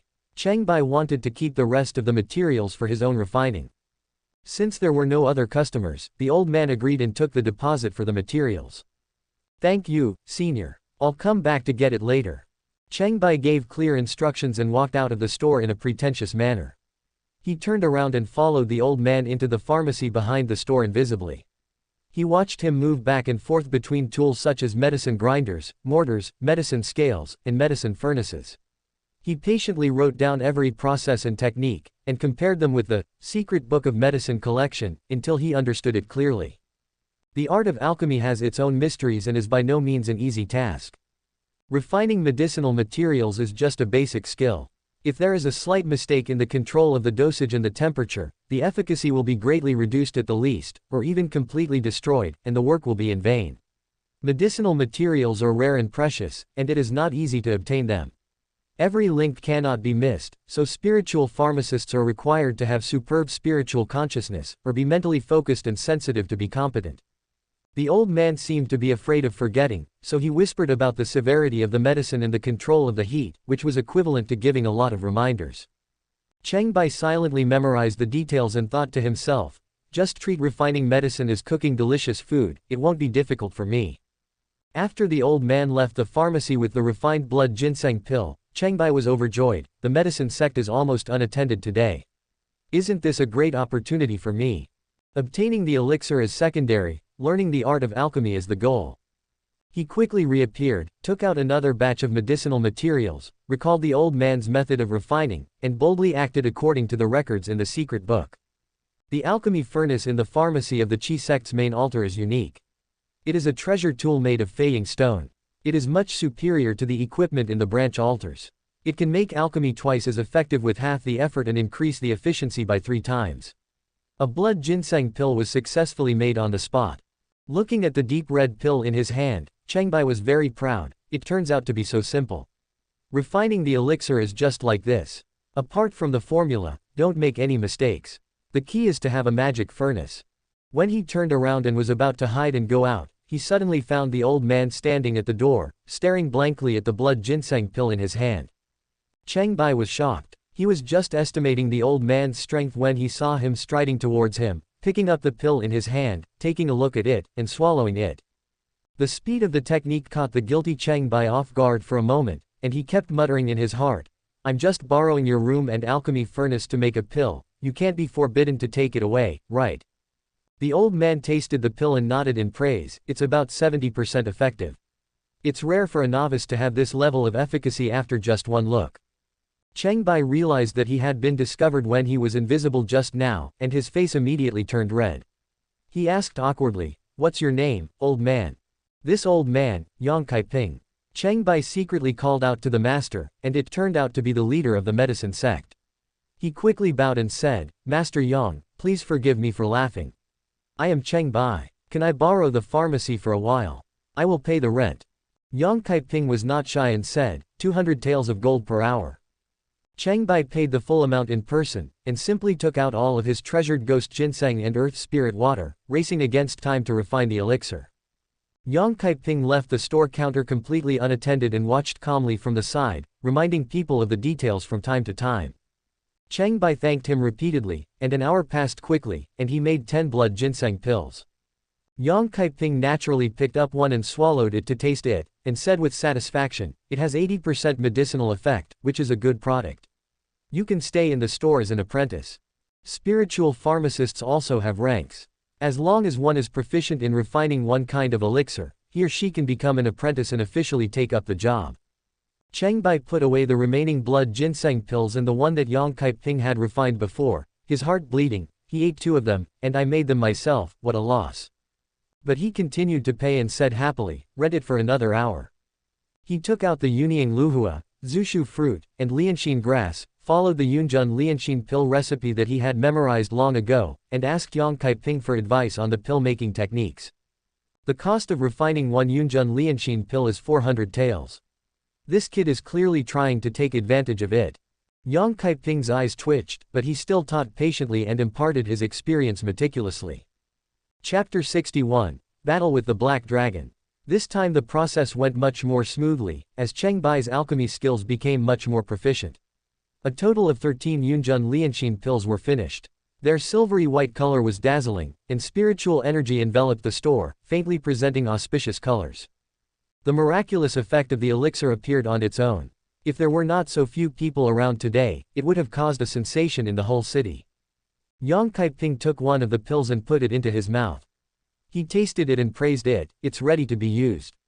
It's 90% effective. It's a good product. Thanks for the guidance, senior." Cheng Bai packed up the pills, stood up and bowed to say goodbye. Qiongqi escorted Cheng Bai out of the store and said hello, "Welcome to come again next time." After hearing this, Cheng Bai was secretly delighted. "I can come here often to practice alchemy and medicine making in the future." Little did he know that Qiongqi was even happier. He lowered his head and coughed twice, saying, "I was injured when I hit that black bug last night. Someone sent me a blood ginseng pill this morning to replenish my blood and heal my wounds without causing any root disease. The Yunjun refining heart pill also improved my skills. This person is a lucky star, so I won't mind him stealing my skills." Cheng Bai arrived at the Hunters Guild and saw a large notice as soon as he entered the door. The martial arts hunting competition will begin at noon the day after tomorrow, and the secret realm of Tiaokong Island will be officially opened. The Sky Island is about to descend into the treasure basin, and the largest event in the Qiongqi continent is about to begin. Various masters, excellent hunters, and elites of the younger generation are all full of enthusiasm for the new goal. Cheng Bai carefully read the task requirements of the Lunwu hunting competition. Retrieve the ghost feather on Shenzi Peak of Kokong Island. It is also one of the rewards for this Hunter King. Different from the grand occasions of guilds in other cities which were packed with guests, there were only a handful of hunters in the Tianshu City Guild, and many seats in the hall were empty, which did not match the liveliness that the largest city should have. The reason was that there was a great battle last night, which resulted in many casualties. The remaining hunters who were able to sit in the guild had different opinions. A hunter said, "Palace Master Guan was defeated and died last night, and more than half of the 36 riders of Tianshu were killed. Shenya needs to go back to inherit the temple and take charge of the overall situation. I'm afraid that Dragon Spear King will miss the Battle of Tiaokong Island." Another person said, "Brother, we were so lucky last night. The 3 of us brothers worked together and were so strong that no one could defeat us. The leading hunter said, "We just came to Tianshu city and encountered a war. It is a time of chaos. Brothers Wuqing swordsmen and poisonous swordsmen, how about recruiting soldiers?" The two said in unison, "This is a great opportunity, we are willing to listen to my brother's instructions." The leading hunter said, "The last Sky Island battle mission was the ghost egg, this time it's the ghost feather, the treasure is even more valuable. As long as we earn enough money and food, we will have a great chance to rise to the top." The two of them hurriedly said, "We are willing to follow our brother and build a career." Cheng Bai stretched his ears and inquired about various news. He was shocked to realize that he had missed a big show last night. Then he calmed down and said, "What happens to them has nothing to do with me. I just hope that the blood ginseng pill prepared for Ningxiang can be successfully refined." Most of the crystal cores obtained from hunting recently were swallowed by himself, and rarely returned to the guild. There was only one Corpse King crystal core left in his bag, so he took it out and wanted to ask the guild for an estimate of its value. This multifaceted sphere with runes showing on it was obviously different from the common crystal cores. The clerk in charge of purchasing it turned it over and looked at it carefully. He was stunned for a moment, but he had never seen anything like it before. He did not dare to estimate the price and hurriedly called the governor to identify it. The governor was mature and prudent. He took out a magnifying glass, stared at it for a long time, and couldn't help but said in a trembling voice, "This is a 1,000-year-old inner elixir with 3 major runes. It must have been produced by a demon who is at least 3,000 years old. It is a rare treasure in the world. The crystal core has undergone a qualitative change at this point, and it should be called the Corpse King's inner elixir." Cheng Bai thought to himself, if the headless Corpse King is the body of the undead Qiongqi, then it should be 15,000 years ago. No, 15,000 years ago, Qiongqi was still alive and kicking, and in the limelight. It must be many years after his death that his powerful corpse cultivated itself into a demon, which has nothing to do with his previous life, so his strength is different. He asked, "How do you estimate the price?" The teller and the governor looked at each other. The purpose of the 1,000-year-old inner elixir is little known to the public. Its level is completely different from that of ordinary crystal cores. If the essence of the secret technique can be extracted, its value will be immeasurable. The governor secretly looked at the guild steward not far away, and saw his superior winking at him. He understood his intention and said vaguely, "Leave this inner elixir in the guild, and decide on the price after a meeting." Cheng Bai became quite impatient when he heard this. He thought about estimating the price and wanted to collect the Corpse King's inner elixir and leave. Suddenly, someone shouted loudly, "I will pay 100,000 taels of gold for this inner elixir." Cheng Bai reacted the fastest and immediately took the Corpse King's inner elixir and put it back into his treasure bag. The governor's face turned red and white when he saw this, and he turned to look in the direction of the voice. The man had a handsome face, but his skin was too dark. He was wearing a black robe with gold patterns. It was He Long. The governor didn't know who the newcomer was. Seeing that he was a stranger, he was dissatisfied and shouted angrily, "We are negotiating the price and haven't given up yet. How dare you cut in? This is a taboo in the industry. Young people should not be reckless and raise prices recklessly, which will ruin the market." When Cheng Bai heard this, he realized that the governor knew the price, but he was just hiding his selfish intentions and wanted to make a profit from it. This shows that the Corpse King's inner elixir is extremely valuable. If it is put on the market, it may be worth more than 100,000 taels of gold. I'll go back and think about it. After Cheng Bai finished speaking, he turned around and was about to leave the Hunters Guild. Hai Long stood in front of Cheng Bai. With the keen perception of the dragon race, he realized that the person in front of him was completely different from before. He said in surprise, "Cheng Bai, the Thunder Blade King, the heir of the Yuhang Holy Temple, has made great progress recently." Cheng Bai smiled and said, "Lord Black Dragon, our appointment has not yet come. There are still more than 20 days left. We will meet again then." He Long shook his head firmly and said, "We agreed that it would be at most 3 months, but it didn't say it had to be 3 months later, which means any day during this period of time would do. It's better to do it today than to wait for a day. Meeting is fate, wouldn't it be better to end it today?" Cheng Bai was furious and cursed inwardly, "You killed me so that you could give an explanation to the higher-ups, so that I wouldn't be promoted any further. And you got the Corpse King's inner pill at the same time. Killing 3 birds with 1 stone, isn't that great? The abacus is really clacking." Both sides suddenly revealed their murderous intent, like an arrow on a bowstring, ready to be fired at any moment. The roof of the Hunters Guild shattered into pieces in an instant. Cheng Bai swung his sword and stepped into the air. A huge black dragon then soared into the sky. Everyone in the guild was in chaos. The governor and the deacon were so scared that they squatted on the ground with their heads in their hands. The teller hid under the counter in panic. Leaping through the air is the basic skill of the 8 Immortals tour. Cheng Bai has already mastered it in the essence of the 8 Immortals tour, which makes up for the shortcomings of his previous lack of lightness skills. Relying on his profound skills, his power is comparable to that of Li Quan in the past, and he can soar into the sky like riding on clouds. The black dragonflies fought in the air using the unique physical skills of the dragon clan. The dragon claws and the swords came into close combat. The sound of metal clashing was surging and surging, like waves fading away. Cheng Bai fought and retreated at the same time, feeling the strength of his opponent, and calmed down. This beast is no longer an unbeatable opponent. If you deal with it carefully, you may have a chance. Thinking of finding a spacious place to fight so as not to harm innocent people, he quickly retreated towards Yushan. He Long chased after him, identified the location, and sneered, "Even if you call Yang Kaiping for help, it will be useless. He has already been defeated." Cheng Bai thought of the mess at the medicine sect's main altar on Yushan Mountain and realized, so that was your masterpiece. Well, today I will teach you to be obedient. Upon hearing this, the black bee became furious and stirred up a strong wind and chased after the enemy relentlessly. The city had just experienced a bloody disaster last night, so there were not many pedestrians. When they saw this, they panicked, closed their doors and windows, and hid everywhere. Cheng Bai led Hailong to Yu Mountain and landed on the top of the mountain. There were only broken houses and trees left here, and no one was seen. It was like a natural arena, perfect for a fight. "I'll let you know how powerful I am." The black dragonfly swooped down with its head lowered, and opened its mouth to blow out the wind of withering. Wherever it touched, the grass and trees withered, the rocks collapsed, and all life turned to dust. Cheng Bai used his spiritual shield to resist, thinking to himself, "This secret technique is vicious and cruel. If it touches the flesh, I'm afraid it will kill me or even destroy my skin." The spiritual shield blocked the wind of withering, and the ground within a radius of 3 feet was safe and sound, and a huge circular pit nearly 30 meters wide collapsed around it. In the distance, the trees within 100 meters that were hit by the aftermath gradually changed color, dried up and fell down. The withering wind secret art has always been effective. Hailong was quite surprised that his efforts were in vain. He has learned some tricks from him, so he can block my attack. With this ability, his defense is stronger than that guy surnamed Yang.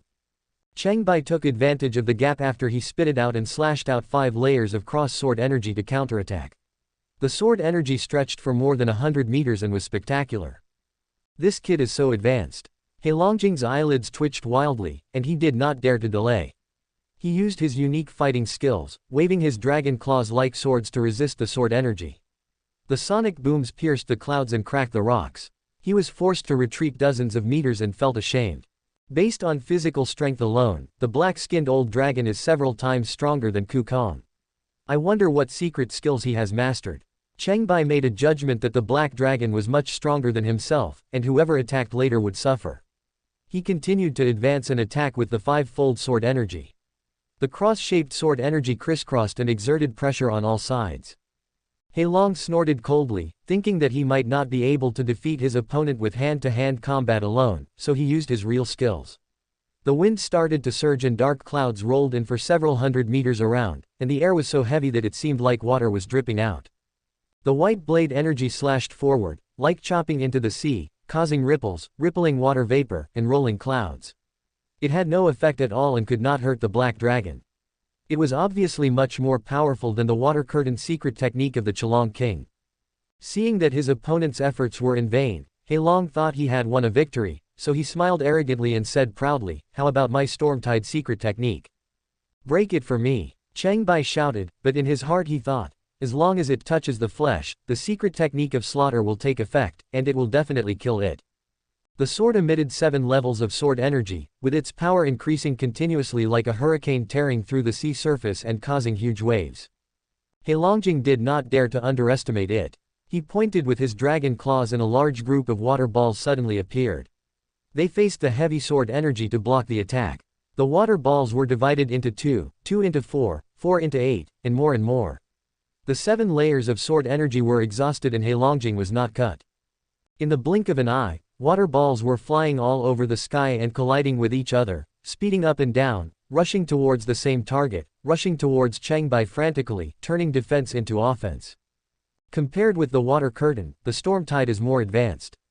It can not only defend, but also attack at will. Objects hit by the water ball will be riddled with holes and collapse, no matter they are trees, houses or rocks. Cheng Bai's spiritual shield was instantly attacked by water balls from all directions, causing it to shake and become twisted and deformed. This secret technique is not that simple. It is more powerful when combined with the old dragon's own domain. The range of the dark clouds is his domain, similar to Shenya's slaughterhouse. Cheng Bai's judgment was correct, but he was trapped by the storm tide. A large number of water balls continuously bombarded the spiritual shield. The passive defense lasted for a long time and was ultimately impossible to defend against. There were more and more water balls, and the place where Cheng Bai was completely submerged. When the water balls disappeared, another deep pit with a diameter of 30 meters appeared on the ground. It was empty inside, as if it had been eaten clean by termites. He Long glared at Qiongqi and sneered, "How dare you challenge me? You are so ignorant." Suddenly his face changed drastically. An even more terrifying sword energy was approaching from behind, tearing through the protective cloud layer with great momentum. He was forced to turn around hastily to resist and was in a panic for a moment. Cheng Baikai didn't want to waste his spiritual power to resist the water ball, so he had already teleported to another place and became invisible. He attacked Hailong when he was feeling complacent and relaxed. Taking advantage of its unpreparedness, they opened fire at full force, with sword energy of over 100 meters slashing horizontally and vertically, sniper vibration waves penetrating everywhere, and multiple combination attacks fired left and right. The sharp blade left scars on the black dragon's body, making it look miserable. The black dragon's body was harder than iron, and ordinary treasures could not damage it. The gap knife no longer had an advantage in the face of increasingly powerful monsters, but fortunately, the slaughter secret technique greatly increased its killing power. Dragon scales were shattered and dragon blood splattered. The sound of the battle between the two sides was like the sound of jade and gold striking, which stopped the moving clouds. The surging air waves tore through the earth, and the broken walls and trees on the top of the mountain were blown around. The black dragonfly could not believe that it would be injured by a mortal. It endured the severe pain and, facing the light of the knife, raised the storm tide again. A large number of water droplets rushed back, vowing to regain the lost ground. Cheng Bai knew that he was powerful, so he unfolded his domain. The vivid beast head domain flew around and opened its mouth to swallow and eat. The ever-growing water droplets were swallowed up and disappeared. The storm tide lost its greatest reliance. The sword energy and vibration waves penetrated the protective cloud layer, overwhelmed the opponent again and gained the upper hand. He Long couldn't withstand the attack and retreated hundreds of meters in panic. Relying on his strong body, he managed to stand firm and roared. The dragon's roar shook the entire Tianshu city. The murderous dragon's might made a large number of people in the city collapse on the ground, unable to move. Qiongqi Ping at the foot of the mountain looked up in astonishment and asked, "Can he force the black bug to this extent?" The black dragonfly on the top of the mountain was furious, and all its power was revealed. Clouds were rolling around its body, and the dark clouds in the sky blocked the sunlight. It was dark and gloomy as if a mountain was pressing down on the top of the head. An even more terrifying killer was brewing. Cheng Bai then used his sword to open the gate of life and death. The white sword energy penetrated the clouds and combined with the secret technique of slaughter to increase its effectiveness, directly taking the life of Hailong. The black dragon's deadly killing move, the secret technique, Shenshao Tianlei, also came. Thick purple-red bands of lightning fell from the sky, cutting through the sky for dozens of miles. The bright light seemed to split the dark world in two, and lashed towards Cheng Bai like a whip. The power of heaven and earth was so terrifying. Both sides hit each other with their killing moves. The black dragonfly turned around and flew up, dragging its horrific internal organs hanging outside its body, with dragon blood spilling like rain behind it, and it fled with serious injuries. There was a loud explosion where Cheng Bai was, as if thousands of tons of explosives had been detonated, leaving behind only a charred deep pit over 40 meters wide. Then the top of the mountain was completely silent, as quiet as a grave in ruins. Chapter 62, The First Inner Elixir, Resurrection. Cheng Bai was not smashed into pieces by the divine thunder. He just became a piece of charcoal squatting at the bottom of the pit, barely standing still by sticking a knife into the ground. The divine consciousness had to use all its strength to launch the sniper vibration, so as to penetrate the storm tide and allow the deadly sword moves to hit the opponent. There was no spare energy to use the spiritual shield to protect itself, and the beast head domain was too late to absorb the light-speed electric shock. When he killed the black dragonfly, Cheng Bai suddenly realized, does this count as a mutual destruction? The humans had died long ago, but the monster's strong vitality made people feel ashamed. The knife that opened the gate of life and death caused more serious damage to the inside than the outside, and the seriously injured black dragon still flew away. Cheng Bai had never been injured so badly before. He almost became a charred corpse. The slightest movement was excruciatingly painful. If it hurts, it means you're not dead. There's still a chance. Cheng Bai felt relieved and scanned his body with his spiritual sense, identifying that he was covered with many terrible cracks. Perhaps he would collapse if he was touched even the slightest bit. He carefully tried to take out the blood ginseng pill from the treasure bag, but some movements became extremely difficult. After a long effort, he took out another thing from the treasure bag. The inner elixir of the Corpse King. It wasn't that Cheng Bai took the wrong one, but he suddenly realized that the pill was sealed with wax, and now he didn't even have the strength to crush the wax shell of the blood ginseng pill. The runes of the Corpse King's inner elixir have been studied for many days and contain 3 secret techniques. One is lion's roar, the second is intimidation, and the third is resurrection. The headless Corpse King's incredibly powerful self-healing ability comes from the secret art of resurrection. The beast head domain can directly improve its cultivation by devouring crystal cores, and devouring inner elixirs can not only enhance its strength, but also provide more options, such as extracting the essence of secret techniques. Cheng Bai hadn't figured out what to use it for before, so the Corpse King's inner elixir had been preserved for such a long time, and now it has played its greatest value. The beast head domain shrank to the size of a fist. It opened its mouth, took the Corpse King's inner elixir and sent it into its dantian, approaching the Jianmu that was cultivated by the 6 paths of supreme power. There were strange changes in the dantian. One of the giant claws that drooped from the 3 lowest branches of Jianmu suddenly stretched out like a dragon, sucked up the Corpse King's inner elixir and held it tightly. A bright light shone from its claws, and it extracted the secret rune of resurrection. The Corpse King's inner elixir was then consumed. The whole body's true essence gradually took shape around the resurrection rune, returning to the void and condensing until it formed a perfect multifaceted sphere with the resurrection rune on it. Jianmu underwent some changes, and the lower half of the tree was shining brightly, taking a big step towards the second transformation, and the first rune inner elixir was refined. Cheng Bai finally entered the realm of heaven and man, and the power of all things around him resonated with him.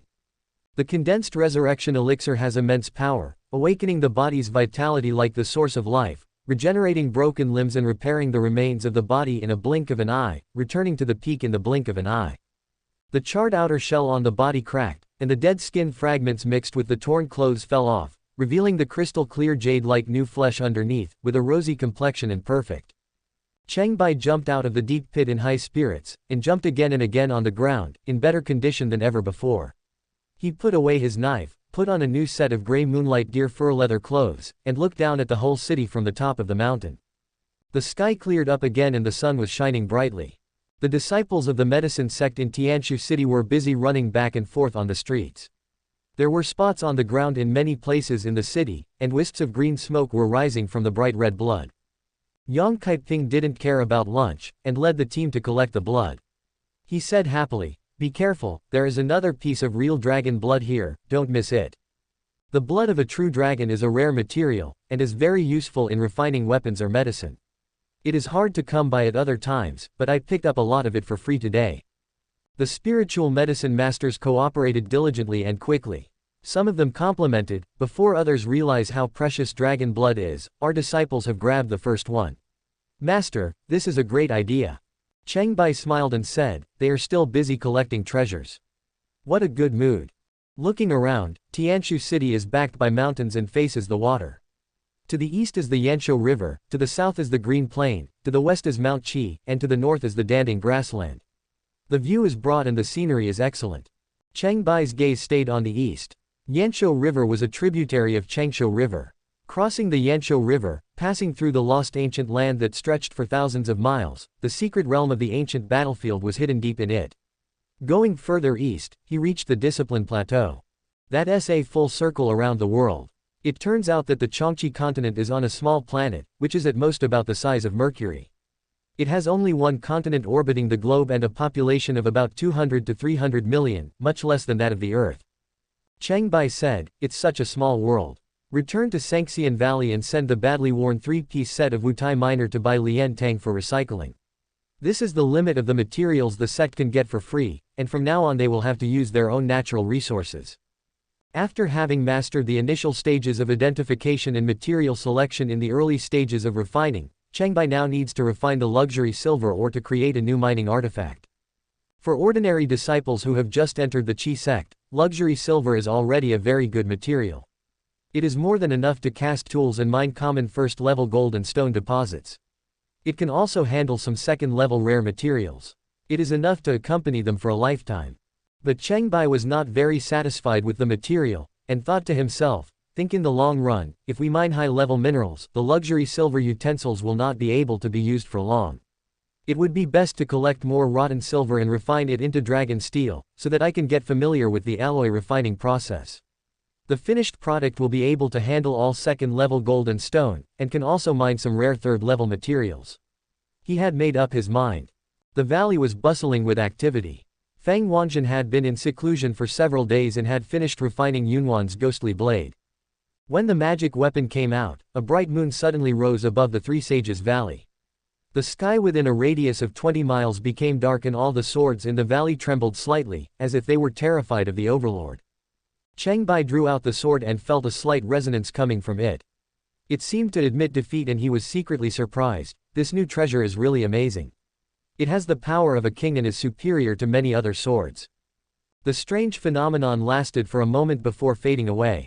Everyone in the weapon sect rushed to congratulate the master and prepared a grand ceremony for the spiritual weapon to recognize its master.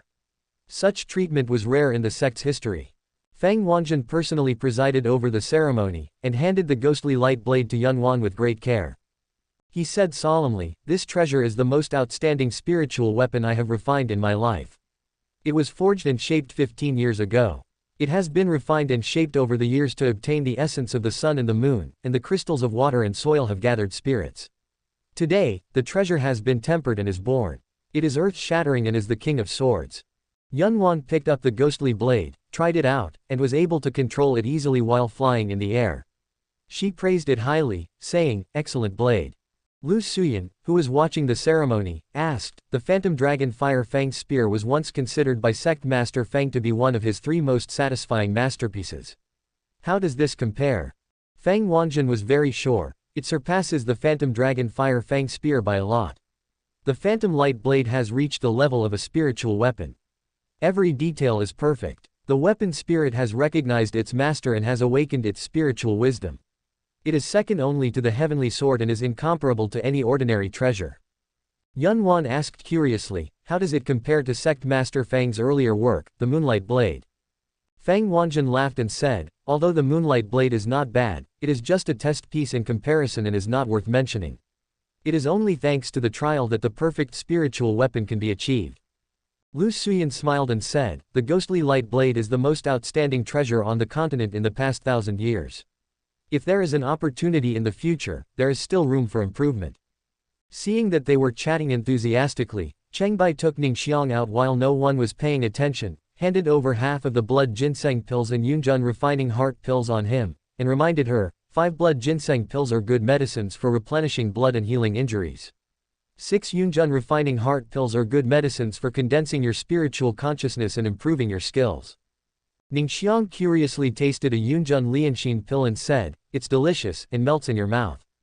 Cheng Bai smiled and said, "I have learned how to make pills. I will make some more after I finish eating. When I have a pill-making furnace in the future, I won't have to worry about the resources for elixirs." The two of them took advantage of no one's attention to explore the secluded place, and spent a long time together, talking about everything. Ningxiang explained the arrangements in detail. "We will set out for the treasure basin tomorrow. Qi sect is willing to borrow the Sky Patrol spirit boat for a period of time. Elder Zhuang will take us directly to the Sky Treading Island. With Wan's magical travel technique, we will arrive soon." Cheng Bai asked, "Doesn't the conference start at noon the day after tomorrow?" Ningxiang said truthfully, Palace Master Lu told us that before each group of Sky Island hunters arrives on the ground, there are always people who want to go up ahead of time. As soon as the guild announced the task for the conference this morning, many hunters rushed to the treasure basin. It's better to strike first. Cheng Bai noticed that there were a few people missing in the valley, including He Liepeng, as they had already left. Ningxiang nodded and said, "One has endured until now in order to wait for the ghostly blade." Cheng Bai thought of the dramatic changes in Tianshu City and asked, "Did Shenyao leave as well?" "An envoy has arrived from Tianshu City. He decided to return to Tianshu Temple first. I wonder if he can participate in the Battle of Tiaokong Island." Ningxiang didn't know much, so she took out a gift from her bosom for Cheng Bai, a handkerchief she embroidered herself as a reward. After the ceremony, Lu Suyan pulled her disciple to the inner hall and whispered, "Ranner, this is a good opportunity for you to show your abilities. If you can be appreciated by the Yun family, you will rise to prominence in the future and leave Qiongqi continent to be promoted to an official position. Even going to Shanwei City is much better than here." Ruan Toran hung his head and said dejectedly, "Master, what you said makes sense, but it is not easy for me to practice for many years, but now I want. Is Yunwan really a direct descendant of the emperor? He inherited. Lu Suyan said sternly, "It is absolutely true. Otherwise, how could she also have the surname Yun? Why do our 7 hall masters take such good care of her and protect her in every way?" Ruan Toran tried to force a smile and said, "In that case, Yunwan is the empress of Qiongqi continent and the candidate for the throne of the great emperor. If we can win, we will ascend to heaven with our family and bring honor to our ancestors." Lu Suyan comforted him, "Although the great emperor has many descendants, Yunwan is different. She inherited the bloodline of the divine fire, which is definitely not ordinary. You must recognize her as your master and give her all your skills. You can slowly cultivate her back in the future. If she stands out in the Qiongqi continent, returns to the Yunnan Star region, and successfully ascends the throne as an emperor, she will always remember your kindness." Ruan Toran gritted his teeth and said, "It's up to master to arrange." Later, Lu Suyan led Yunwan to the inner hall and said happily, "Palace Master Yun, you are going to the Sky Island this time. There are many powerful enemies. In addition to the complete weapons, I also prepared the Taoist secret technique and the life-losing technique to give to you. You will definitely win the battle." Yunwan sighed when she heard this. "Thank you Palace Master Lu for your help again and again, but the conference will begin the day after tomorrow, so it's too late to practice today." "No problem. I have been preparing for the victory of this battle for 15 years. I have borrowed this precious land from Sect Master Yang. It will only take a moment for Palace Master Yun to master the secret martial arts. This is the secret of Taoist assistance." Lu Suyan pushed open the door of the inner hall. Ruan Toran, who was sitting cross-legged in the hall, was a little nervous. He looked at his nose with his eyes, and his heart with his nose, without showing any expression. "My young disciple Ruan Toran has been seen by Palace Master Yun. He has practiced diligently for 15 years just for this day. I will teach you the life-losing technique and Tao-assisting secret techniques to help you become the future Hunter King." Ruan Toran sighed secretly. "It turns out that I exist only to help others. The Taoist secret technique is similar to the transmission of power, but is more effective and thorough. A lifetime of power and secret techniques can be transferred to another person, and it also takes more time." Yunwan was very grateful. "Thank you both for your help. Yunwan will never forget it." For convenience, Yunwan took off her mask. At that moment, Ruan Toran felt like he was struck by lightning, his heart beat faster, and the beautiful woman in front of him would never be forgotten in his life. Some people are successful in everything, while others encounter many difficulties and obstacles. Shenya hurried back to the Tianshu Holy Temple, and kowtowed 3 times and 9 times to the body of Guan Wanlan placed in the morning hall in the temple. "I was shocked to hear the tragic news that my teacher has passed away. His heroic spirit lives on." After the ceremony, Shenya led the 17 riders of Tianshu to the main hall. The road seemed extremely long, the sacred atmosphere of the temple was gone, the scattered disciples were busy and flustered, a storm was about to come, and the autumn wind was bleak. Qiongqi, the leader of the 17 riders of Tianshu, reported repeatedly, "The wind-chasing spear was taken away by the Yellow Jade Banner Master of the Disaster Legion. Only 17 of the 36 riders are left, and the main hall is plagued by insects." As Shenya walked, he asked, "Has the main altar hall been closed?" Qiongqi said, "There was chaos in the city last night, and even Sect Master Yang was injured. Someone sneaked into the main hall and used some secret technique to drill a hole in the altar. A large number of golden-tailed scorpions swarmed out. Although each one was not very strong, the number was too large to handle. The disciples of the temple suffered heavy casualties, so they had to close the main hall. The golden-tailed scorpion is a venomous insect with a challenge level of 4. It can occasionally be seen in mountainous and wilderness areas. It likes to live in groups. A single one poses little threat to experienced hunters, but a large number of them can make it difficult to handle. Shenya pondered and said, "Let's do this for now. There is still a dragon lion blood reversing pill in the Dan Palace, right?" Qiongqi hurriedly said, "You absolutely cannot do that, young master. The price of this treasure is shortened lifespan. You must not resort to this last resort unless it is absolutely necessary."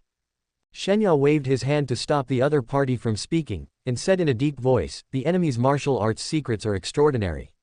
He was able to seize Master's fiery sun battle body and become even more powerful. "I already know who he is, and we must not let him do evil. This person will definitely participate in the Battle of Tiaokong Island. This is a good opportunity for revenge, and we must go and fight to the death." Qiongqi said anxiously, "Young master, you are our hope, what if?" Before he finished speaking, Shenya made a silent gesture and whispered, "What's that sound?" As the crowd approached the main hall, the rustling sounds grew louder and louder, gathering into an endless wave. Qiongqi looked towards the main hall and said, "It's the golden-tailed scorpions inside. The main hall is built in the open air, and the walls are tall and smooth, so they can't climb out. We can seek help from the medicine sect and make insect medicine to kill them. I have already sent someone to ask Sect Master Yang to prepare it." As he was speaking, a black shadow suddenly emerged from the wall of the main hall and flowed down. Everyone looked closely and was horrified. It was clearly a group of shiny black ants, more than 2 inches long, with their strong and powerful jaws like iron hooks raised, and they moved freely on the wall as if they were walking on flat ground. Chapter 63 Insect Disaster. Qiongqi took a breath and said, "Black poison ant, why not a golden-tailed scorpion?" Little did they know that during the short period when the altar hall was closed, a brutal survival of the fittest took place, and the golden-tailed scorpions became food for a whole new species, breeding even more threatening poisonous insects. The challenge level of the black poisonous ant is 5. They are smaller than the golden-tailed scorpion and are ferocious. They often travel in large groups. Their poisonous jaws are like sharp hooks and bite people and animals. Those who are bitten will suffer a fate worse than death. Wherever they go, people are terrified. Even much more powerful monsters will flee when they see a group of black poisonous ants. As soon as he finished speaking, several groups of black poisonous ants swarmed out from the walls of the magnificent main hall, and their number increased. Shenya's pupils shrank. He was shocked and shouted, "It's an insect swarm, issue the highest crisis alert, it's urgent." Soon, the black poisonous ants swarmed out of the Tianshu temple, eating all the living things along the way, leaving only white bones on the ground. The temple legion was unable to stop the massive tide of insects, so they had to cover the surviving people and retreat to Yushan as quickly as possible, relying on the abilities of the medicine sect's spiritual pharmacists to resist. It was another sleepless night in Tianshu City. At dawn, at the Sengxian Valley Sky Patrol Station, Cheng Bai watched Yunwan and Ningxiang board the Sky Patrol spirit boat. The platform structure is assembled into a wheel shape, resembling an octagon with radiating starlight. A huge ship is anchored in one of the corners and gradually rises off the ground, like a flying divine bird, disappearing into the clouds. The platform can accommodate 8 patrol boats, but unfortunately there is only one at the moment. Cheng Bai walked around the patrol station for a while, thinking to himself. He took out the handkerchief that Ningxiang had learned to embroider, on which there was a cute little bear with seductive eyes. Cheng Bai smiled, not commenting on the quality of his lover's gift. Just the thought, he could use it to wipe his mouth after dinner. He put it on his nose and sniffed it. The smell was fragrant, it felt so good to have a girlfriend. In the distance, Tong Feng and Kai Zongming were talking with great interest. Kai Zongming said, "The ranking of mainland treasures can basically be determined. Among the new 7 treasures, this year's new works, the mysterious nether treasure cloth, the magic dragon fire fang spear, and the phantom light blade will definitely occupy 3. Tong Feng said confidently, "The first is still the Tianhuang sword, the second is the Yuguang blade, and the third is the Hunying sword. If the Overlord's spear is lost and cannot be found, the fourth is the Wanlong fire fang spear." Kai Zongming disagreed. Master once mentioned that there is a blood jade fishing rod on the sword. Tong Feng disagreed and said, "How can a treasure that is hidden from the world and cannot become famous and prominent be ranked at the top? There are ancient relics and foreign soul weapons that are better than the shadow sword, and even surpass the desolate sword. It is normal for it to be unknown. Cheng Bai thought of the strange stone he got from Joju Creek in the colorful forest. After learning how to identify materials in the weapon sect, he determined that it was the most precious high-purity ore of Sanyuan true gold in the Qiongqi continent. It was even rarer than black gold and was a 4th-level rare material. I am not afraid of thieves stealing, I am afraid of thieves thinking about it. I am very glad that I did not let others know that I have this treasure, otherwise I might be in trouble.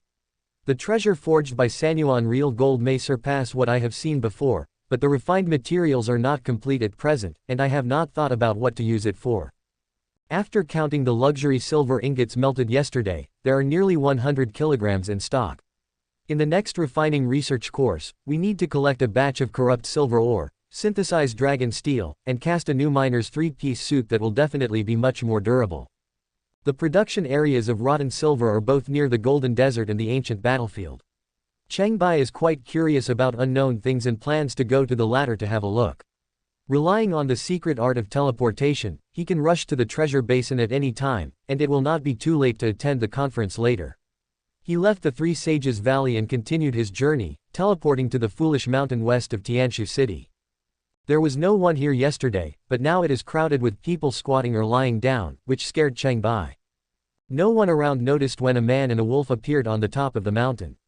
Everyone was fidgeting and looking worried. Many wounded fell to the ground, and groans were heard one after another. What happened? Cheng Bai asked around. Most of the people walking around were disciples of the medicine sect. They were very surprised by this question and asked, "How did you get here? Did you fall from the sky? If it weren't for the siege by the insect swarm, why would the whole city be crowded on Foolish Mountain?" Insect tide. Cheng Bai found a high place and looked down. By the early morning, when the sky was just getting light, the area surrounding the Tianshu temple was swarming with countless black poisonous ants. The ground, walls, and roof were everywhere, like a wriggling black wave, and wherever it was submerged was a death zone. Last night's sudden change happened, and many streets in the city were left with only white bones that had been eaten away, including those of humans, livestock, and monster mounts. Those who fell into the insect swarm could not escape the fate of death. The disciples of the medicine sect sprayed triple ant-repelling powder from the outside to the inside at the foot of the mountain. The strong smell prevented the black poisonous ants from approaching. A circle of algae stone powder was sprinkled on the inside. Some of the black poisonous ants rushed through the triple ant-repelling powder and were stained with algae stone powder. They struggled for a few steps and died, but it was harmless to humans and other animals. This is not enough. The Temple Legion maintained a tight defense, with teams patrolling constantly. They killed with knives and swords the few vicious black poisonous ants that broke through the defense line, and covered the disciples of the medicine sect who replenished the insect medicine defense line, and did not dare to slack off. "Young master, the future of Tianshu Holy Temple depends on you." Chikai handed over the exquisite treasure box with trembling hands. Only bones were left of his lower body and he was barely breathing. He died after saying his last words. He paid with his life to snatch this treasure from the Dan Palace filled with black poisonous ants. Only 16 of the 36 riders of Tianshu were left. Shenya held back his tears, his mood growing more and more angry. He took the treasure box and slowly opened it. Inside was a brown-red dragon lion blood reversing pill. "Young master, look, what is that?" One of the 16 riders noticed something unusual and hurriedly alerted everyone else. In the distance, there were dozens of black shadows that were getting higher and higher, getting closer and closer to the Yushan defense line. The sky was hazy and it was difficult for ordinary people to see what it was. However, Shenya and the 16 riders had excellent eyesight and could see it clearly. They all turned pale with horror. It was a swarm of black poisonous ants that grew taller and taller, like ever-lengthening black tentacles, swaying toward the foot of the mountain. When they bent down at the high end, their length was like a bridge, long enough to span the defense area.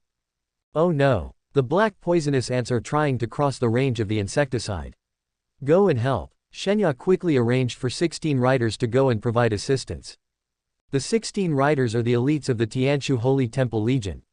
They have gone through countless trials and tribulations, and only those who have entered the Baoyuan realm can be promoted to this position.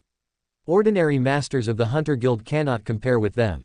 They rushed to the defense line, drew their bows and shot arrows, and the arrows, with deep true energy and great force, hit the black poisonous ant colony, breaking half of it. The black poisonous ants fell and flew, trying to cross the insecticide defense line but failed. But soon a new ant colony piled up high, and more people surrounded Yushan. Shenya took in the overall situation and shouted, "The black poisonous ant knows how to stack the cloud ladders. It must be the mastermind behind the scenes of the insect king and queen ant. We must reach the main hall of the altar and kill it. This is a terrible and tough battle. How dangerous is it to pass through the black poisonous ant swarm? Qikai's tragic death is a lesson for us." Seeing that the black poisonous ants were rushing in with more and more ladders, they were determined not to give up until they achieved their goal, and the situation was critical. Shenya picked up the dragon lion blood reversing pill. The threats from powerful enemies on all sides made him think deeply. There was still a glimmer of hope in the desperate situation, and there were still higher peaks to climb on the road of martial arts. He gritted his teeth, crushed the sealing wax and swallowed it. The true energy in his dantian surged, and soon his skills soared steadily. He stepped into the Guangfa realm, which was only half a step away. His black hair turned white and fluttered in the wind. The price of the dragon lion blood reversing pill to obtain this great increase in strength was not cheap. The fantasy dragon fire fang spear thrust forward, and Qiongba Tian Sha's move seemed to be true but was not, which added to the desolate momentum. The spear energy was devastating and affected dozens of meters away.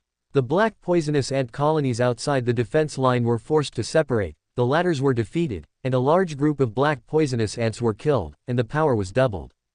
Now Shenya might be able to hold on until he reaches the temple altar. Suddenly, a voice came from behind, "Let me go to the altar. The future is unpredictable. There may not be an insect king or queen. You defend Yushan and wait for news."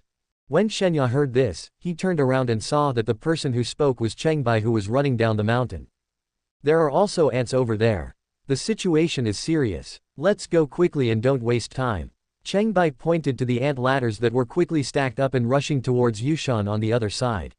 He ordered Xiao Bai to help Yushan defend. He stepped into the air and strode towards the Tianshu temple. Seeing him come and go freely in the air without getting in the way of the ants, Shenya was secretly delighted and shouted, "Brother Cheng, Shenya would like to express his gratitude on behalf of the people of Tianshu City. You must come back alive." Cheng Bai heard the shout and grinned, "Crow mouth, this hero must live forever." Looking down from the air at the vast swarm of insects below, the predators crowded around and kept wriggling, eating all the living things they came into contact with. It makes one's scalp tingle, and those with weaker psychological endurance may develop claustrophobia. Cheng Bai was quite excited, and actually had a wonderful thought. If I were an anteater, wouldn't there be a sea of delicious food under my feet? He strode through the air without any obstruction and soon arrived at the Tianshu temple. He crossed the magnificent building and came to the top of the altar. The scene before him was astonishing. On the altar, there was a milky white creature that was more than 10 meters long wriggling. It was plump and wrinkled like a brain, incredibly oily and shiny, and it kept laying eggs at the end. Black poisonous ants came and went in groups, moving the pearly-like insect eggs and piling them up opposite the altar. From time to time, groups of black poisonous ants would hatch, increasing in number in an endless stream. There really is a queen ant. Cheng Bai remembered the record in the secret book of medicine collection. The black poisonous ant queen is a kind of brain worm, also known as fat worm. It is pure white and shiny, and is one of the precious medicinal materials for the flawless nirvana pill. What a treasure! Cheng Bai was still watching, but the fat beast had already spotted Cheng Bai in the air. Although it had no eyes or feet and could not move, it had a keen sense and reacted quickly. It opened its mouth and spit out a plasma ball into the air. Cheng Bai dodged it, and the plasma ball turned around and chased after him, like a tracking missile. The fat beast has become intelligent and has extraordinary mental strength. It can control the plasma ball to chase its target at will. Cheng Bai changed his position several times but couldn't get rid of the plasma ball, so he fired a thunder and fire bomb to detonate it. The long-lost sound of bombing erupted in the air, and flames and smoke filled the air. The clever hunter adjusted the explosion angle just right, and Cheng Bai's figure disappeared in the smoke. Feiji did not dare to be careless and controlled all the black poisonous ants to search everywhere. When there was no human figure anywhere in the sky or on the ground, the assassination knife light suddenly rose up and split the fat body in half. Cheng Bai's strength was far superior to that of Feiji, so he just treated the attack as dissecting prey and easily took away the crystal core in its body. Feiji had no power to fight back and died on the spot. Ordinary black poisonous ants do not have crystal nuclei, but the crystal nuclei of the fat beast are large, white and round. The black poisonous ants lost their leader, and it seemed as if panic spread rapidly among the ant colony, and the whole colony fell into chaos and was no longer in order. Cheng Bai put the fat beast's body full of high protein into the treasure bag, and a small hole as thick as a finger was revealed at the location of the altar that was no longer covered. The queen ant has been killed. The remaining black poison ants are nothing to be feared. Their numbers will no longer increase, but will only decrease. Before leaving, Cheng Bai did not forget to drop a few thunder and fire bombs to burn the large pile of insect eggs and cut off the source. He then turned around and left in a leisurely manner like a fairy stepping into the air. The black poisonous ants, which were in a mess, started killing each other. It turns out that after losing their queen, the black poison ants need to give birth to a new queen as soon as possible in order to continue their huge society, even if it is a fake queen. This requires a highly competitive decision, and the strongest black poison ant will mutate into the new queen. Brutal killing spread wildly among the black poisonous ants. After more than 10 hours of competition, the number of black poisonous ants was greatly reduced, with only 1 in 10 left. The new queen ant that emerged from the crowd climbed onto the altar, cut off its legs and antennae, and slowly crawled. Strictly speaking, it was only a pseudo-queen, but it also had the ability to reproduce. Just as it grew larger and whiter, another kind of insect rustled out of the small hole on the altar. It is only an inch long, with black and white ring patterns, 6 legs and 2 wings. It is long and narrow in shape, covered with scales and fine hairs, has well-developed compound eyes, and has a sharp and slender mouthpart. It is clearly a big mosquito. As soon as it appears, the big mosquito pounces on the new queen ant that is constantly struggling and developing, bites it on the back, and extends its complex tongue, which is divided into 6 tentacles that are like various weapons, some with sharp serrations, some like surgical stents, and some that are flexible like tubes. It skillfully swung its tentacles to cut through the tough outer skin of the new queen ant, pierced its tongue tip, injected anesthesia and dissolved toxins while sucking the essence with relish. Without the target noticing, it laid eggs in the new queen ant's body, reproduced, ended all hopes of the black poison ant colony, and replaced it. The unknown and cruel process will last for more than 10 days, which will provide Tianshu City with a respite during this period. Cheng Bai did not expect what would happen later. When he returned to Yushan to meet Xiao Bai, the black poisonous ants no longer attack the human defense line. The queen ant has been eliminated, and the black poison ants have retreated. The good news spread quickly throughout Yushan, and the people wept with gratitude, singing praises. Dragon Spear King, Thunder Blade King, your kindness is so great that I cannot repay you even if I die. Cheng Bai's fame was rising, but he had no time to entertain his enthusiastic fans. He was busy bringing enough bottles and jars to the Yunchongtai in Pancho Mountains. The water of life and death in the Qiongqi was still boiling and surging, with wisps of hot steam rising. The Snake King had already been reduced to white bones at the bottom of the pool, and his flesh and blood had melted. After collecting enough water of life and death, Cheng Bai was about to leave when he heard something unusual happening in the valley. The sound was a bit like a tide of beasts. He walked to the edge of the inner circle of the cloud dome platform and looked into the joyful valley. Amid the hazy clouds, groups of Yinming spiders and evil-eyed beasts could be seen fleeing on the ground. These 2 groups held extraordinary status among the monsters, but today they seemed to have encountered something terrifying. Subscribe to Chinese Novel Audiobook YouTube channel. Chapter 64, Secret Realm of Sky Island. In the center of the Joy Valley, the strange spindle-shaped giant is no longer round and smooth, but is cracked with layers of textures, with countless huge burrs sticking out, swaying in the wind. The smoke was much thicker than before, more like miasma, filling the entire Happy Valley. Even after observing for a while with my spiritual eyes, I could not see clearly what was happening in the valley. Are the dark spiders and the evil eye beasts fighting? Cheng Bai guessed, but he had no intention of exploring. He had finally gathered all the herbs, and refining the elixir was more important. He teleported back to the store pharmacy at the foot of Yu Mountain and asked the head of the medicine sect, Senior Yang, do you know where the red spider lily is? Yang Kaiping asked. Not many people know about the red spider lily, and I only have a few in my collection. What's the point of getting them? This flower is a 4th-rank rare and precious medicinal root. Legend has it that it grows on the edge of hell and can awaken memories of past lives. It is rarely seen in the world. Cheng Bai was secretly delighted. The medicine sect had a profound foundation and indeed had many good medicinal materials hidden away. He said frankly, I plan to refine the flawless nirvana pill. The flawless nirvana pill is very different from the previous ones. It is a 4th level golden pill and is definitely beyond the capabilities of ordinary spiritual pharmacists. Yang Kaiping was deeply surprised. In addition to the red spider lily, the flawless nirvana pill also requires 3 medicinal ingredients: life and death water, fat beast, and flying tai sui. Especially the last 2, they are rare, even I have not refined a few of them. Having said that, he still took out a precious jade box and opened it. There were 6 beautiful red flowers inside, with a faint glow. The petals were shaped like palms and trembled slightly in the wind. This was the red spider lily. Don't underestimate these few branches. Ordinary warriors may not know their value, but in the hands of powerful monks who know the value of things, they will fight for any one of them.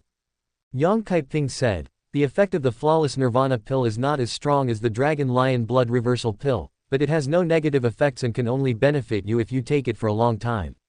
If you are sure you can find other medicinal materials, I am willing to transfer it to you. The last time he refined the elixir, Cheng Bai wanted to be familiar with more formulas, so of course he wanted to collect them, and said, I have other medicinal materials, but I wonder how much the red spider lily costs. Please lend it to the pharmacy for another use.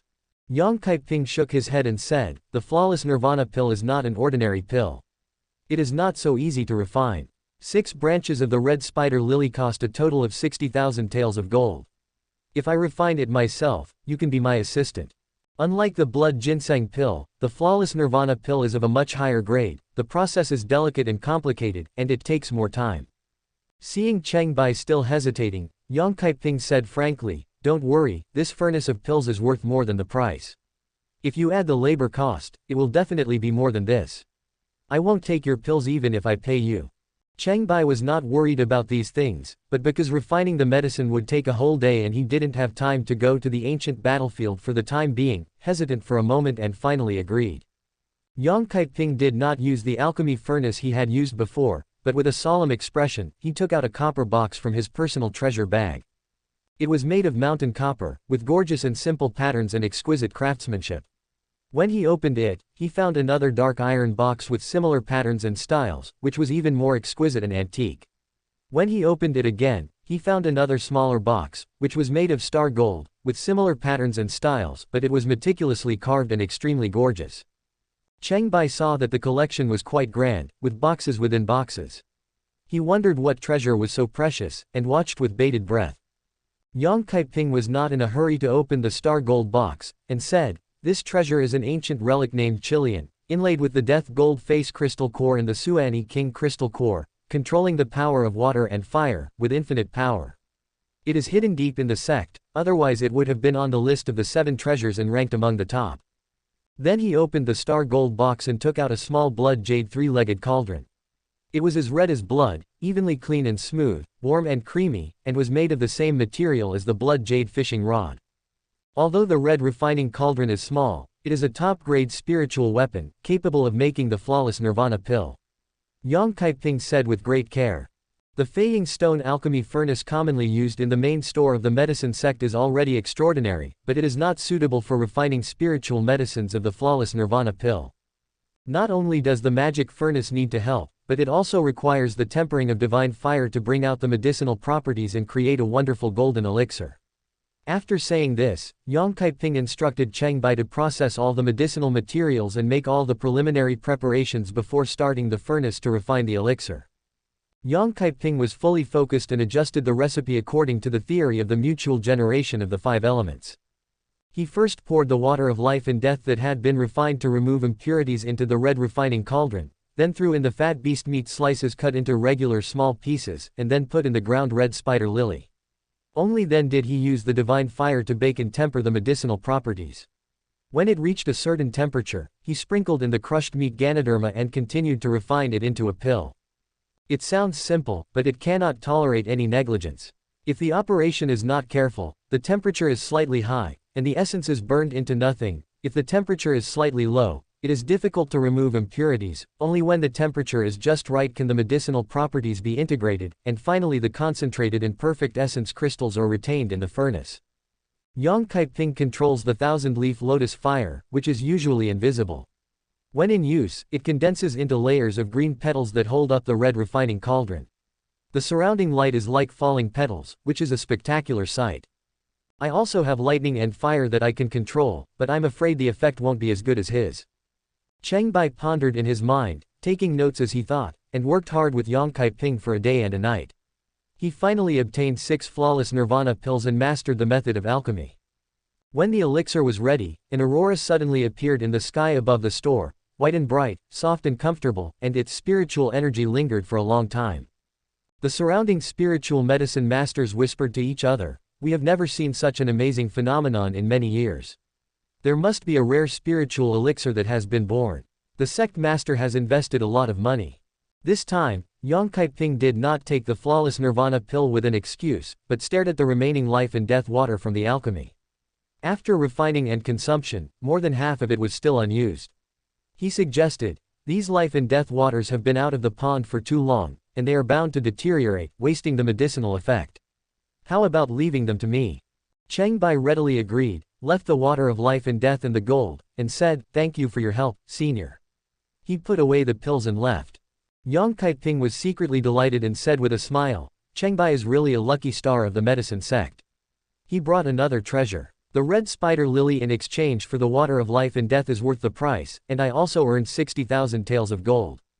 He brought the red refining cauldron and the water of life and death to another warehouse, which was filled with griffin bones, sand monster horns, ghost brain flowers and large bottles of real dragon blood.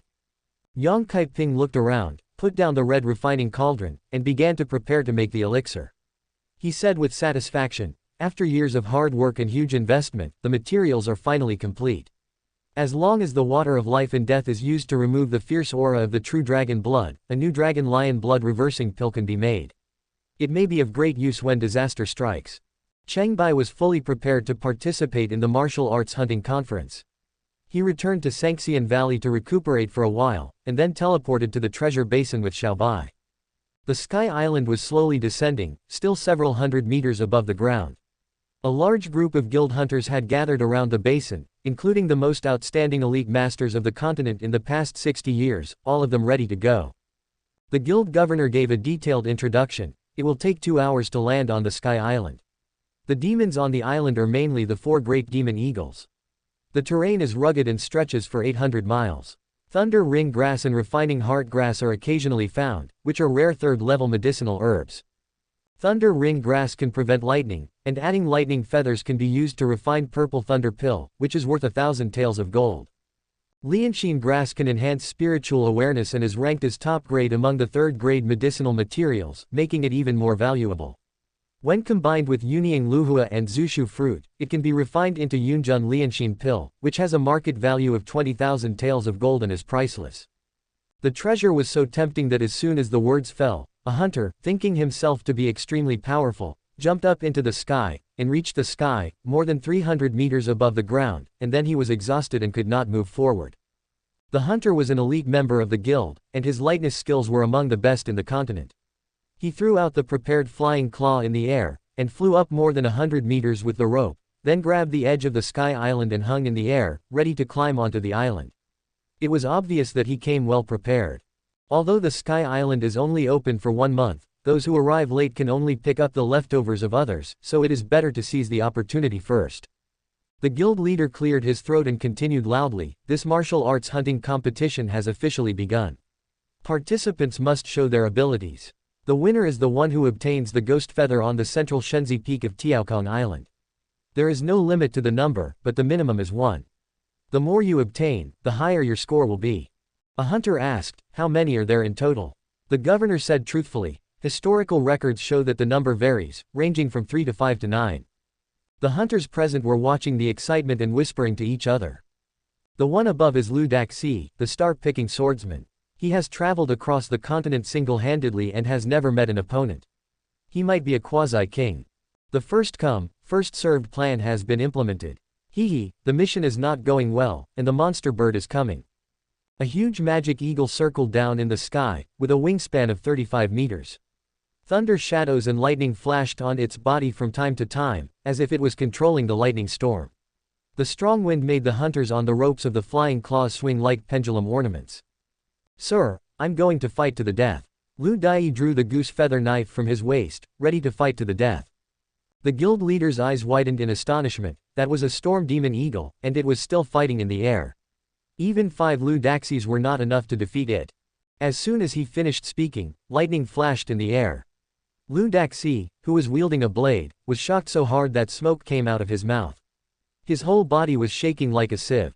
He could not hold on to the rope and fell from a great height. The onlookers' eyes followed the figure down until he fell to the ground with a loud thud. The unlucky guy miraculously stabbed the orichalcum blade in his hand into his own abdomen, and died on the spot. Lu Daxi failed in his challenge to the secret realm, but his heroic deeds will be remembered forever. The guild governor crossed out the participant's name and announced the result. The star-picking swordsman had some reputation, and the onlookers could not help but feel grief for him. The Sky Island dropped lower and lower, and the hunters estimated that they could reach it in a single leap, so they formed teams and went to the island one after another. This mysterious and vast land is rich in vegetation, with mountains of varying heights and shapes. The ridges are shrouded in mist and the strange peaks are lined up like a shy girl hiding under a veil.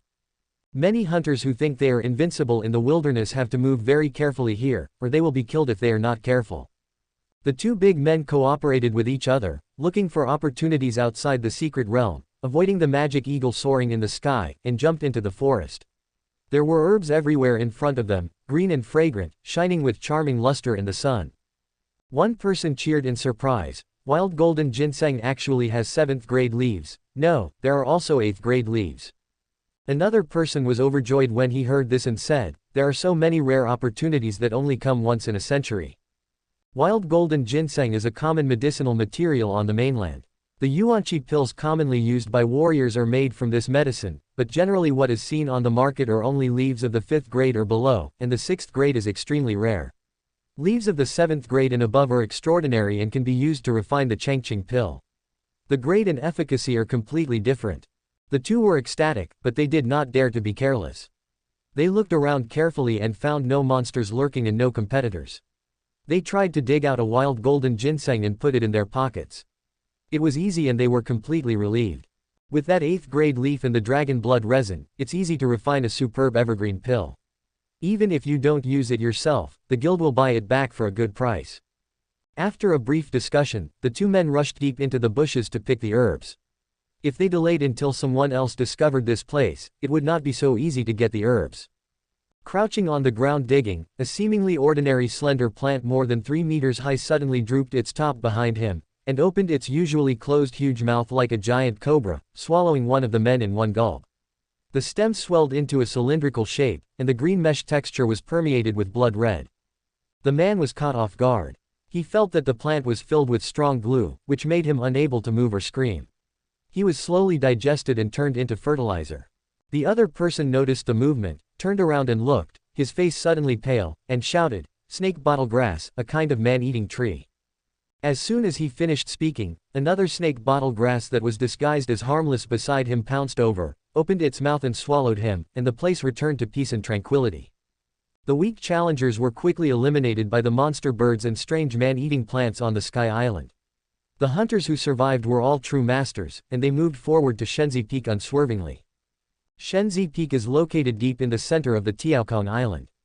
Yunwan and Ning Shang, who arrived yesterday, had almost no opponents on the outskirts and had a rich harvest, but they stayed here for a long time and were reluctant to leave. The mountains were high and steep, with yellow sand all around. From time to time, strong hurricanes roared in from the inside, leaving nothing behind except the ground in their paths. The 2 were close to the threshold of the palace master in terms of strength, but they were unable to stand still due to the strong wind, making it difficult for them to approach. If an ordinary person came here, they would be blown away from the Sky Island in the blink of an eye. Ning Xiang tried several times and expressed her opinion. There are 9 strange winds in total. The direction combination seems to have a certain pattern, and it seems to be gradually getting stronger. Yunwan was puzzled and asked, "It should be a formation set up on the island. It's strange. It was peaceful and calm yesterday when we were sightseeing. How come we have never heard of this restriction on Shenzi Peak?" Ning Xiang summed up her experience and said, "No matter what kind of restriction it is, if there is a pattern to follow, we can figure out the route and avoid the wind, and there is a good chance." The 2 women made a plan and took advantage of the gaps between the strong winds to hide and seize the opportunity to run and jump quickly. They passed through the outer mountains and successfully entered the Son of God Peak, unveiling the mystery inside. The sight before my eyes was shocking. From a distance it looked like a majestic mountain, but when I got closer I realized it was a gigantic monster with 9 heads. Its body was extremely ugly with black wrinkles like goose bumps, and its bare wings were bloated and short. At first glance, it looked like a plucked black chicken, curled up in the valley. The monster's 9 huge human-faced heads swayed, and it closed its eyes and opened its mouth to exhale, spewing out 9 hurricanes that disturbed the surroundings and rolled up yellow sand all over the sky. Chapter 65 Cruel Survival. The 2 women looked at each other in bewilderment, unable to anticipate the true appearance of Shen Zifeng. The guild leader claimed to know everything about the secret realm, but he had never mentioned this kind of monster. Yunwan urged, before it reacts, hurry up and do it. There is a hair there, it must be a ghost feather. Ningxiang pointed to the monster's tail, and a huge, sharp, glowing feather was revealed at the tip of the tail. The 2 girls approached cautiously, climbed up the huge body of the monster, and came to the cliff-like tail. The 2 men, one on top and one on the bottom, held onto the huge feather that was as big as a tree, and pulled it out with all their strength, finally pulling the ghost feather out. Woo ga ga! The monster suddenly screamed, as if in pain. The strange cry was similar to the sound of a duck, which could actually affect the mind. When it reached the ears, it made people dizzy and fainted on the spot. Ningxiang felt like she was struck by lightning when she heard this, but fortunately she was able to remain conscious. Yunwan felt dizzy and her body was shaking. She almost fell off the monster's tail. Ningxiang quickly pulled her back, took out a yangling pill and stuffed it into her mouth to keep her conscious. She also took a yangling pill into her mouth to prevent herself from losing her true nature. The monster had a human head that opened its sleepy eyes, looked around, turned its slender neck, and saw Yunwan stuffing the huge ghost feather into the treasure bag on her waist. It gritted its teeth in anger and slowly leaned its head as big as a building over. When the 2 girls saw it sticking its head over, they became fully alert, but did not run away. They stared at the other ghost feather standing on the monster's head. When it got closer, they looked at each other and winked, then they jumped onto the head at the same time and worked together to pull out the feather. Gaga. The monster didn't expect the 2 to be so bold. It screamed in pain, waking up the other 2 heads, which opened their eyes with difficulty and looked over. Ningxiang stuffed the ghost feather into the treasure bag and was about to rush towards another ghost feather on the monster's wing. Yunwan hurriedly grabbed her and advised, "We have gained something from the adventure. If this monster really wakes up, we will definitely not be its enemy. Let's go quickly." The 2 women jumped off the monster's body and quickly fled from Shenzi Peak. The 3 heads that woke up forgot to spit out hurricanes, and stupidly stretched their necks to chase after them, but their huge bodies were still asleep and unable to move, inadvertently making it easier for the 2 to escape, and they screamed angrily. The 2 girls ran back to the Sky Patrol spirit boat excitedly, chattering about their adventures along the way. Hunting some storm magic eagles and lightning magic eagles was no problem, but the super-large 9-headed strange bird on the Son of God Peak was unheard of. The person in charge of commanding the Sky Patrol spirit boat was the chief elder of the weapon sect, Qiongqi. Hearing this, he felt as if he was in a fog and could not help but ask, "The Son of God Peak is a strange-looking mountain that seems to have 9 heads. Where did the strange birds and hurricanes come from?" The 2 girls turned around, their eyes full of disbelief. Yunwan was surprised and asked, "Weren't there any monsters before?" Qiongqi was very sure. As for monsters, they are the 4 major groups of demon birds on the island: the Sky Demon Eagle, Storm Demon Eagle, Lightning Demon Eagle, and Thunderstorm Demon Eagle. The latter is especially powerful, not far from the 2 of you. In addition, there are some man-eating plants and trees, which are troublesome enough for hunters. There are often casualties in every conference. I also led a team there when I was young, and there is no such thing as a 9-headed hairless giant bird. Ningxiang thought for a moment and said, "Could it be that the 9-headed mountain transformed into a 9-headed giant bird?" Qiongqi had no clues and could not come to a conclusion, so he started the Sky Patrol spirit boat and launched it into the sky. "Anyway, the mission is completed, let's go to Qiongqi City to report." The Sky Patrol spirit boat turned around and flew towards Qiongqi City. Just after noon, the Sky Island completely sank into the treasure basin, merging and connecting as if one. The ground shook slightly, demonstrating the great power of the ancient civilization. Overlooking the entire island from the observation deck, the view is broad, with rolling hills extending into the distance and merging into the clear sky. Suddenly, a violently rotating funnel-shaped dust column appeared at the location of Shenzi Peak, connecting with the clouds in the sky, forming a magnificent spectacle of a tornado connecting heaven and earth. What happened there? The people who were sailing away on the sky patrolling spirit boat were confused. As soon as Yunwan and Ningxiang returned to the sky patrol spirit boat, Cheng Bai arrived near the Shenzi Peak. Long before the tragic death of the star-picking swordsman attracted many eyes, Cheng Bai had already jumped to the sky-treading island with Xiao Bai in his arms, at such a fast speed that he did not attract any attention. With the help of Xiao Bai's keen sense of smell, he searched for elixirs along the way. With nimble hands and feet, he cut snake bottle grass as if it were weeds and slaughtered the magic eagle as if it were a pheasant, as if he was in an empty space. When the first group of hunters in the team landed on the sky island, Cheng Bai had already hunted several lightning demon eagles, harvested a lot of precious medicines and spiritual roots, and was approaching the mission target at the fastest speed.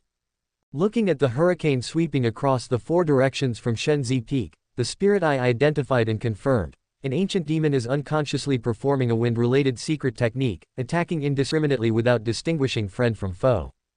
As Cheng Bai approached Shenzi Peak, several hurricanes suddenly disappeared and were replaced by several terrifying suction forces. It seemed that all living things became targets of absorption. A thunderstorm demon eagle was passing in the sky. As the overlord of Sky-Treading Island, it was stronger than the storm demon eagle. Its wingspan was more than 40 meters long, and it could tear the giant elephant apart. But now it was unable to break free from the suction. It wailed a few times and fell to the ground, falling into the monster's huge human-faced mouth, blood splattering everywhere. Having used these methods just now, it was difficult for the 2 women to leave easily. Fortunately, they left quickly, and the 3 of them were slow to react as they had just woken up from a dream, and they were unable to remember their abilities for a while. Cheng Bai did not dare to delay. He approached silently in stealth. His spiritual eyes determined the safe trajectory outside the suction force. He quickly arrived in front of the 9-headed strange bird and observed carefully. The secret book of medicine collection states, it has 9 heads with human faces and bird bodies, and is called Gush.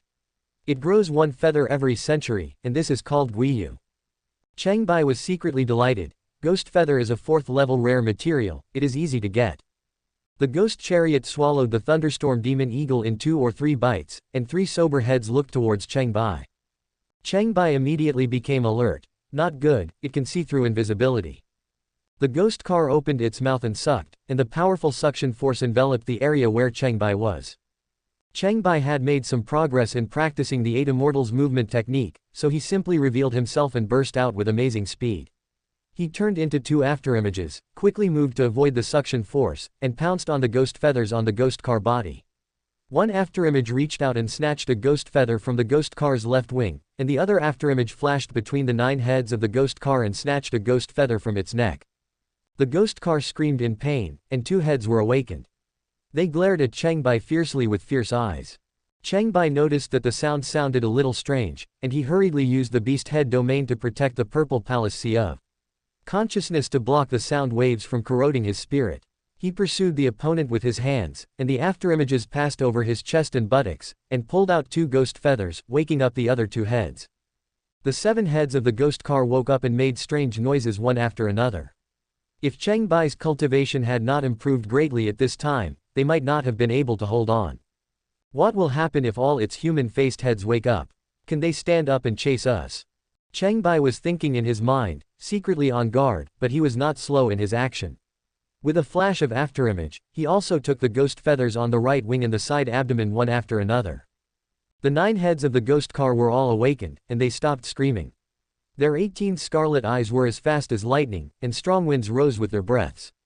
They staggered and tried to stand up, rising to a height of more than 200 meters, but then shrank back weakly. The last conscious head raised its head with a grin, and a ghost feather grew on its chin like a beard. Cheng Bai thought of the Bone King in the Howling Ruins, and thought to himself, this monster is no less powerful than the Skull Monster. It must have just woken up and is in a similar state. Its strength has not yet recovered, so you can rest assured. He rushed forward, snatched the last ghost feather, stuffed it into the treasure bag, turned around and fired 9 thunder and fire bombs at the 9 heads.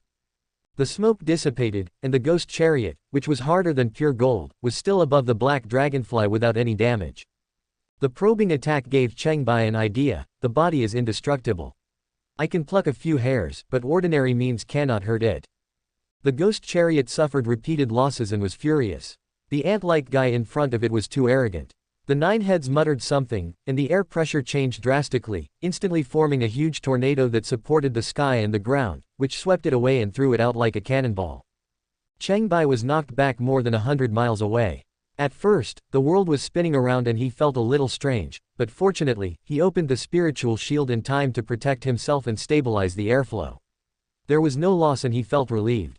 The thunder is loud but the rain is small. You don't have to be afraid of it as you have the spiritual shield protecting you. He slowly landed on the ground like a big bird, and teleported instantly back to Qiao Bai who was waiting outside Shenzi Peak. The man and the wolf continued to hunt and collect herbs around the island. They were no longer interested in the ghost car. If a fight really breaks out, there's nothing we can do about it. Anyway, all the fur has been plucked. It's better to keep out of the way and make money on our own. The strange celestial phenomenon in the center of the island soon dissipated, and the change attracted the attention of the hunters on the island. The team worked in harmony and advanced towards the Shenzi Peak one after another. The leader of the Yellow Jade Banner strode into the Sky Island, still in the image of Qi Jifen, and said complacently, "I'm catching up, I hope I'm not falling behind. With this identity and current cultivation, I may be able to win the title of Hunter King and leave the Qiongqi continent with a legitimate reason." He was no novice. Looking at the dispersing tornado, he muttered to himself, "There are the most nests of demon birds near Shenzi Peak, and the thunderstorm demon eagle is the most difficult to deal with. Where did the tornado come from? It's a little different from previous ones. It is indeed very different. The magic eagles near Shenzi Peak either escaped or were eaten by ghost carts. The challenges faced by hunters this time are completely not of the same level as in the past." Cheng Bai circled half of the island and killed 5 storm magic eagles and 5 lightning magic eagles. He obtained a lot of refining heart grass, thunder ring grass, and wild golden ginseng. It was a great harvest. Near the evening, he finally remembered that today was the day Lu Maiating asked him to pick her up. Although he did not explicitly agree to this, after hesitating for a moment, he was still teleported to the door of the Hunter Gun King store. Zhou Zibang was tending to the store. He glanced at Cheng Bai who walked in and said casually, "Your goods are ready." He took out the customized void rope and delivered the goods. Cheng Bai took the void rope and felt it was as light as a feather. It seemed to overlap with different spaces in his spiritual eyes, which was very strange. Zhou Zibang then said softly, "She is in the 3rd room on the left upstairs. She is in a bad mood and has no plans to go to the meeting. If you don't come tonight, she will cry." Cheng Bai silently put away the void rope and walked upstairs. Many of the rooms are converted from cabins of starships. The passage structures are exquisite and tight, the environment is clean, and it can be seen that they are regularly maintained. The level of civilization and advancement is amazing. It's a pity that the power is gone and the doorbell has long lost its function. Cheng Bai tapped on the door of her room with his fingers. There were sounds of running and rummaging through boxes behind the door. After a moment, the door opened and Lu Maiating appeared in front of him with a smile, dressed neatly and combed cleanly. She said softly, "I've been waiting for you for a long time."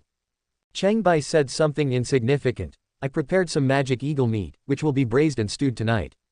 Lu Maiating was very excited, "I'll help." The two of them were busy in the kitchen, cutting the fresh magic eagle meat into thin slices, adding various seasonings, grilling it until done, and stewing it until fragrant. The color, aroma and taste of the tempting food attracted Zhou Zibang's envious glances. The 3 of them sat down at the dinner table. Zhou Zibang picked up the magic eagle meat, dipped it in the forget-me-not sauce, put it into his mouth, chewed it slowly, and praised it highly. "It's delicious. It's the meat of the magic eagle from the Sky Island. I haven't tasted it for many years. The essence of the magic eagle is the ingredient for the wind-swept pill.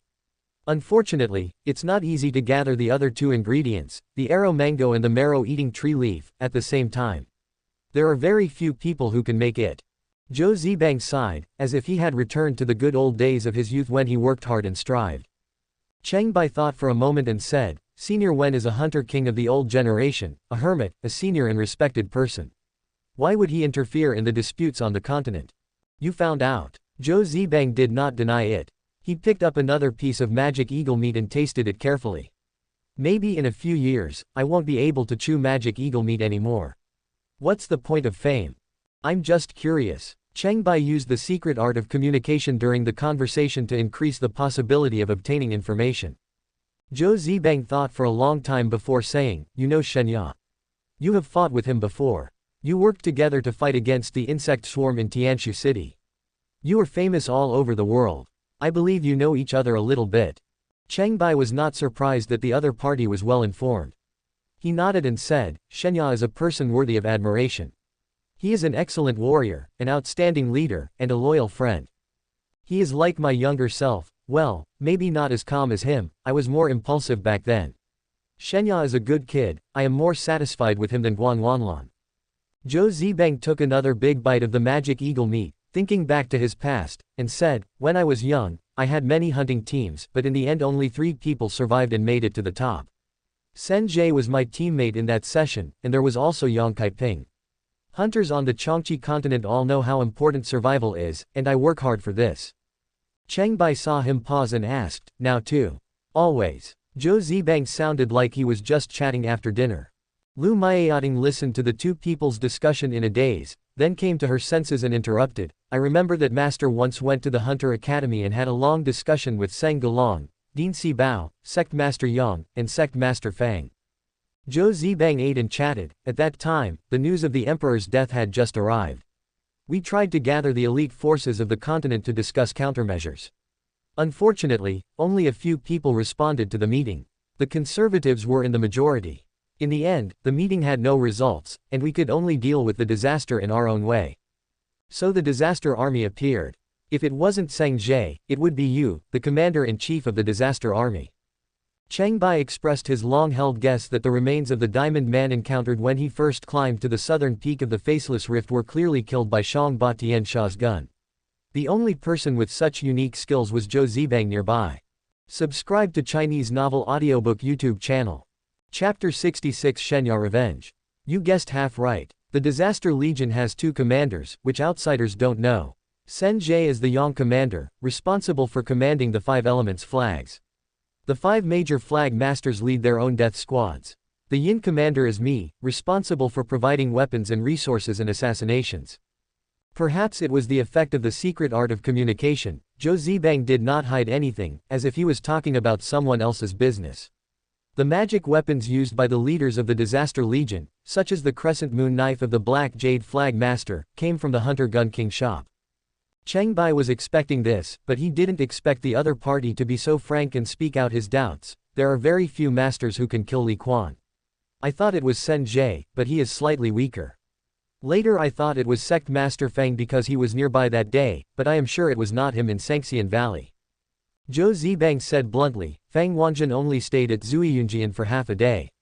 It was me who used the water mirror secret technique on the top floor to break the iceberg sword domain, shattered Li Quan's inner elixir, and notified Seng Jie to take control of the Hunter Guild as soon as possible.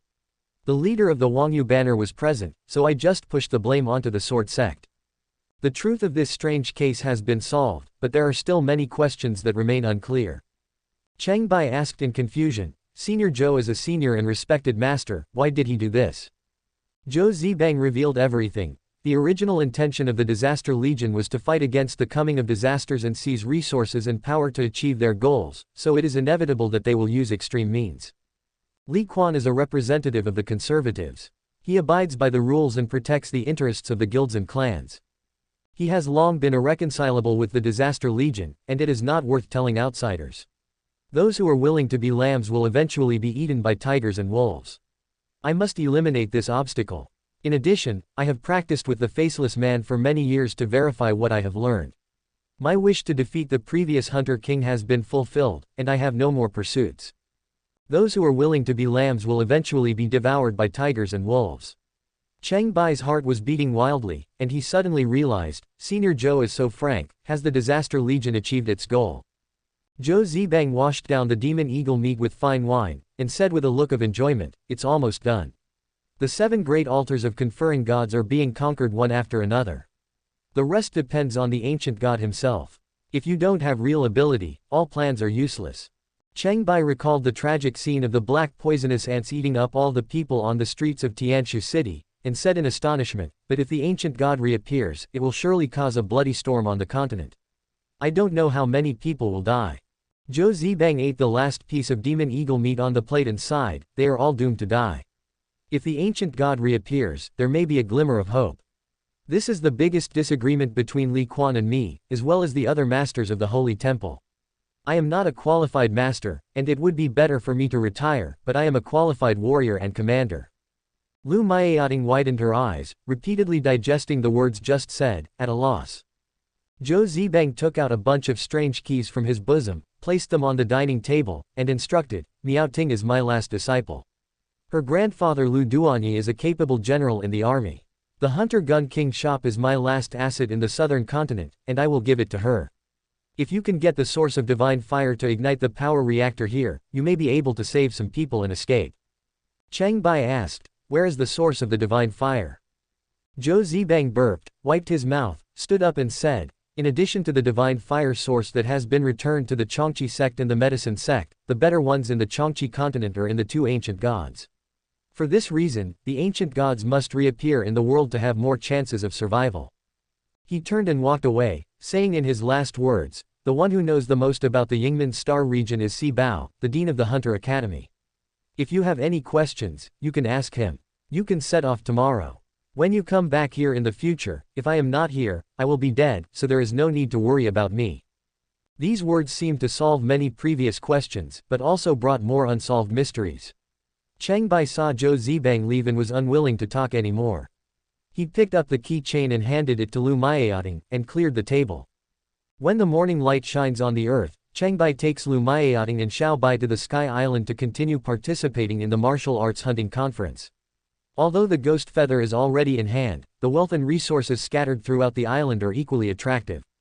The demon eagle was especially powerful, as it was full of treasures. The four major demon bird tribes were very famous in the Qiongqi continent, and it usually took a team of more than 5 elite hunters to hunt a sky demon eagle, and it was even more difficult to deal with more advanced species. So far, only a few teams have advanced to the vicinity of Shenzi Peak, and the one that is recognized to have the best performance is the 5-man team led by the fierce boxing king He Liepeng.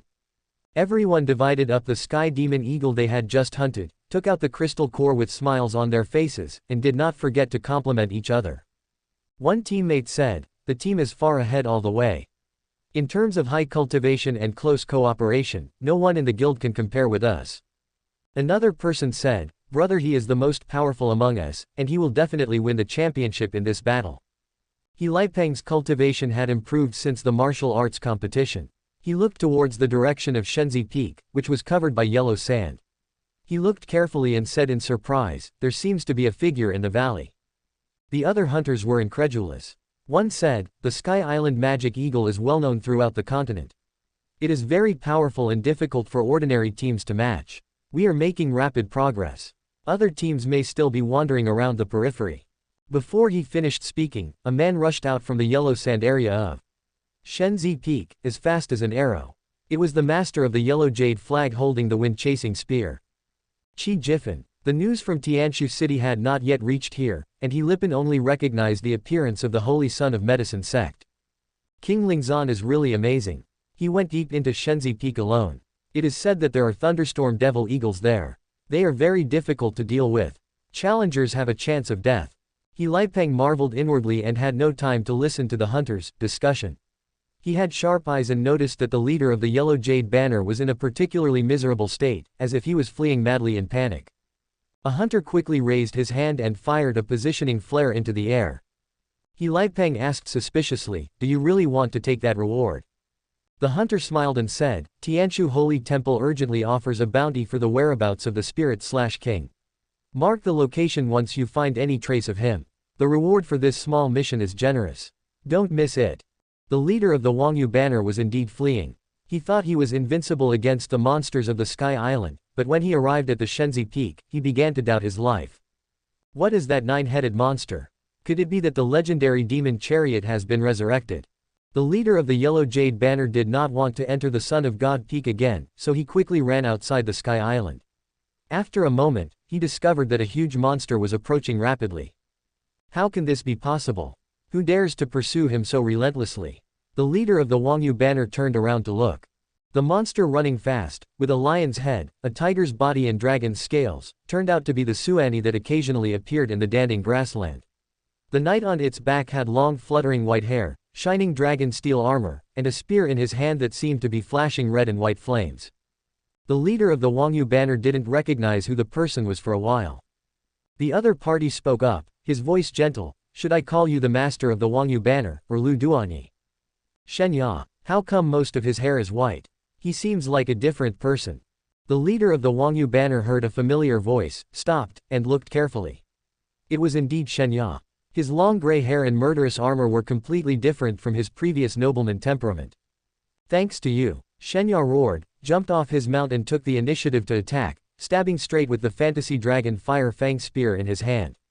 The terrifying murderous aura condensed like substance, and the space seemed to be shaking violently. The overlord body image unfolded, and a giant with a dragon head and a human body wearing golden armor turned into a god of war, stepping on a vortex of lightning, shining brightly, and floating on the ground like riding on clouds. In the past, neither he nor his domain could fly, but now the overlord vision has become more mature, and he can move much more freely, and it is obvious that his cultivation has greatly improved. "What can a defeated general do to me?" The leader of the Topaz flag sneered and went into battle. The mud giant rose from the underworld, with his feet on the river Styx and a ring of fire on his head. His body was bigger than before, like the Lord of Hell in the end times, more majestic than before. The two men fought back and forth fiercely for thousands of rounds. The two gun shadows intertwined, the wind was whistling, sand and rocks were flying, and the mountains were collapsing and the earth was shaking, but there was no winner. The leader of the yellow jade banner could not gain the slightest advantage, and the wind-chasing spear was actually at a disadvantage. He was shocked in his heart. His skills have improved so much. The sight of two huge giants over 40 meters tall was breathtaking. Their attack crushed the rocks and trees into dust, as if they were going to overturn the mountain top. The sonic booms that tore through the air echoed through the mountains and valleys, attracting the attention of many hunters around, including Cheng Bai. Lu Maiating heard the noise, turned around and looked, curiously, "Are those two strong men fighting over there? The momentum looks a little familiar." Cheng Bai had just dug up a nest of 3 thunderstorm demon eagle eggs on the cliff. Their parents were nowhere to be found. Seeing this, he hurriedly collected them and took Lu Maiating closer to find the highest point nearby to watch the battle. Between the peaks, the two masters showed their skills, and gradually revealed their cards in the fight between dragons and tigers. The battle of visions was in full swing. The mud giant's 4 big hands frequently used killing moves. One hand held an icy moon blade, one hand grabbed a Senro ghost claw, one hand held a giant rock that shook the earth, and one hand held a blazing fireball. He took turns attacking the opponent. Whenever he touched any object, no matter it was gold, wood, earth, or stone, they were all frozen into ice cubes, then torn into several pieces, smashed into pieces, burned into boiling magma, and then frozen into ice again. This cycle repeated over and over again. Wherever he went, it turned into a tombstone in the underworld, with ghosts crying and gods howling. The overlord with a dragon head and a human body remained calm. He stepped on the vortex of lightning without touching the ground and moved freely to avoid the impact of mudslides. His obviously improved speed made him very capable in battle. Every lightning fist of his could resist ice, fire, claws, and heavy blows. The powerful electromagnetic force field could resist most of the ghost howls and magic sounds, and the repulsive force even secretly hindered the operation of the secret art of rebirth. The leader of the yellow jade banner was undefeated in the fierce battle, and the wind-chasing spear burst into a magnificent spear flower, using his ultimate move, a flash in the pan. The brilliant light illuminated the valley, and a murderous intent emerged from the unparalleled beauty. Shenya had been defeated once by this move, but he was focused and not swayed by the remaining ghost howls. He used the unique move, enemy attack from all sides, that he had carefully studied based on the dominate the world move. A sense of grief and beauty was added to his invincible momentum, and his power was greater than before. The phantom dragon fire fang spear emitted flames in all directions. Yushan was facing a desperate situation of insect swarms, and Chi Kai died without hesitation. During that time, Shenya realized that dominating the world does not mean being invincible. Breaking through difficulties and obstacles in desperation can stimulate greater potential. At that moment, the repeated entanglement of the two forces was temporarily forced back by the repulsive force, and the phantom dragon fire fang spear took advantage of the situation to overwhelm the wind-chasing spear, becoming the key to determining the outcome. Lu Mayating, who was watching the battle, was so shocked that her face turned pale. She whispered, "It's just a flash in the pan. The Tezu's Pear Blossom Spear special move, could it be him?" The two men decided the winner in the fierce battle. The brief brilliance disappeared, the gun flowers shattered, and a long spear flew out and penetrated deeply into the cliff. The spear shaft trembled constantly. It was the wind-chasing spear. A large hole was pierced through the abdomen of the leader of the Topaz Banner. He suddenly fell to the ground with a look of astonishment on his face. The huge mud giant vision slowly dissipated, and the underworld disappeared. Shen Ya's mouth was bleeding. He fought bravely and was able to win the battle. He was injured to some extent. He praised coldly, "Excellent spearmanship, rare in the world. If the wind-chasing spear was not less powerful, the fight would have lasted longer." You shattered my dantian." The voice of the leader of the Wangyu banner gradually weakened, and his appearance changed drastically, revealing his original face. He had been worn down by the years, his skin was rough, his temples were slightly protruding, and he had thick eyebrows and big eyes, but he was still considered heroic. In the distance, Cheng Bai was running behind Lu Mayating, standing silently by the side, watching the fallen leader of the yellow jade flag. Lu Mayating hesitated to speak. Cheng Bai advised, "When a person is about to die, his words are good. Forget everything in the past and say goodbye." Lu Mayating hesitated and said, I am Lu Mayating." The leader of the yellow jade banner could hardly believe it. He stared with wide eyes, looking again and again, searching for past memories in the woman in front of him. His spiritual sense tested the blood connection and found a faint echo between them. The invisible bond could not be false. He felt mixed emotions in his heart and laughed miserably in a low voice, "I didn't expect. God still favors me." Only Cheng Bai could tell that the favor he was referring to was not the present time, but the fact that he did not accidentally kill Lu Mayating in the poison crystal cave. "I also know that Master once sent Lu Duanyi's granddaughter Lu Mayating to the Hunter Academy for foster care. You two can talk. He doesn't have much time left." Shenya said softly and walked away. The leader of the yellow jade banner used his remaining strength to take out the treasure bag from his body, panted a few times and said, "My Miao Ting, take it. You will know why." Lu Mayating walked forward and the leader of the Wangyu banner suddenly grabbed her hand. Cheng Bai was shocked, fearing that something unexpected might happen, and wanted to stop it, but he stopped. In his spiritual eyes, the secret art of rebirth was working in reverse. Layers of dark shadows continuously stripped certain powers from the master of the yellow jade flag and added them to Lu Mayating, causing the talent of the originally not outstanding woman to slowly change. This was not a bad thing. My legacy, my sea of consciousness is intact, and I have only 30% of my power left. I leave it all to you. You can take away my power to rebirth and pass it on, but the Lu family will have an heir. He exhaled his last breath, and finally his power was gone and he died. Lu Mayating stared blankly at the death of her only relative, feeling a little lost. They had just met and now were separated by life and death. Perhaps it was because they were too unfamiliar. She felt neither sad nor complained. Shenya went to the cliff and pulled out the wind-chasing spear, handed it to Cheng Bai, and suggested, "Brother Cheng is a disciple of Sect Master Fang. Please take back the wind-chasing spear and return it to the weapon sect on my behalf. The matter of the Overlord spear is over, and please return the remaining materials and deposit to me. Tianshu City is currently in a state of disrepair and financial constraints. It would be better to return the money used to re-refine the Overlord spear and use it to rebuild the city to temporarily alleviate the urgent need." Cheng Bai accepted the wind-chasing spear in the name of a disciple of the Qi sect and would return it to the Qi sect. The two men hurriedly buried the body of the leader of the Yellow Jade Banner and left the Sky Island. Chapter 67 News from the Outside World. In the distant Golden Desert, Lu Suyan brought Ruan Toran back to Tianshuan City. Ruan Toran is not much stronger than an ordinary person now, so he is inevitably inconvenient to move.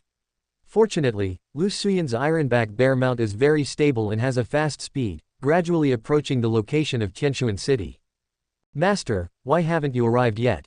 Ruan Toran was a little anxious and wanted to return to the city to practice martial arts again. He was sure that he could reach his goal at a faster speed. Maybe it would only take 6 or 7 years to recover his previous strength. Strange, we should be arriving at Tianshuan City soon. Lu Suyan looked around. As the master of Tianshuan Palace, she was very familiar with her home address. However, after searching for a long time, she found only scattered traces of an oasis nearby. Looking into the distance, the huge oasis city is still far away on the horizon. Puzzled, Lu Suyin took Ruan Torin and urged the Ironback Bear to run towards a distant destination, but it seemed as if they would never reach the other side of the desert. No, this is an illusion, we have been fooled. Lu Suyin suddenly woke up and turned to look in the distance where they came from, where Tianquan City and the surrounding oasis were full of vitality. How is this possible? This has never happened in Tianquan City. Ruan Torin was confused. The Ironback Bear carried the two people back to the scattered oasis they had just been to, panting with exhaustion. The Tianquan City they had just seen was gone again. When they turned around, the oasis city was still far away in the horizon. Lu Suyin felt horrified and said in a trembling voice, "Not good, Tianquan City is lost. Someone, no, a powerful person has blocked the entire city, and no one can enter." Far away in the Tianji temple, Wangfu Sanchuan, who had hurried back on the cloud-piercing shuttle, looked at the altar in the open-air hall with a solemn expression. A violent whirlwind came out of the small hole on the altar. It was small at the bottom but got bigger as it went up until it reached the cloud layer, forming a funnel-shaped tornado that connected the sky and the earth. Looking up, there was a boundless expanse of space. Anyone and anything that approached was sucked away and no one knew where they were. The eldest senior brother of Tianji Temple reported, "Since last night, the conferred god altar has become like this.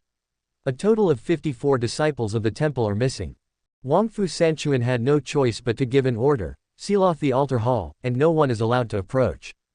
The three people who caused these disasters now dismounted their silver griffin mounts one after another and looked towards the magnificent walls of Qiongqi City.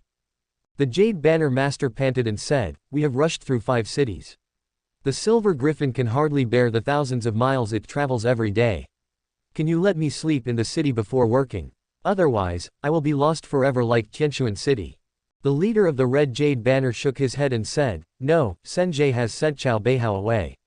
If it's any later, he will go back to the city. If things go wrong, the 3 old monsters from the academy will be alerted. We may have to go through a fierce battle. There is no Huang Yu to help us today." The Black Jade Banner Master agreed, "It's better to start early than late. Let's get started." Cheng Bai rested in the Tianquan City Inn and counted the treasure bag left by the master of the Huang Yu Banner. In addition to some daily necessities, the most valuable items were the Ghost King fan and 6 taels of gold. Lu Maeating inherited the estate and returned 20,000 taels to Cheng Bai. "If you borrow, you must repay. It is not difficult to borrow again, but it is a pity that there is no interest." "No, there is." Lu Maeating actually gave Cheng Bai another 20,000 taels. "We are from the same country, I am the captain, and I will give you half." Cheng Bai felt a little apologetic because he was not so generous to Lu Maeating and even wanted to dump her several times. He thought for a moment, then took out 3 Yunjun Lianxin pills and gave them to Lu Maeating. "I have learned how to refine pills. I will give you half of these Yunjun Lianxin pills." Lien Guiyu also gave her 3 of them. "I picked them up on the Sky Island. Let's go and complete the task together." Lu Maeating was very happy and smiled like a carefree child. There is also a large parchment book in the inheritance, which records many experiences. Inside it is a large world map of the Qiongqi continent with many marks and annotations, indicating many places he has visited. Lu Maeating glanced through it, her expression changing. He hopes to save the entire continent. It's unbelievable. The leader of the Huang Yu Banner, Lu Duanyi, as recorded in the sheepskin book, considers himself to be arrogant and hardworking, and puts family feuds and clan hatred first, but the world is unfair and he repeatedly runs into obstacles. He hoped to leave the mainland by participating in a martial arts hunting contest, but failed. As the patriarch, he wanted to lead Lu village to prosperity, but also failed miserably. He tried to make friends, but ended up making enemies everywhere, until his family was broken up and he became disheartened. Cheng Bai pondered and said, "Everyone has his own justice in his heart." He finally joined the Disaster Legion and found some sense of accomplishment there. Why did he always want to leave the continent? Fang Wanjun also mentioned this matter before, but didn't take it seriously at the time. Lu Maeating pointed out the key point. Only the top 3 in the martial arts hunting competition can be recommended by the academy, and the great geniuses have the hope of being promoted to the next level.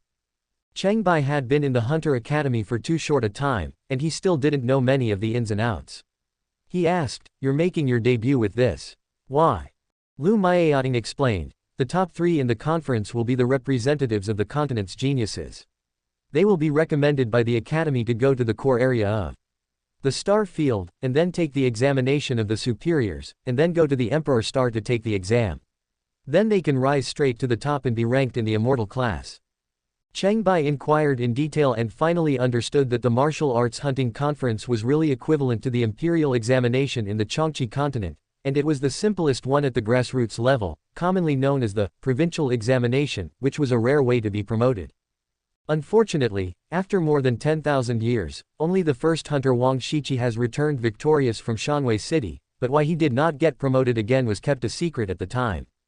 The netherworld road from Qiongqi continent to other star regions has been cut off, and travel depends on the Sky Patrol spiritual boat, so to go to higher level areas, you can only reach the nearest Shanwei City.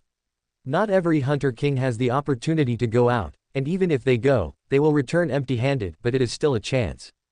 Lu Maiating is indeed a veteran hunter and knows a lot.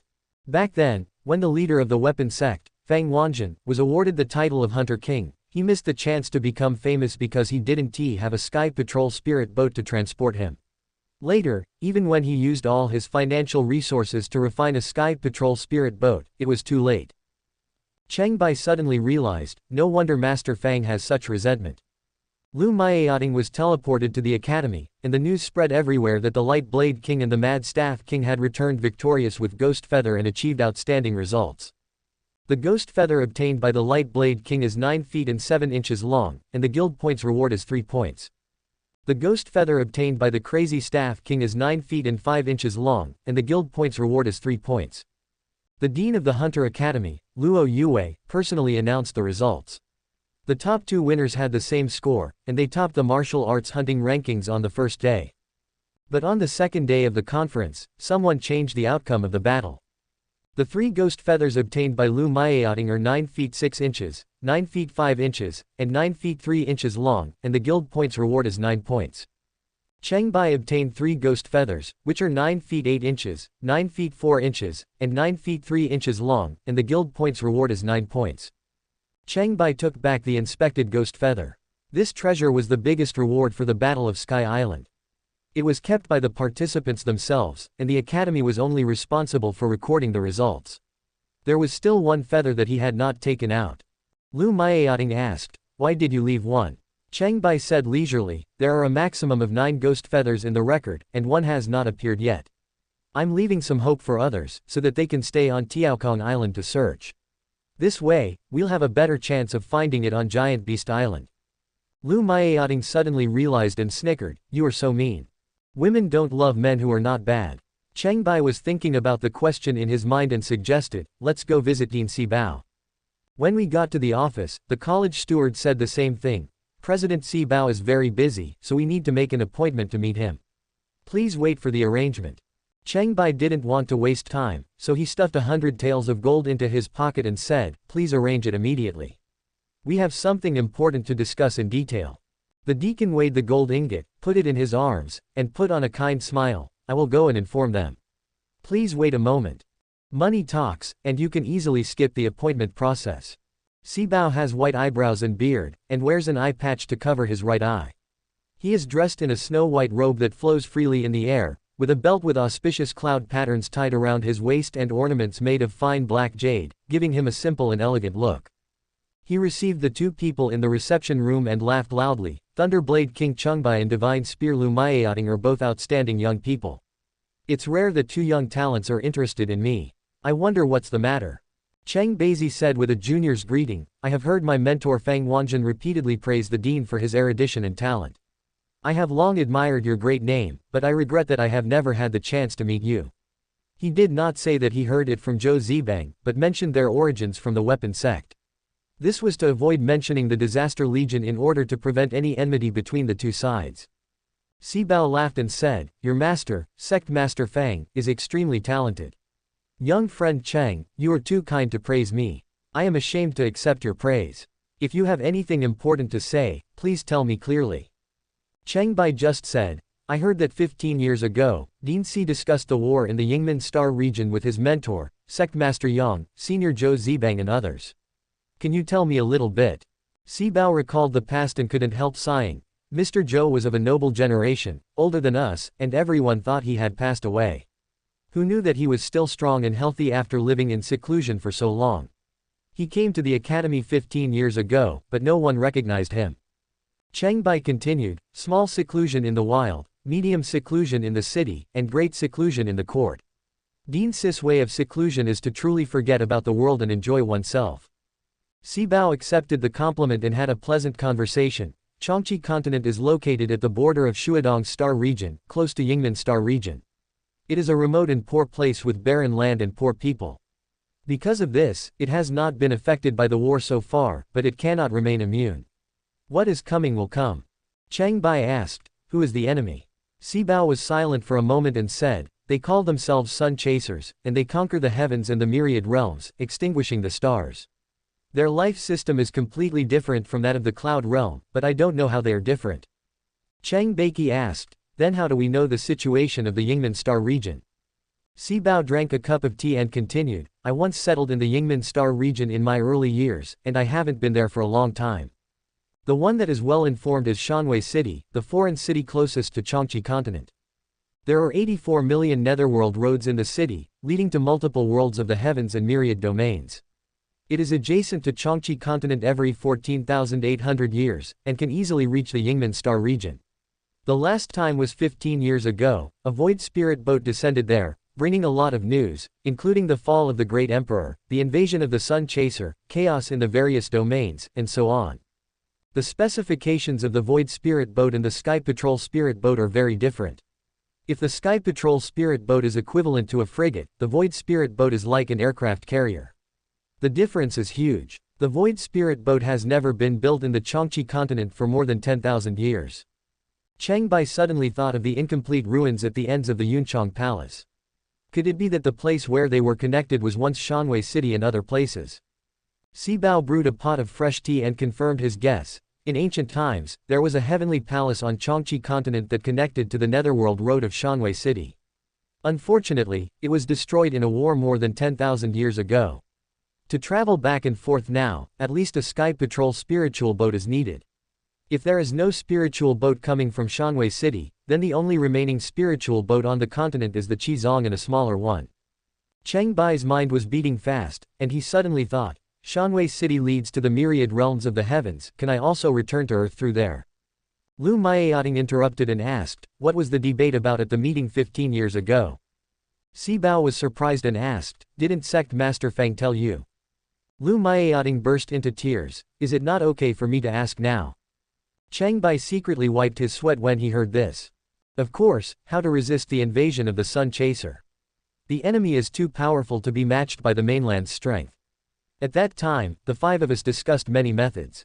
Bao thought back to the past, paused for a moment and continued, Fang Wanzhen planned to build a large-scale patrol boat to retreat to Shanwei City, but the cost was too high and the number of people to be transported was limited. Yang Kaiping thought that if they accumulated enough dragon and lion blood reversing pills and fought a desperate battle, their lifespan would be greatly reduced, and those who survived would not live long.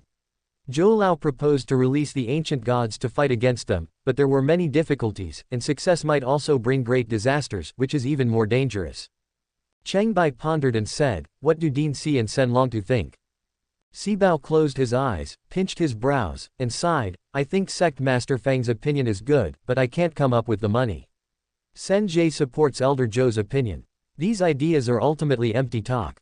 Facing the upcoming war, the consequences are unpredictable, and few major forces on the continent respond.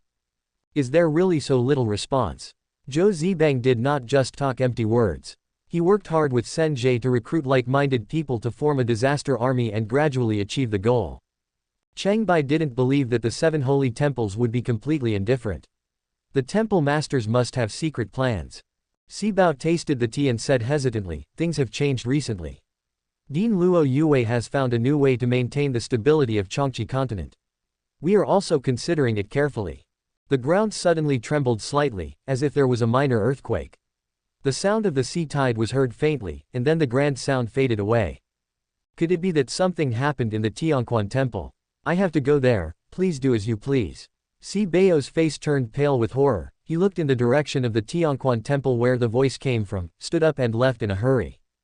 Cheng Bai took Lu Maiating away from the academy. Lu Maiating muttered, does President Luo have a better idea?